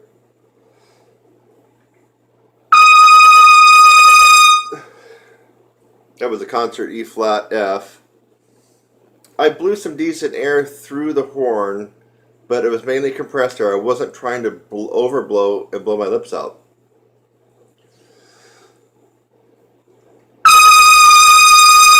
Now if I try to go more, I'm really shoving a tremendous amount of air through the horn, and I start to notice my tone quality goes out the window. The note chips a little bit and dances around. The reason is I'm fighting to contain this narrow aperture with the strength of my chops. And all that air is just blowing my lips out. Remember, as soon as your aperture widens even slightly, we're talking about a millimeter, your range drops. Listen to that again. As soon as you cannot contain the narrow aperture here, and if we're talking about micromillimeters, a millimeter, just a fraction, your range drops. Boom. That's how tight the clearance is right there. So if you're trying to fill up and blow this huge amount of air in the upper register, you're actually fighting the wrong fight. You're making things really hard on yourself. Now, if you're trying to play in the middle register,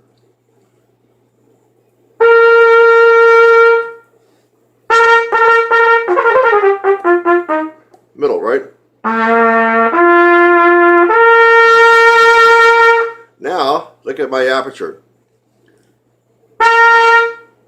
Fruge. Earn right there for a middle C.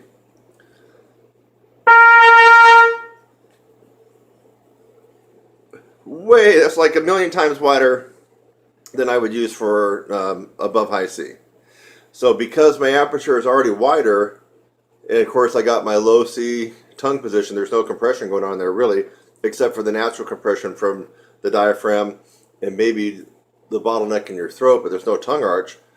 Other than that, there's not really compression. So I am able to blow. That is where the university professors are correct when it comes to your air. So when you're in the middle and low register, they are correct about that. Then it is a lot about air more than anything else. So if you can think of in terms of trumpet speak, let's say the middle of the staff, middle C, which is third space C in the treble clef staff, maybe D, maybe E, but now you're getting to the top of the staff, but right around there, C, D, E, and down.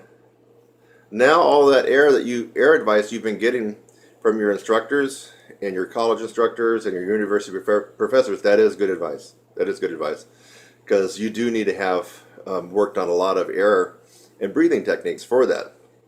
But it's counterintuitive. I know it seems counterintuitive that you need a lot more air and have to huff and puff, but you're actually working against yourself as you go higher. You actually have to use less quantity of air.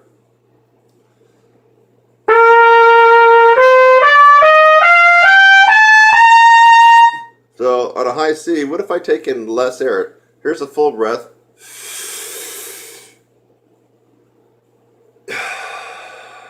What if I take in half a breath for the high C?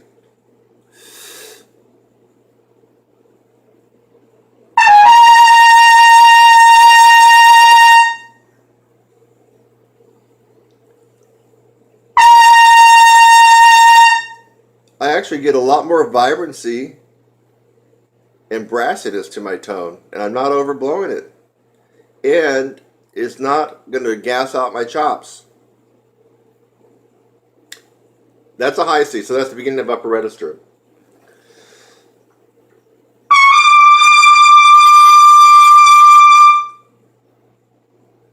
Ooh, that's a very, very narrow aperture for a high concert D, which would be high E on trumpet.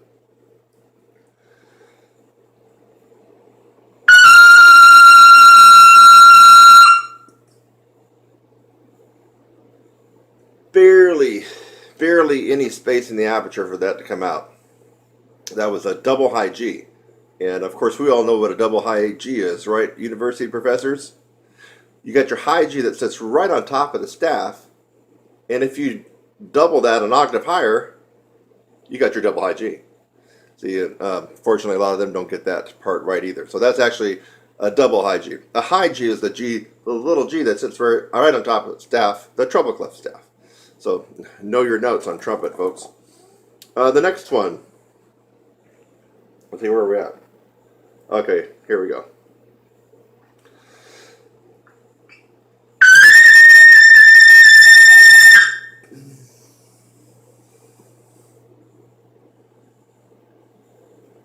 There was probably a pinhole of a space in my aperture for that, what should have been a double C. Let's double check it. Yeah. Try it again.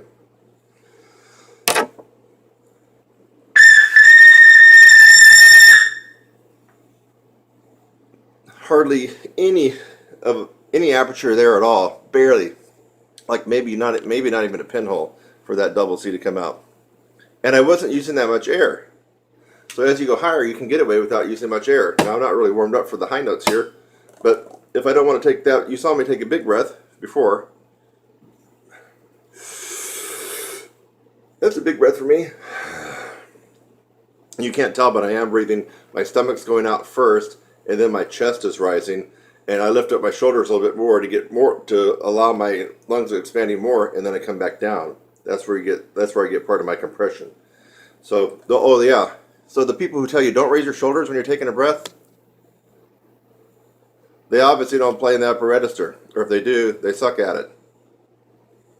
Watch any of the heavyweight upper register experts like Maynard Ferguson. Um, I've even seen a couple of video clips of Bud Brisbois. Bud Brisbois developed the original Bud Brisbois wedge breath. It wasn't Bobby Shue. Check it out.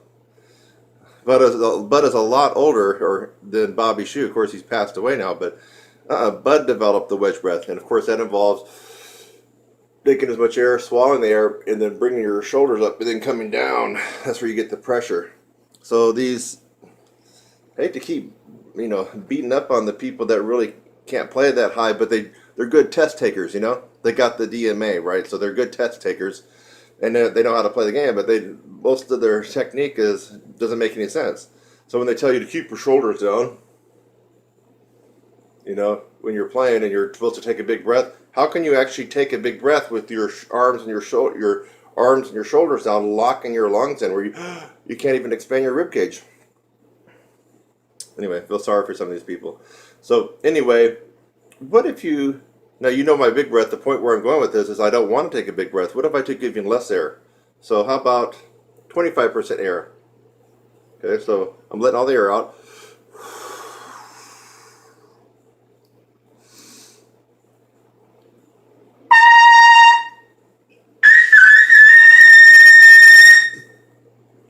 Now I only had 25% of a take of air in my lungs. You heard at the very, very end of that, I put a little meat on the bone on that double C. You probably can't tell because I'm recording this on my phone camera, but it got up to about a forte. It wasn't a Barry the Band double C, but it was about a forte. That was on 25% tank of air for me. Now I would probably want to take another 25% more to at least have a half a tank. But there's no way in heck I'm going to try to shove the largest quantity of air that I have in my lungs through this horn for a double C. I probably would overblow, but probably nothing would come out. So anyway, that's your lesson, and this is a real logical lesson based on physics. And unfortunately, for a lot of brass players, you don't get a logical lesson based on physics. You get a illogical lesson based on passed down theories that don't have any merit. Usually they're passed down theories in academia. Because the DMA that's teaching you, well, that's what they learned from their DMA, and that's what they learned from their DMA, and on and on and on. Good test takers? Yes. Yes. Got a good memory for regurgitating all those facts? Yes, they do. Are they the best players in the world? Almost certainly not. No. And they're not always the best teachers either. Go back and rewind this video. It should make a lot of sense to you. And if it does, you know what to do, baby. Send me an email. Kurt@trumpetsizzle.com, or just go to my site. You're going to get the real deal at my site. I don't have to kiss any department chairman's butt to be able to say what I'm doing. And I don't have to kiss any contractor's ass either and worry about whether or not I'm going to get a gig. I make my own gigs. I am the contractor. So I say what I want, and I say the real truth here for everybody. I don't have to kowtow to anybody.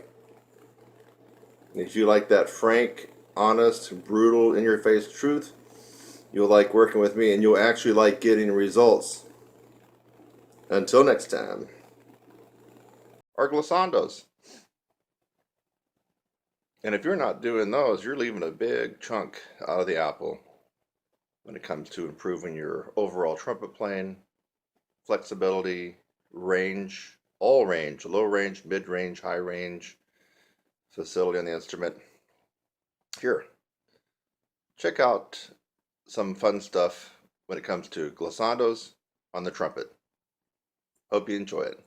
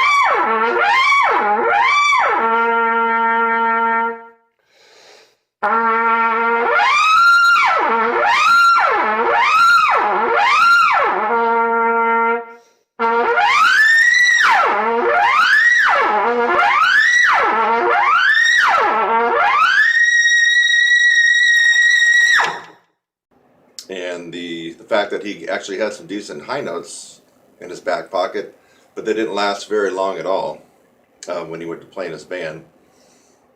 And he really wanted to know how the 16-week upper register course could help out with that if it mainly focused on higher notes.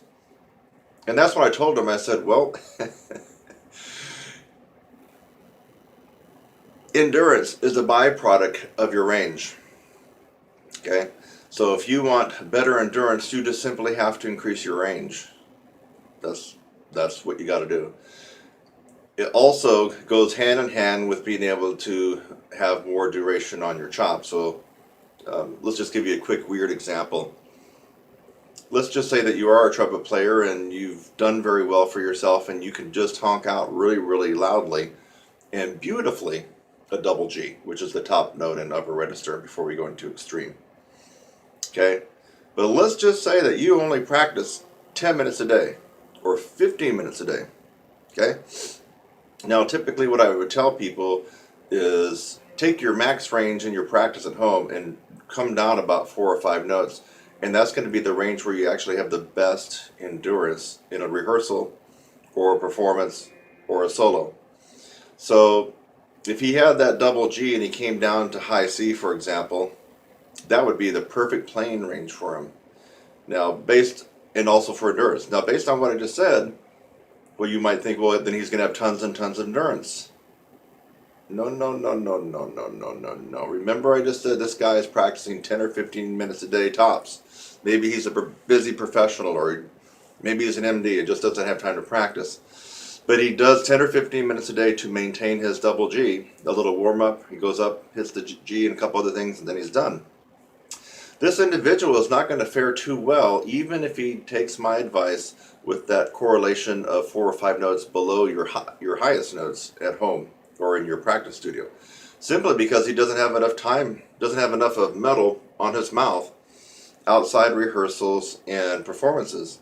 So even though he has the desired ratio of 4 or 5 notes below, that's the music he's playing, goes up to about a high C, maybe a high D, that would be perfect for this individual, except for the fact he doesn't really practice that much.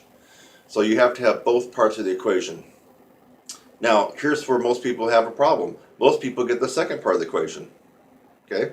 So most people are practicing. If they got an hour and a half rehearsal that they know they got to go to, on average, these people are practicing an hour to an hour and a half a day, sometimes 2 hours a day, thinking that by practicing that much every day, they will actually be able to go through an entire rehearsal or a performance. No, because they didn't get the other part of the equation. The other part of the equation is the range. So let's just give an example of someone playing at a community big band. Maybe at your community college, maybe you meet at a church, or maybe it meets after school at a junior high or high school. And you happen to be the lead trumpet player, and you got a really, really, really solid high D, at home, and you go up to E flat. It's still decent, not as solid, and E kind of thin out. So you're right around the D, E flat range, and you are practicing 2 hours a day. You're trying to do everything right. But you notice that when you get into your big band rehearsal on Monday night or Tuesday night or Thursday night or whatever it is, that halfway through the rehearsal, your chops are falling apart. You're missing these high Ds and the high Cs, and you're getting the burn here. Just feels like you can't hold the note and your lips are blowing out and you're going out of tune. It's just not fun. I mean, you're smashing your lips pretty good with the mouthpiece. And you keep scratching your head, what's going on? Because I'm practicing up an hour and a half or 2 hours a day, but I'm not able to have the endurance in my rehearsal. I'm cursed. There's some kind of hex that's put on me. No, my friend. When you go into a big, typical amateur to semi-pro big band rehearsal, most of the high range is going to be up around high C and high D. Yeah, you might find one chart that goes E or F, but basically, you're going to be required to play quite a lot of high C's and D's. And if your range at home is a high D or a high E flat, and let me just excuse myself for a second for other brass players, trombone players, euphonium, French horn, tuba, whatever, you just have to transpose whatever that is. This story that I'm telling is geared toward trumpet, but really it's geared to everybody, but you would have to transpose the notes and to make it your own story. So the problem with this particular individual, he is doing everything right practice-wise. Probably is a really great player. His endurance is being inefficient in rehearsals and performances simply because he doesn't have the other part of the equation down.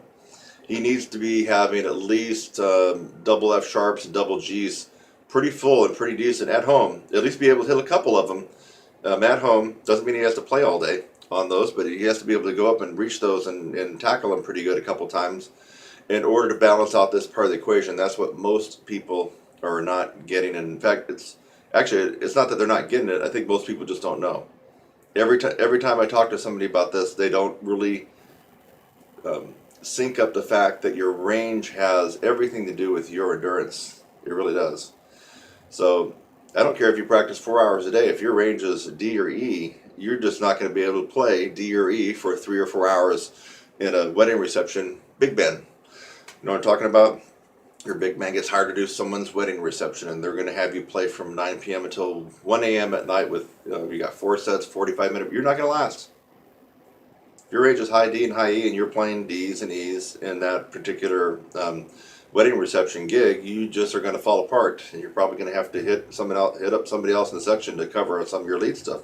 It's just not going to balance out that well. Same thing if you're in a brass quintet. That's really, really tough on your endurance and on your chops. And if you're playing some of the easier brass quintet stuff where you just typically need to go up to Fs and Gs above the staff, which is really common in some of the easier stuff, or maybe even just high A right above the staff, and you have a high C, high D range, you're probably going to do okay on that, especially if you've been practicing the right amount.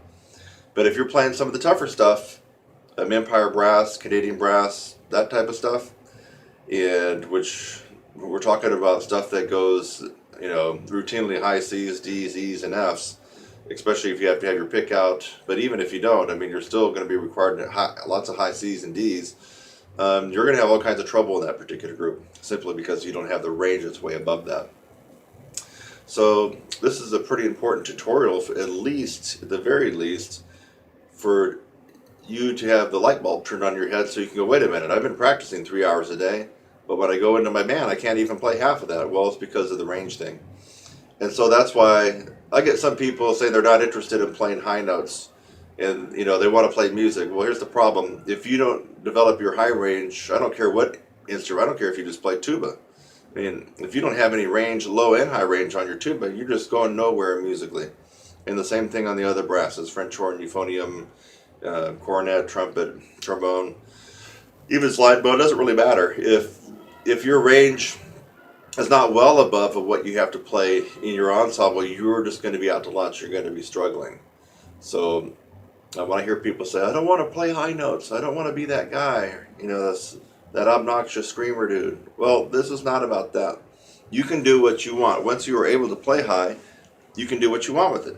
Okay? If you have a great range, that means you don't have to scream out high notes and hang over and be that obnoxious high note player. What you can do is you can play comfortable and easy in your ensembles and have plenty of endurance, and that will make you feel just a million times better about playing, because this is going to be pretty much rock solid. So let's go back to the original topic in question, is endurance. What is endurance? How can you improve your endurance? What are some things you can do to improve your endurance? Well, we already talked about the foundation of endurance. I didn't really describe what endurance is, so let's really talk about endurance. Endurance is the ability to do a particular activity over and over for a period of time, usually a long period of time, and still be able to function quite well. So that's the definition of endurance. So let's just take, I was on a site reading about marathoners, and obviously, I mean, this is a no-brainer, right? If you can run 26.2 miles, you got some hefty endurance, right? Your heart, your muscles, your legs, your energy, everything. Well, when I got into how some of these marathoners train, and these aren't just the professionals, just people in general who want to be able to run a marathon and have that endurance, do you think that they run 26 miles every day? And that's how they practice and train for a marathon? No, they don't. They might get in 20 or 26 miles once a week, maybe once every 10 days, but they're getting close to it on the other days. They might be doing some 10, 15, and 20 mile runs. But what else are they doing? They're doing very, very, very fast sprints over a mile. They're doing very, very fast runs for 5K and 6K and 10K, 5K and 10K runs. They're doing those very, very fast. and then they're still trying to up their speed on their 15-mile or 20-mile runs. Why are they doing all that? Because they know that if they can have a faster running pace at these reduced miles or reduced distances, that's just going to help them that much more when they go for the marathon. And so let's think about that in terms of playing a brass instrument. The shorter durations, like the mile sprint that a marathoner might do, might be for, well, I'm speaking trumpet, but it could be for any brass instrument, might be that double G or that high F that you're hitting a couple times after you warm up and playing it really, really loud. That's like your mile sprint if you're a marathoner. And if you're doing that, good, you got the sprint. And then the other things would be, like let's just say your 10K run, your 6 mile, you're going to really push the speed on that if you're a marathoner, right? Well, if you're playing a brass instrument, you're going to be doing some etudes and some other phrases that are going to be up around that high C, D, E flat range, okay? And you're going to be blowing those out pretty loudly, maybe even E or F. And so that's kind of how it translates into endurance on a brass instrument. The bottom line is you can't just practice for 3 hours a day. That's like a marathoner trying to do a 26-mile run every day and thinking that they're going to be able to run a 26-mile marathon. Fact is, even if they can do it at home under the stress and the pressure of a competition and a race, and what if they're not filling up to snuff and all they've ever done is run that 26 miles, they're going to have the same problem that any brass player would have in an ensemble or rehearsal and find themselves hitting a wall and gassing out maybe halfway through or maybe 3/4 of the way. And so that strategy that I read about for marathoners is what I already know for this guy, for a brass instrument. Can't just practice 3 hours a day and expect to go in and play on your teeth at the range that your top range that you can play. You play a double G and you go play Buddy Rich for a rehearsal and Rob McConnell, Frank Mantooth, Big Fat Band, Maynard Ferguson, Louis Belson. I mean, come on. You go play F's and double G's and you're not going to last, and you might end up hurting yourself, or you're going to feel the hurt up here because you're going to be playing on the skin of your teeth. So endurance is the ability to do an activity or a period of time and do it successfully. And the way we build endurance on any brass instrument is to increase our range 4 to 5 notes above what you have to play in your rehearsal and your performances. And then, of course, you also have the longevity of your practice to be pretty close to, what you're expected to do in a rehearsal or performance. So let's talk about that real quick. If you're going to a Monday night big band rehearsal, for example, I'm saying that because now it's Monday night, and there actually happens to be a rehearsal big band next door to me. I'm over here at the college. So if their rehearsal goes from 7 to 9, which I think they said it does, 7 to 9, maybe 7 to 9:30, well, you need to be practicing, I would say, at least close to that on a daily basis. An hour and a half to 2 hours a day would be perfect. Probably can get away with an hour and a half if you have a higher range, but somewhere around an hour and a half to 2 hours would be good. Now, if you don't do that, what you're going to do is you're going to come in, you're going to be like the weekend warrior. You're going to come in and you're going to go to the rehearsal and you're going to struggle and your chops are going to fall apart at the end, and you're always going to hate playing the last couple of songs because you can't make it. And so if you don't mind that, well, that's a personal choice for you. But if you want to come in, sail through the rehearsal, and at the end of the rehearsal, feel like you want to keep playing because you feel good and you're really in the groove, then you actually have to, 1, increase your range 5 steps above your playing range in that particular ensemble. 2, make sure that the longevity and the duration of your practice is pretty close to what you're expected to do when you go into the rehearsal or performance. And how do we increase, what are some ways to increase your range and endurance? Well, I already made another video about that on YouTube. It's called the 3 most popular ways to increase your range. And those three popular ways would be a good way for you to start if you don't have any other resources.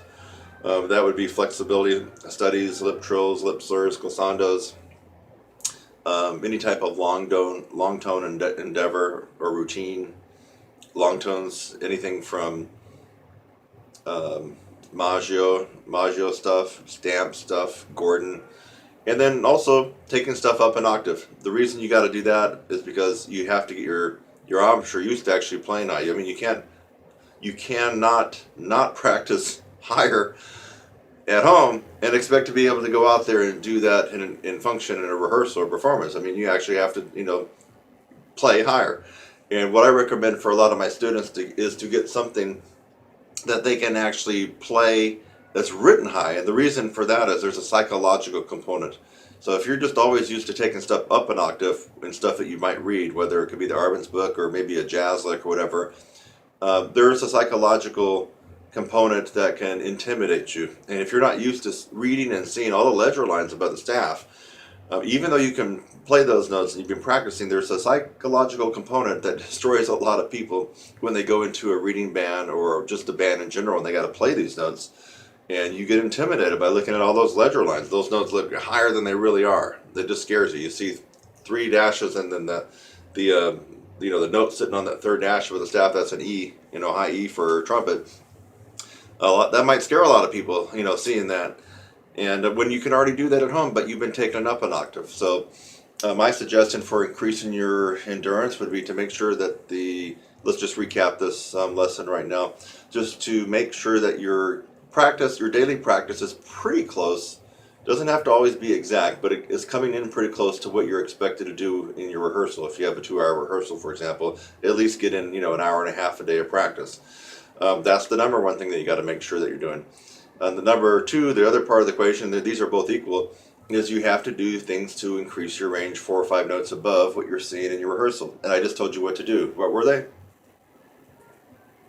Lip flexibility, lip trill, glissandas, lip slurs, long tones, including pedal tones, and then playing stuff high or up an octave. And then the part B of that is to actually get some stuff written above the staff, so you're not intimidated psychologically and when you see those notes way above the staff. So I hope this really helped. I mean, this is some very, very good advice for you. It really is. If you just start doing this, you are going to be tickled that you notice you can play higher and better and you last longer in your rehearsals. And it doesn't have to be just about jazz. This could be orchestral, symphonic, like I already mentioned, brass quintet, chamber. It really is all about, the duration of your particular ensemble and not so much about the idiom or the style. Same thing, if you got the metal on your mouth for 2 hours in a symphony rehearsal, it might be a little bit easier because we know brass players a lot of times, we have to count like 100 measures of rest, so there is a little bit of an easier component there when you're playing orchestral stuff compared to other stuff. But you get the gist of this in lesson on endurance. Remember, there's 2 parts of it, and you can't just have one without the other. If you do, it's going to be like this. Crash and burn, baby. You don't want that. Kurt Thompson, hope you really enjoyed this. Found it informative, and don't just watch it and go on to something else. Make notes and actually start doing it.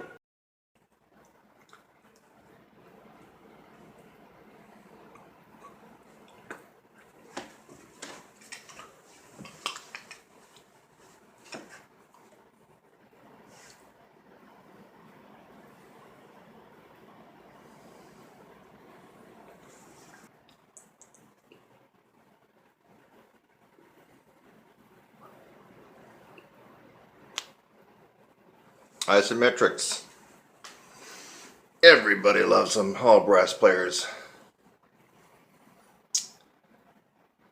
Because you really think that you're going to get quick and easy strength right away. And actually, for the most part, it's true. So I demonstrated the Bud Brisbois tuba mouthpiece exercise, and that's a toughie. Just hold it with my lips. I did the pencil trick on steroids. This is a wooden spoon, and it's much, much longer and heavier than a pencil. And then our friend, the Pete, personal amateur training exerciser from Warburton. And there's a lot of other isometrics that you can do. So for you people who are relying on these isometrics to take up the slack in your practice, because you're not always able to practice as much as you'd want, or you got plenty of time to practice, but you're doing these to supercharge and get your chops on steroids almost. When it comes to the trumpet embouchure and actually the other brass embouchures out there, now here's the problem. Here's the real problem. Okay, so these and other things that you can do will increase your strength. In fact, they'll do so dramatically. If that's the case, then why not just do a handful of these and leave everything else by the wayside? And how come everybody can't play as high as they want to? You know, so what's up? Here's the problem. If you don't do these in just the right way and for a right amount of duration, what happens is you lose the flexibility here in your lips. And in some cases, your lips can get numbed out to where they don't even vibrate that well. So you gain the strength, you feel it. You feel the strength here, lots of muscle, right? So why isn't it working for everybody? The reason it's not working for everybody is this. You're catching a case of lip stiffitis. Lip stiffitis. Ever got a cramp from working out too much or running or biking or whatever? You know? Well, the same thing happens here, but at a slightly different level. And by doing too much isometrics, you're going to increase the brittleness, the stiffness, and unfortunately suffer quite a loss of flexibility. You say, so what? I got strong chops, baby. I'm going to blow right through that. Au contraire, my friend. So yes, you did build up some strong embouchure from these isometrics, right? But remember, trumpet playing and, well, let's name the other instruments. Trombone playing, euphonium playing, baritone playing, French horn playing, tuba playing. Whenever you get into the upper register of each instrument, it's about efficiency, isn't it? It really is about efficiency. So here's the problem with practicing these isometrics. And by the way, they are in my course and I do teach them. But here's the problem. Most people don't understand the concentrated part of isometrics. So you end up building the strength, but your range doesn't really go up that much. Your tone gets airy. You start having trouble with just simple lip flexibilities, simple normal slurs that you encounter in regular music. And so you've lost flexibility. You've got a good case of stiffitis in your lips. And so why can't you blow out those high notes? Why can't you last forever? You know, a lot of people that are really heavily involved in isometrics will tell you that it's a panacea for all-day endurance. One of the methods out there that I went through a long time ago is Carmine Caruso, and I haven't even touched on that method in a long time, but it is heavily weighted for isometrics. So how come everybody's not doing Carmine Caruso? The reason that they're not is because what you gain on one scale, you lose on the other. So you get heavy chops, yes. Unfortunately, you lose the flexibility, stiff, and guess what? You end up tilting it the opposite direction you want to go and you get worse. Why do you get worse? Because when you get ready to blow, think of it this way. You want the best flexibility and the best response. And let's see if I got any response after doing those exercises. Just easy, right?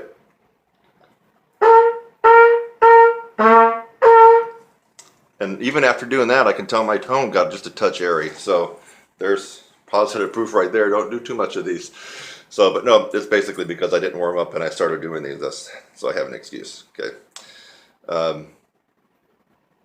It's about efficiency. So, and response. So if you build this up and can't get your lips to vibrate soon enough, easy enough, and be very flexible, what happens is you're spending a lot of your energy and a lot of your chops almost forcing those lips to vibrate.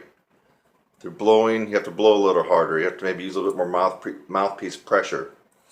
The end result is counterintuitive because you just built up strength. You can feel it.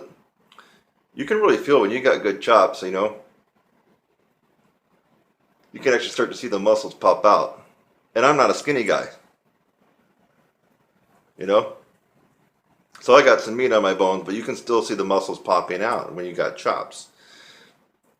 So when you got the chops, you feel it, but if you can't get the notes to come out, or your sound is airy, really airy, and you can't do octave skips anymore, and you can't slur and can't lip trill, you should know that you got a serious case of stephitis, and it's likely come from doing too much isometric.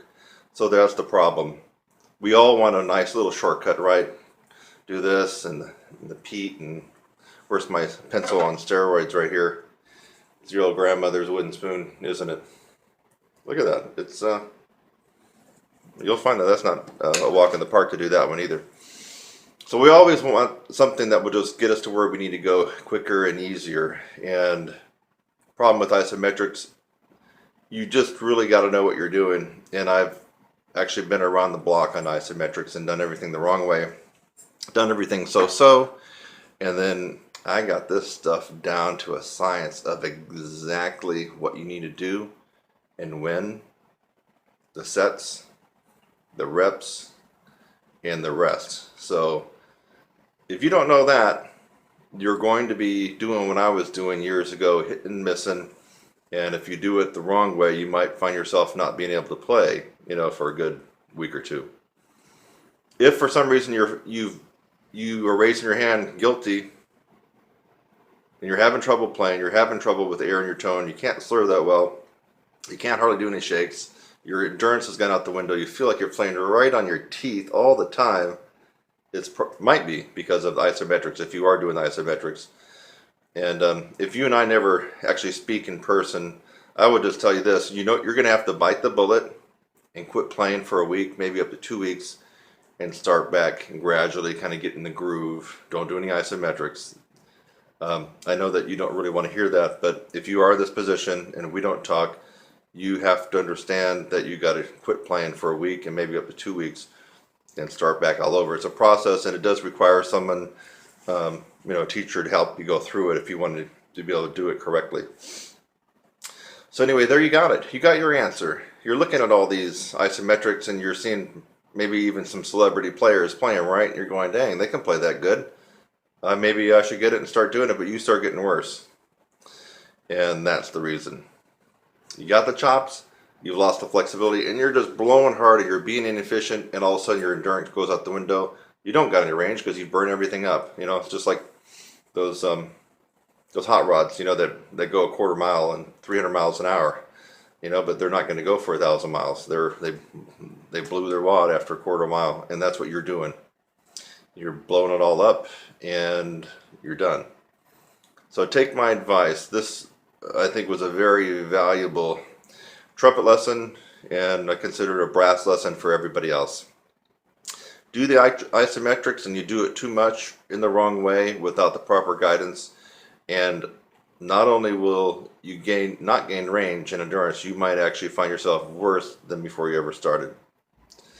So, Kurt Thompson, hope you enjoyed this trumpet lesson about the embouchure, or trumpet embouchure, brass embouchure, and the isometrics that we can do, that we carefully have to be involved with. And I hope that maybe you might consider hitting me up. It's my job. It's my job to help you get better. If you can recognize that, then give me a shout at kurt@trumpetcecil.com. Cheers. Hey, did you just get braces on?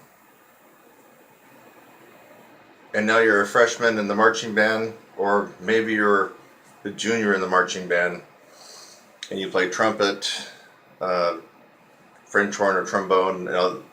Those, especially the trombone, that's a little bit easier if you got braces. French horn is even harder, but French horn, you're typically not trying to get up into the loud crashing waves of sound that the whole marching band trumpet section might have to do. So, is there a way to get yourself back to where you were, maybe even better, without crushing your lips into those barbed wires of your braces on your teeth? Yes, there is. For many, many years now, more than a decade, I've been using this one awesome technique. I guess it's a little known technique because I don't hear about other people doing it. Extensive practice in the tier 2 range of pedal tones, using your tongue arch like you would if you were playing above the staff. So I guess it's not common knowledge. If you want to get back to where you were, trumpet guy or trumpet gal, and you got phrases, and you're trying to just get back to where you were, or maybe even get better, but it's feeling horrible right now and painful, and let's just say you can barely play an F on the staff, that's going to really, that's really going to suck. I mean, to go through the school year like that. So, you practice this, and I guarantee that you'll be able to get either close to where you were, or maybe even a little bit better than where you were. And the reason is practicing extensively in the tier 2 range of pedal tones is like practicing a high C to double G, almost. Except you're not going to crush your lips against the barbs in the braces in your mouth.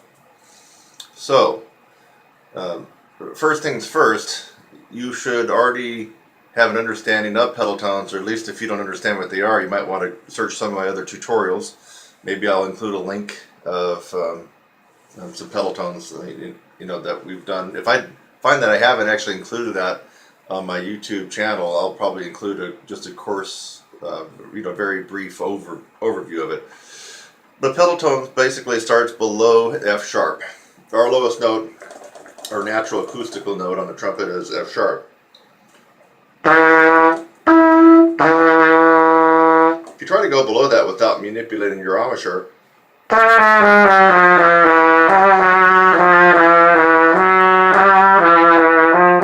you can't. You can't go below that note unless you do something with your lips, your air, your tongue. And that's what we're doing with pedal tones. Pedal tone is a manipulation of those things I just mentioned. So tier 2 pedal tone notes. This is the heavy-duty, heavyweight contender of the pedal tones. It is the most difficult. So this is not a walk in the park. The technique I'm telling you is actually somewhat advanced. You'd be better off to be working with somebody like me or another specialist in range and endurance taking you through this, but this is just to get you started, or let's just say you don't have the extra cha-ching right now to have one of us brass coaches work with you. At least you can be doing something on your own and making some kind of progress. So here it is. To still be able to increase your range on your trumpet, even though you got braces, you're going to be practicing the notes in the tier 2 range. What are those notes? Pedal C. And the easy way to do it is just to do octave tester notes. You would play the normal low C on the horn, open, down an octave. That's pedal C. B, natural, to pedal B.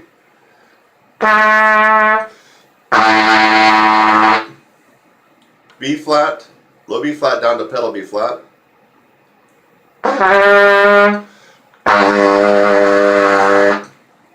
Low A down to pedal A.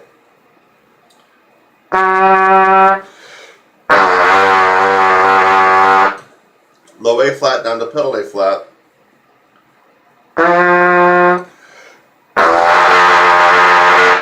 Low G down to pedal G, and you must play it 1 and 3 both ways, folks. Don't cheat. 1 and 3 for the low G and 1 and 3 for the pedal G only.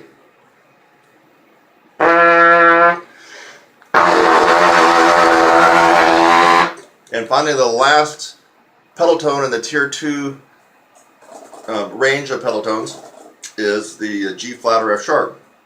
So here's the low F sharp G flat. Drop it an octave.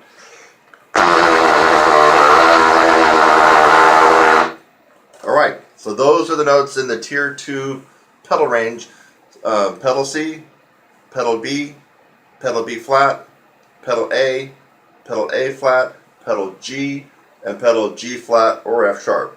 And you got to finger the low pedal G as 1 and 3, the pedal G flat F sharp as all of them down only for those last two.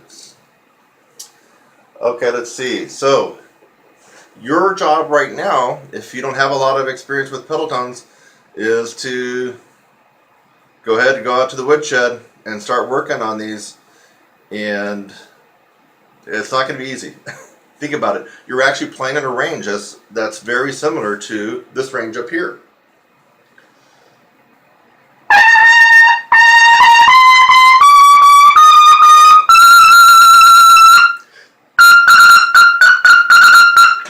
So I just play the notes in upper register on trumpet.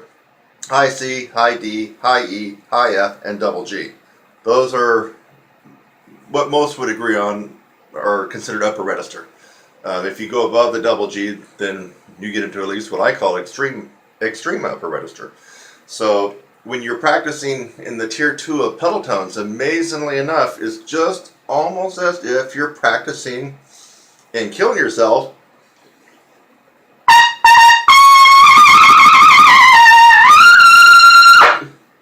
Right? Now if you were doing that with braces, you might be going, oh my Lord, oh, you might start crying because it's going to be painful and it's really going to hurt. But with my technique and the trumpet exercise I just gave you for practicing tier 2 pedal tones, it is a life-saving moment because you can really still continue to decrease the embouchure, the strength, and even some of the compression. You won't be hurting your lips hardly at all in the tier 2 range of pedal tones.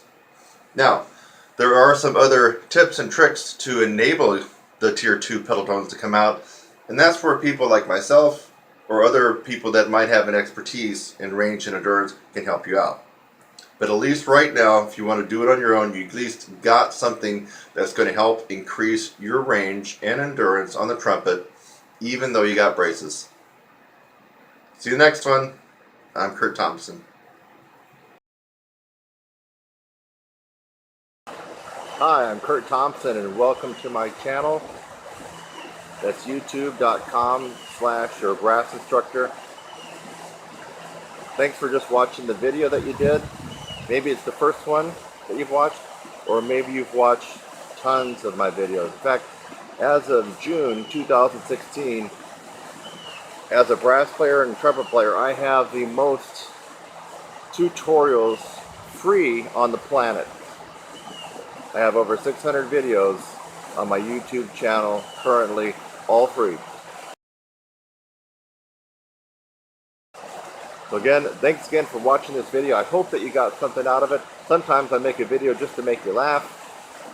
A lot of times I make a video to educate you on something and maybe even help solve a problem. So I hope something like that occurred for you in this video.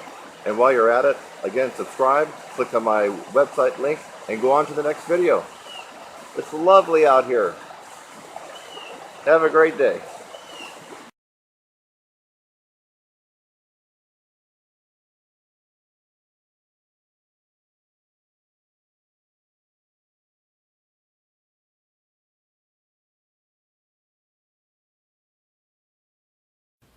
Hey, this will be a discussion about brass embouchure and the differences in embouchure, and how even if you think you might have a bad embouchure, it can be overcome by strengthening your embouchure from all different kinds of directions. And I'm going to play some embouchures that are bad for me, and that typically for me I would not be able to play very well using these type of embouchures. Now, one thing to keep in mind, no one embouchure is really bad for an individual.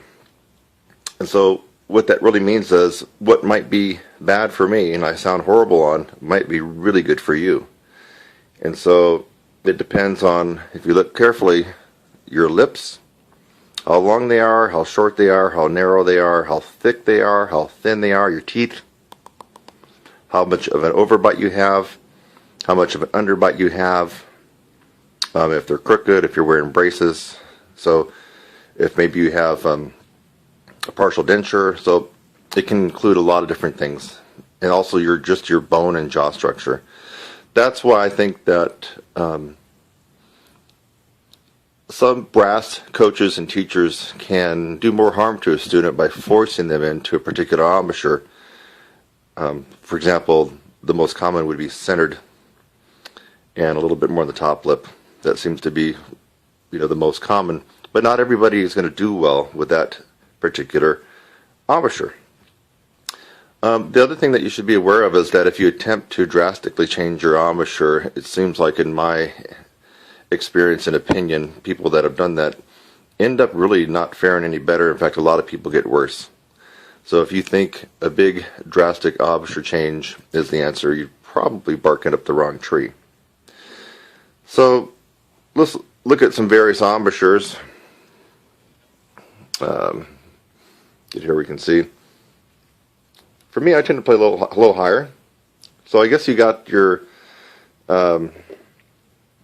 high player or high lip placement position. You got your medium or middle and your low. So those would be the different placements. So high would be, it's probably high. Now I can go higher, but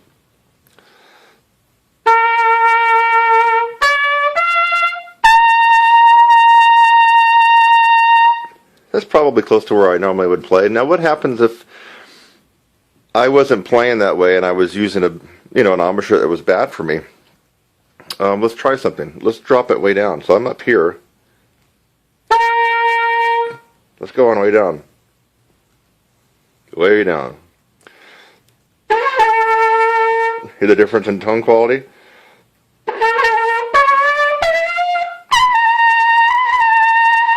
But guess what? I'm still able to get the high C. I'm still able to play, but it doesn't sound that good, but I can still do it. Let's go maybe medium. So normally I play here. Let's go down just a little bit.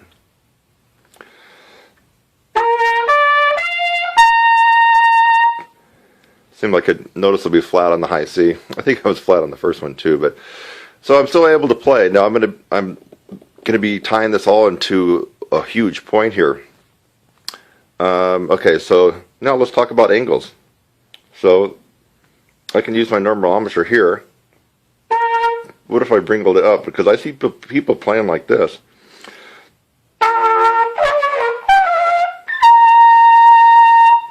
Okay, it had a significant high angle to it. One of the most interesting embouchures I've ever seen is by Stan Mark, the famous lead trumpet player for Maynard Ferguson. I don't know how he can play the way he does. Take a look at it. It's like he puts the trumpet up straight, and then he comes up to the mouthpiece.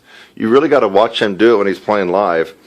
It's very interesting. He's got the trumpet here, and then he'll come up. So the trumpet's actually straight out, but he's coming up at this angle.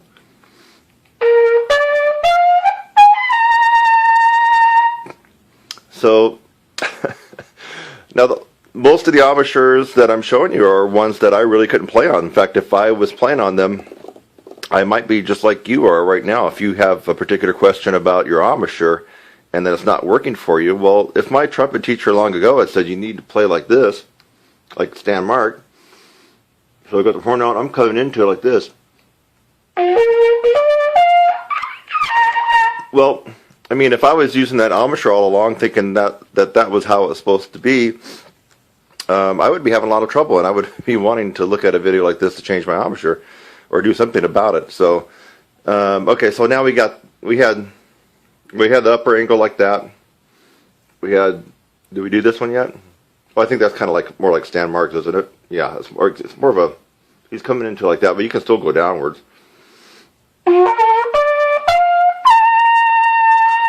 Okay, now what if you don't play center? A lot of us brass teachers want kids to be centered right smack dab in the middle of their lips. Unfortunately, our jaw structure and teeth and everything else might suggest otherwise. So here's me, I'm center now.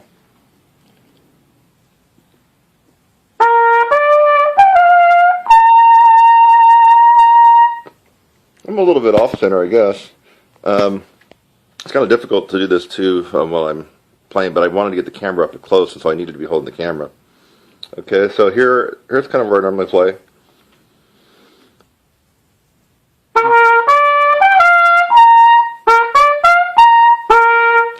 What if I didn't play centered? I played off.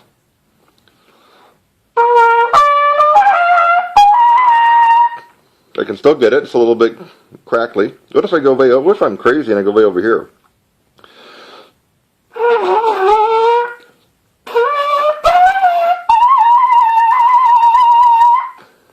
That's a real screwed up embouchure, isn't it? Okay, let me try playing the horn left-handed here and hold the camera this other way. So, go back to center, or center for me.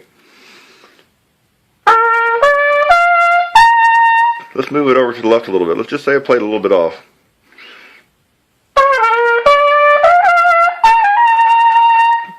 Okay? That's kind of wacky, isn't it? But some people play in all these different positions. Now, no, I've never seen anybody really play out here. But what if we go over here? I'm going to go crazy. Look at that.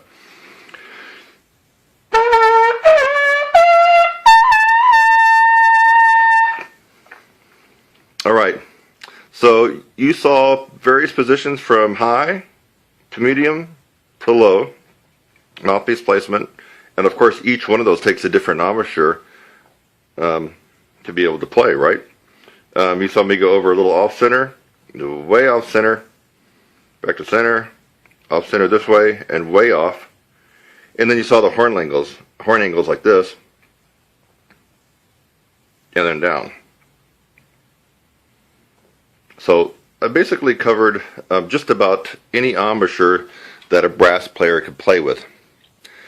Now, the point I'm trying to make in all of this is that there's one reason that I could go up to high C on all those angles, all those embouchures. Now, granted, you notice that the tone quality went way out the window on a lot of them. And obviously, that would mean that I wouldn't use that particular embouchure, right? But how am I able to do that? And if I wanted to, folks, I can switch my embouchure to any embouchure and start to get comfortable and familiar with it and let it sink in. It takes me about a week. And I'm able to do all of that because of an extreme amount of strength that I build up in the embouchure and the lips. So what is my real point to you brass players out there that are micromanaging yourself, that are being confused by too much worry and thinking? What's that analysis by paralysis kind of thing, overanalyzing everything? So my advice to you is, number one, you need to do something that will hit your embouchure from so many different directions that it almost won't even matter what embouchure that you use. I mean, you want to use the embouchure where you feel most comfortable, where you get the best sound, the best tone, and things just feel right. You don't want to use the embouchure that a teacher tells you to use and it feels horrible. It always seems bad. It seems like you're always struggling. Of course, you don't have any high range and your endurance is shot. But supposedly, quote unquote, that's the place where you should put it.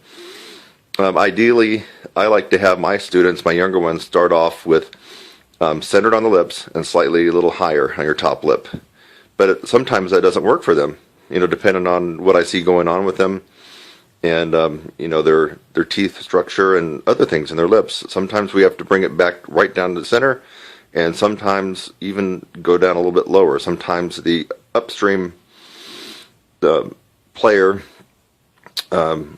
will not be an upstream player until he or she or their teacher figures that out. So if a student is not doing too well with the typical embouchure that I like to get them started on, well, I'll start playing with it. We might move their mouthpiece down and have more of the lower lip inside the cup. And if they do a lot better with that, then hey, why not? That's them. Why not let them do that? So you need to strengthen your chops, your embouchure, and your lips in many different directions.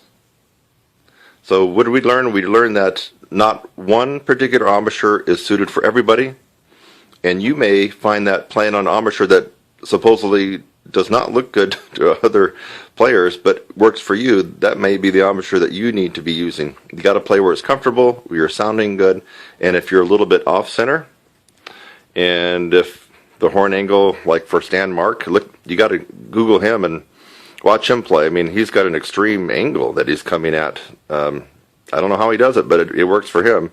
And there's other people that play with the horn at an extreme up angle, and then there's people that play off the side of the center of their lips. So you got to find the sweet spot for you, not the sweet spot that your teacher thinks is for you. If the teacher thinks of a great embouchure position for you when you were younger and it worked, by all means, that teacher gave you great advice. If the teacher kept forcing you to stay in with a particular setup, but you are not doing that well, that's when you really need to start thinking differently, and maybe there might be a different setup. For people, in fact, I want to thank Sharon for giving me an idea about this particular video. So for people who are concerned about bad embouchures and good embouchures, more mouthpiece pressure, less mouthpiece pressure, I really don't want you to be thinking about that if you're working with me and you're taking lessons from me or you're taking my course. What I want you to be doing is focusing on the 75 techniques, if you're involved in my course, that are going to hit this from so many different angles. In fact, now is a perfect time to plug my course, which you know I almost do in almost all my videos. Your embouchure and the muscles here in your lips need to be worked in so many different directions. And you know what that really does is it makes worrying about embouchure and everything else, angles and where your mouthpiece is hitting your lips, too high, too low, in the middle, off center, almost irrelevant, because once you develop chops of steel, you can pretty much play anywhere that you wanted. I demonstrated that, right?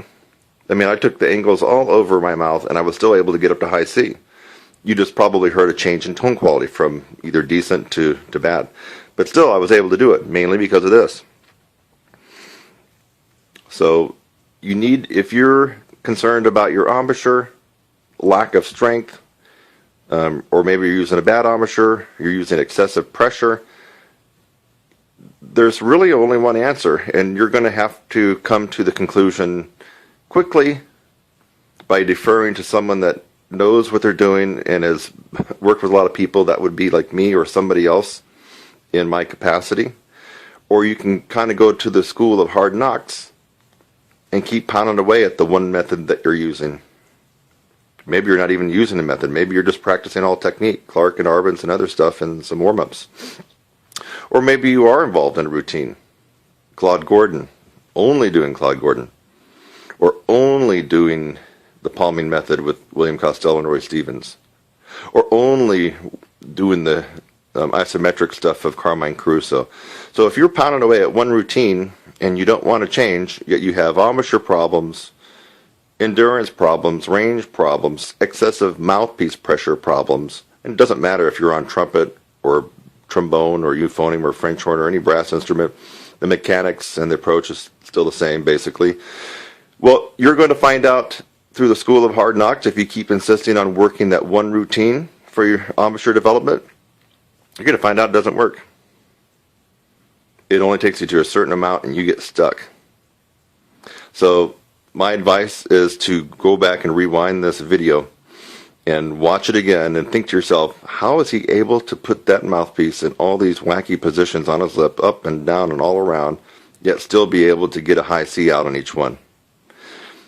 If the answer comes to you that maybe I might have stumbled onto something that's very successful when it comes to embouchure development, then you really need to look at the item description below this video and go to my homepage, trumpetsizzle.com.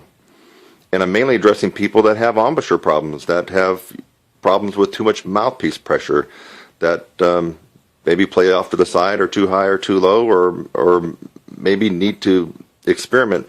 The 75 techniques in my course almost is an auto correction mechanism for minor embouchure problems. In other words, it's hard to go through all 75 techniques and get those down after 4 months and not have had some kind of shift in your embouchure. Your embouchure and your mouthpiece placement will shift during the 4 months. For some, slightly, and for some, noticeably, because you'll need to be able to accommodate those various techniques.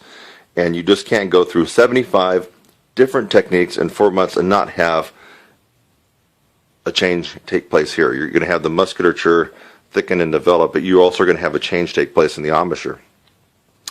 So If you don't recognize me by my lips, I'm Kurt Thompson. You may have thought this was somebody else the whole time, but I am Kurt Thompson, and I wanted you to get a close-up of my jaw, my lips, and hopefully got close enough on those different embouchures. So don't let embouchure scare you or wear you down. You focus instead on building embouchure strength from all kinds of angles, and from my point of view, 75 techniques with the different angles that we're going to hit you at in your embouchure is just the holy grail to upper register and endurance improvement. Well, now that you got to know my lips really good and my embouchure, I'll see you in the next one. Take care. Bye-bye.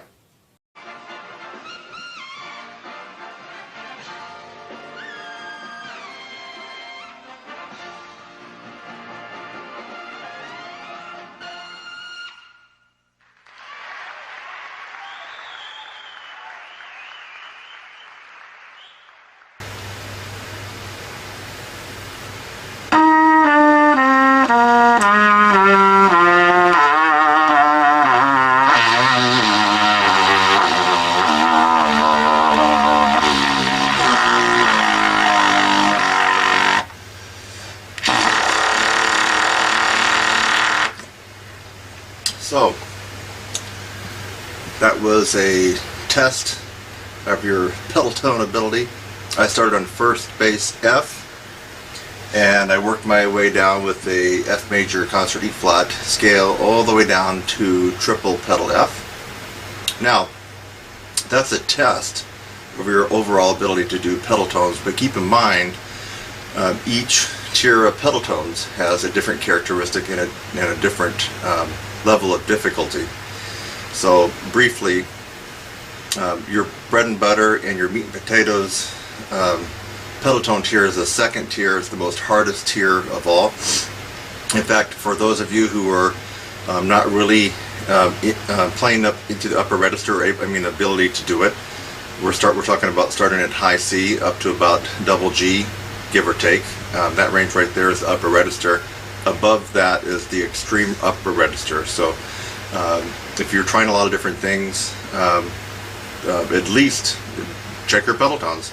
If you can't do what I just did, that may be one place to start looking and start practicing on. Now, to be efficient and focused with your time, when it comes to gaining strength in your embouchure and a big round sound, especially in all registers, you really want to pay attention to the second tier. So the second tier is the hardest of all pedal tones to play. That starts with pedal C, and I'll just play it down. The best way to do it is just to do octaves, unless you have perfect pitch, which I don't. I got relative perfect pitch, but if you don't have perfect pitch, just go ahead and play the tester note an octave higher. So here's the low C,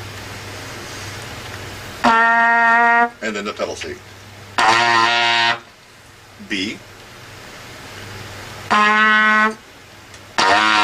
B flat, A flat,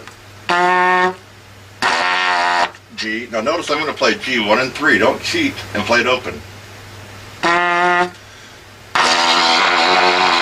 And then the last one in the second tier of the pedal tones, this is the hardest tier of pedal tones, would be the G flat or F sharp again. When you go down to play it, don't cheat and play second valve for the pedal. Go ahead and leave it as 1, 2, and 3. Here's the low G flat.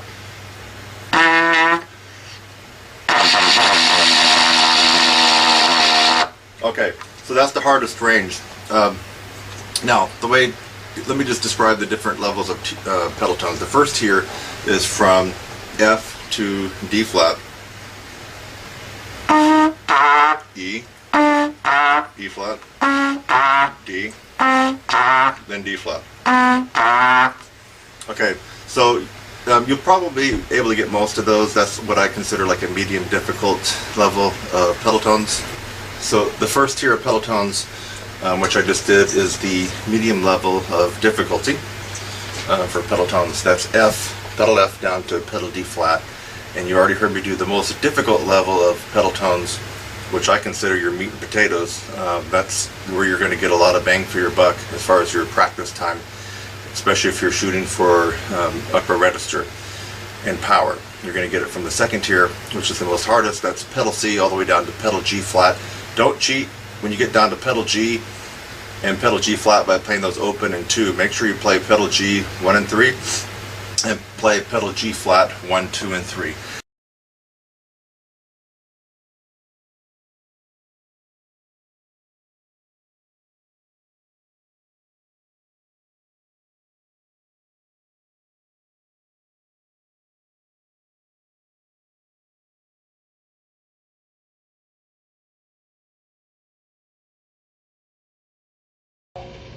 Hey, I'm Kurt Thompson here to talk to you about the 3 known ways that most trumpet teachers and brass teachers would tell you how to increase your range.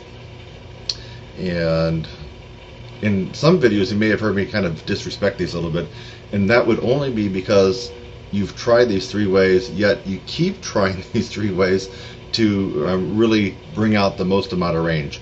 The 3 ways I'm going to talk about are the main themes and concepts behind your beginning range building and endurance increases and improvements. And this is what you're going to probably hear when you go to most instructors for private lessons, and maybe even on the internet forums. So this will get you actually a little bit of a ways. If you don't have any range at all or any endurance, you at least be making sure you're doing these. And that's why I'm giving these away for free, because it's something that you at least have to start at this point. It will only take you so far. So once you use these techniques and only get to a certain level, and you can't really seem to get beyond that, that's when you have to come to me in my course, the 16-week upper register course, and add another 3 or 4 notes to your range. But this will get you a little bit of a jump start, and might as well do it if you haven't been doing it. A lot of you watching this video will have already undoubtedly heard about these and have already been doing it, and then you're watching this to see if you can increase your range past that, but this won't help you.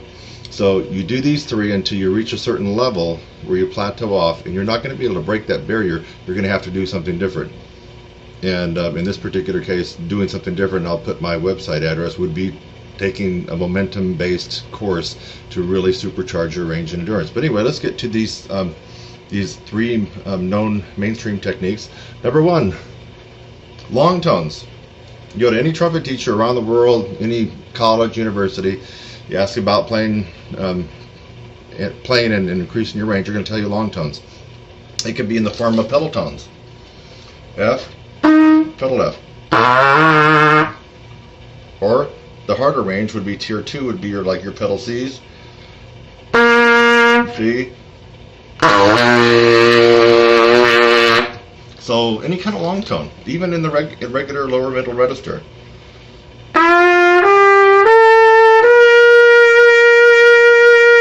Or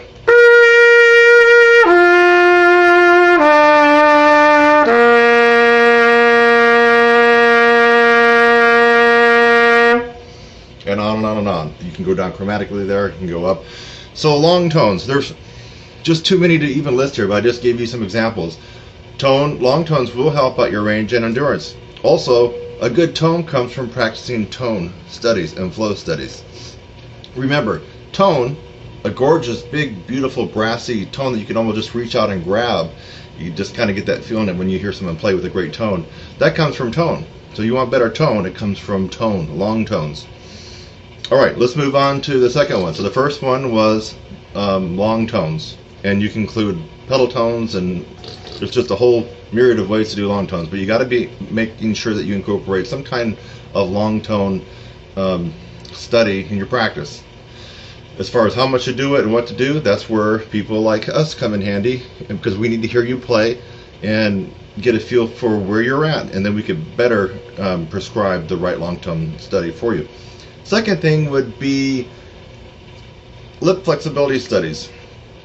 And the lip flexibilities are broken down into 3 parts: glissandos, lip trills, and regular lip slurs.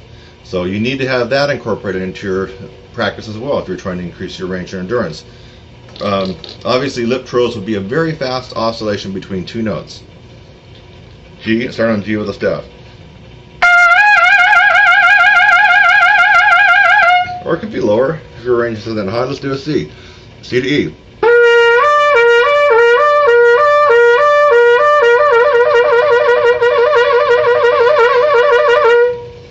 And that's an example of lip trill. Of course, there's a lot of different books out there that have all kinds of interesting exercises to do your lip trills on.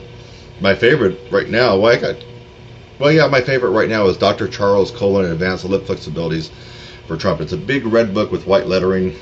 I swear by that book. I love that one.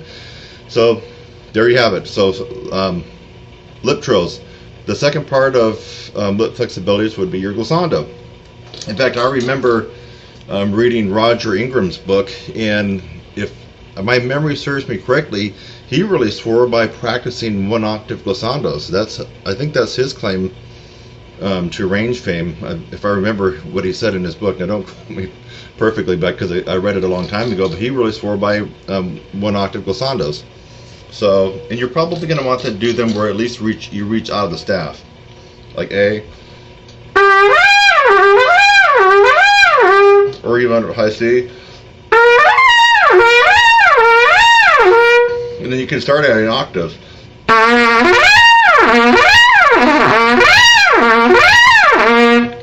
And then you could expand it to, well, if you wanted to go to like 3 octaves. Low A.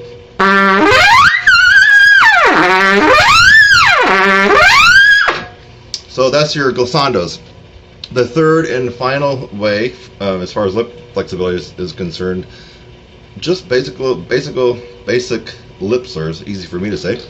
So you get it around the horn, and you're trying to be clean and precise with your lip slurs. Something as simple as this.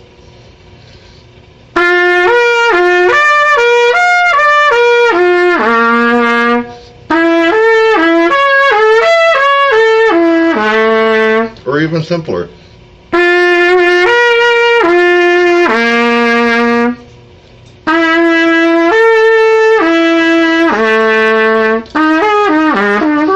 Get the idea. Lip slurs. Okay, so far we discussed long tones in their various formats. Lip flexibilities, which are broken down into 3 parts. There's only 3 ways that you can get around on this horn without using these and without using that. And that would be the glissando that we just talked about, lip trills, and lip flexibilities or lip slurs. Actually, lip slurs would be part of the lip flexibilities. And now the third way that most trumpet teachers would tell you or advise you on how to be able to increase your range would be able to take something up an octave. The first thing that comes to mind, if you're more of a beginning or intermediate student, probably intermediate, or you simply just don't have that good of a range, and you're hanging around G's above the staff, and you're still a good 4th away from even the beginning upper register, which starts at IC, I would at least have you work on scales and arpeggios up an octave. If you're used to practicing the C scale, and you kind of staying around that range, you want to start giving it a go an octave higher, even if you have to go slower.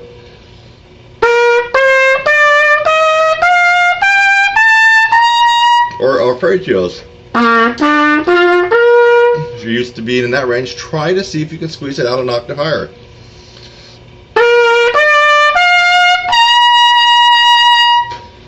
Those are some examples there. Of course, you don't have to just stay on the C major. We're talking about anything from a chromatic,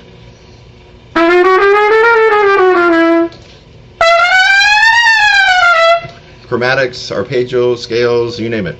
And then you can finally go to little tunes. They could be classical little things out of the Arbans, jazzy ones, anything that you've ever played, you could try to take it up an octave.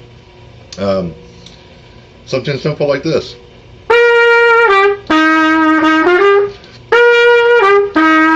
Take it up an octave.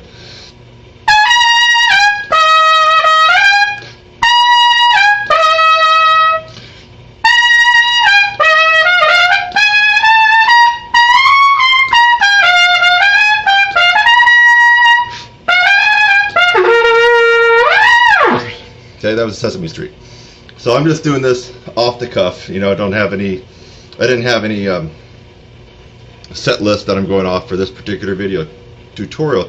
But anyway, this is gold. If you haven't already been doing this and you want to skyrocket your range and your endurance, this is a no-brainer, folks. You got to be doing at least the 3 things that trumpet teachers around the world would tell you to do, even if they really can't play that high in the upper register or they don't specialize. They're going to tell you these 3 things. What were they again? long tones in all their various forms. Number 2, lip flexibilities. And there's only 3 ways we can get around the horn lip flexibility wise. Lip trills, right?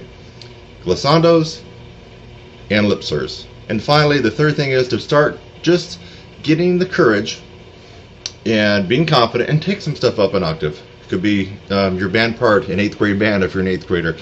It could be some little licks that you've learned. It could be scales, chromatics. Just start with the idea like, hey, let me just see if I can take this up an octave. So, I'm Kurt Thompson. My site is www.trumpetsizzle.com. You can email me at kurt@trumpetsizzle.com. Now, you're going to use these techniques, and they're going to take you a little bit of the way up. But you're going to find at some point you get stuck. Everybody gets stuck, and that's why they come to me or other people that teach and kind of focus on the power side of the horn, the physical part, the volume, the tone, the sound, the range, the endurance. So anyway, I hope that you got a little something out of this. And if you already knew this, great, it was a review. And then go get my course. Come on. You want to get another 4 or 5 notes? I know you do, right? Bye-bye.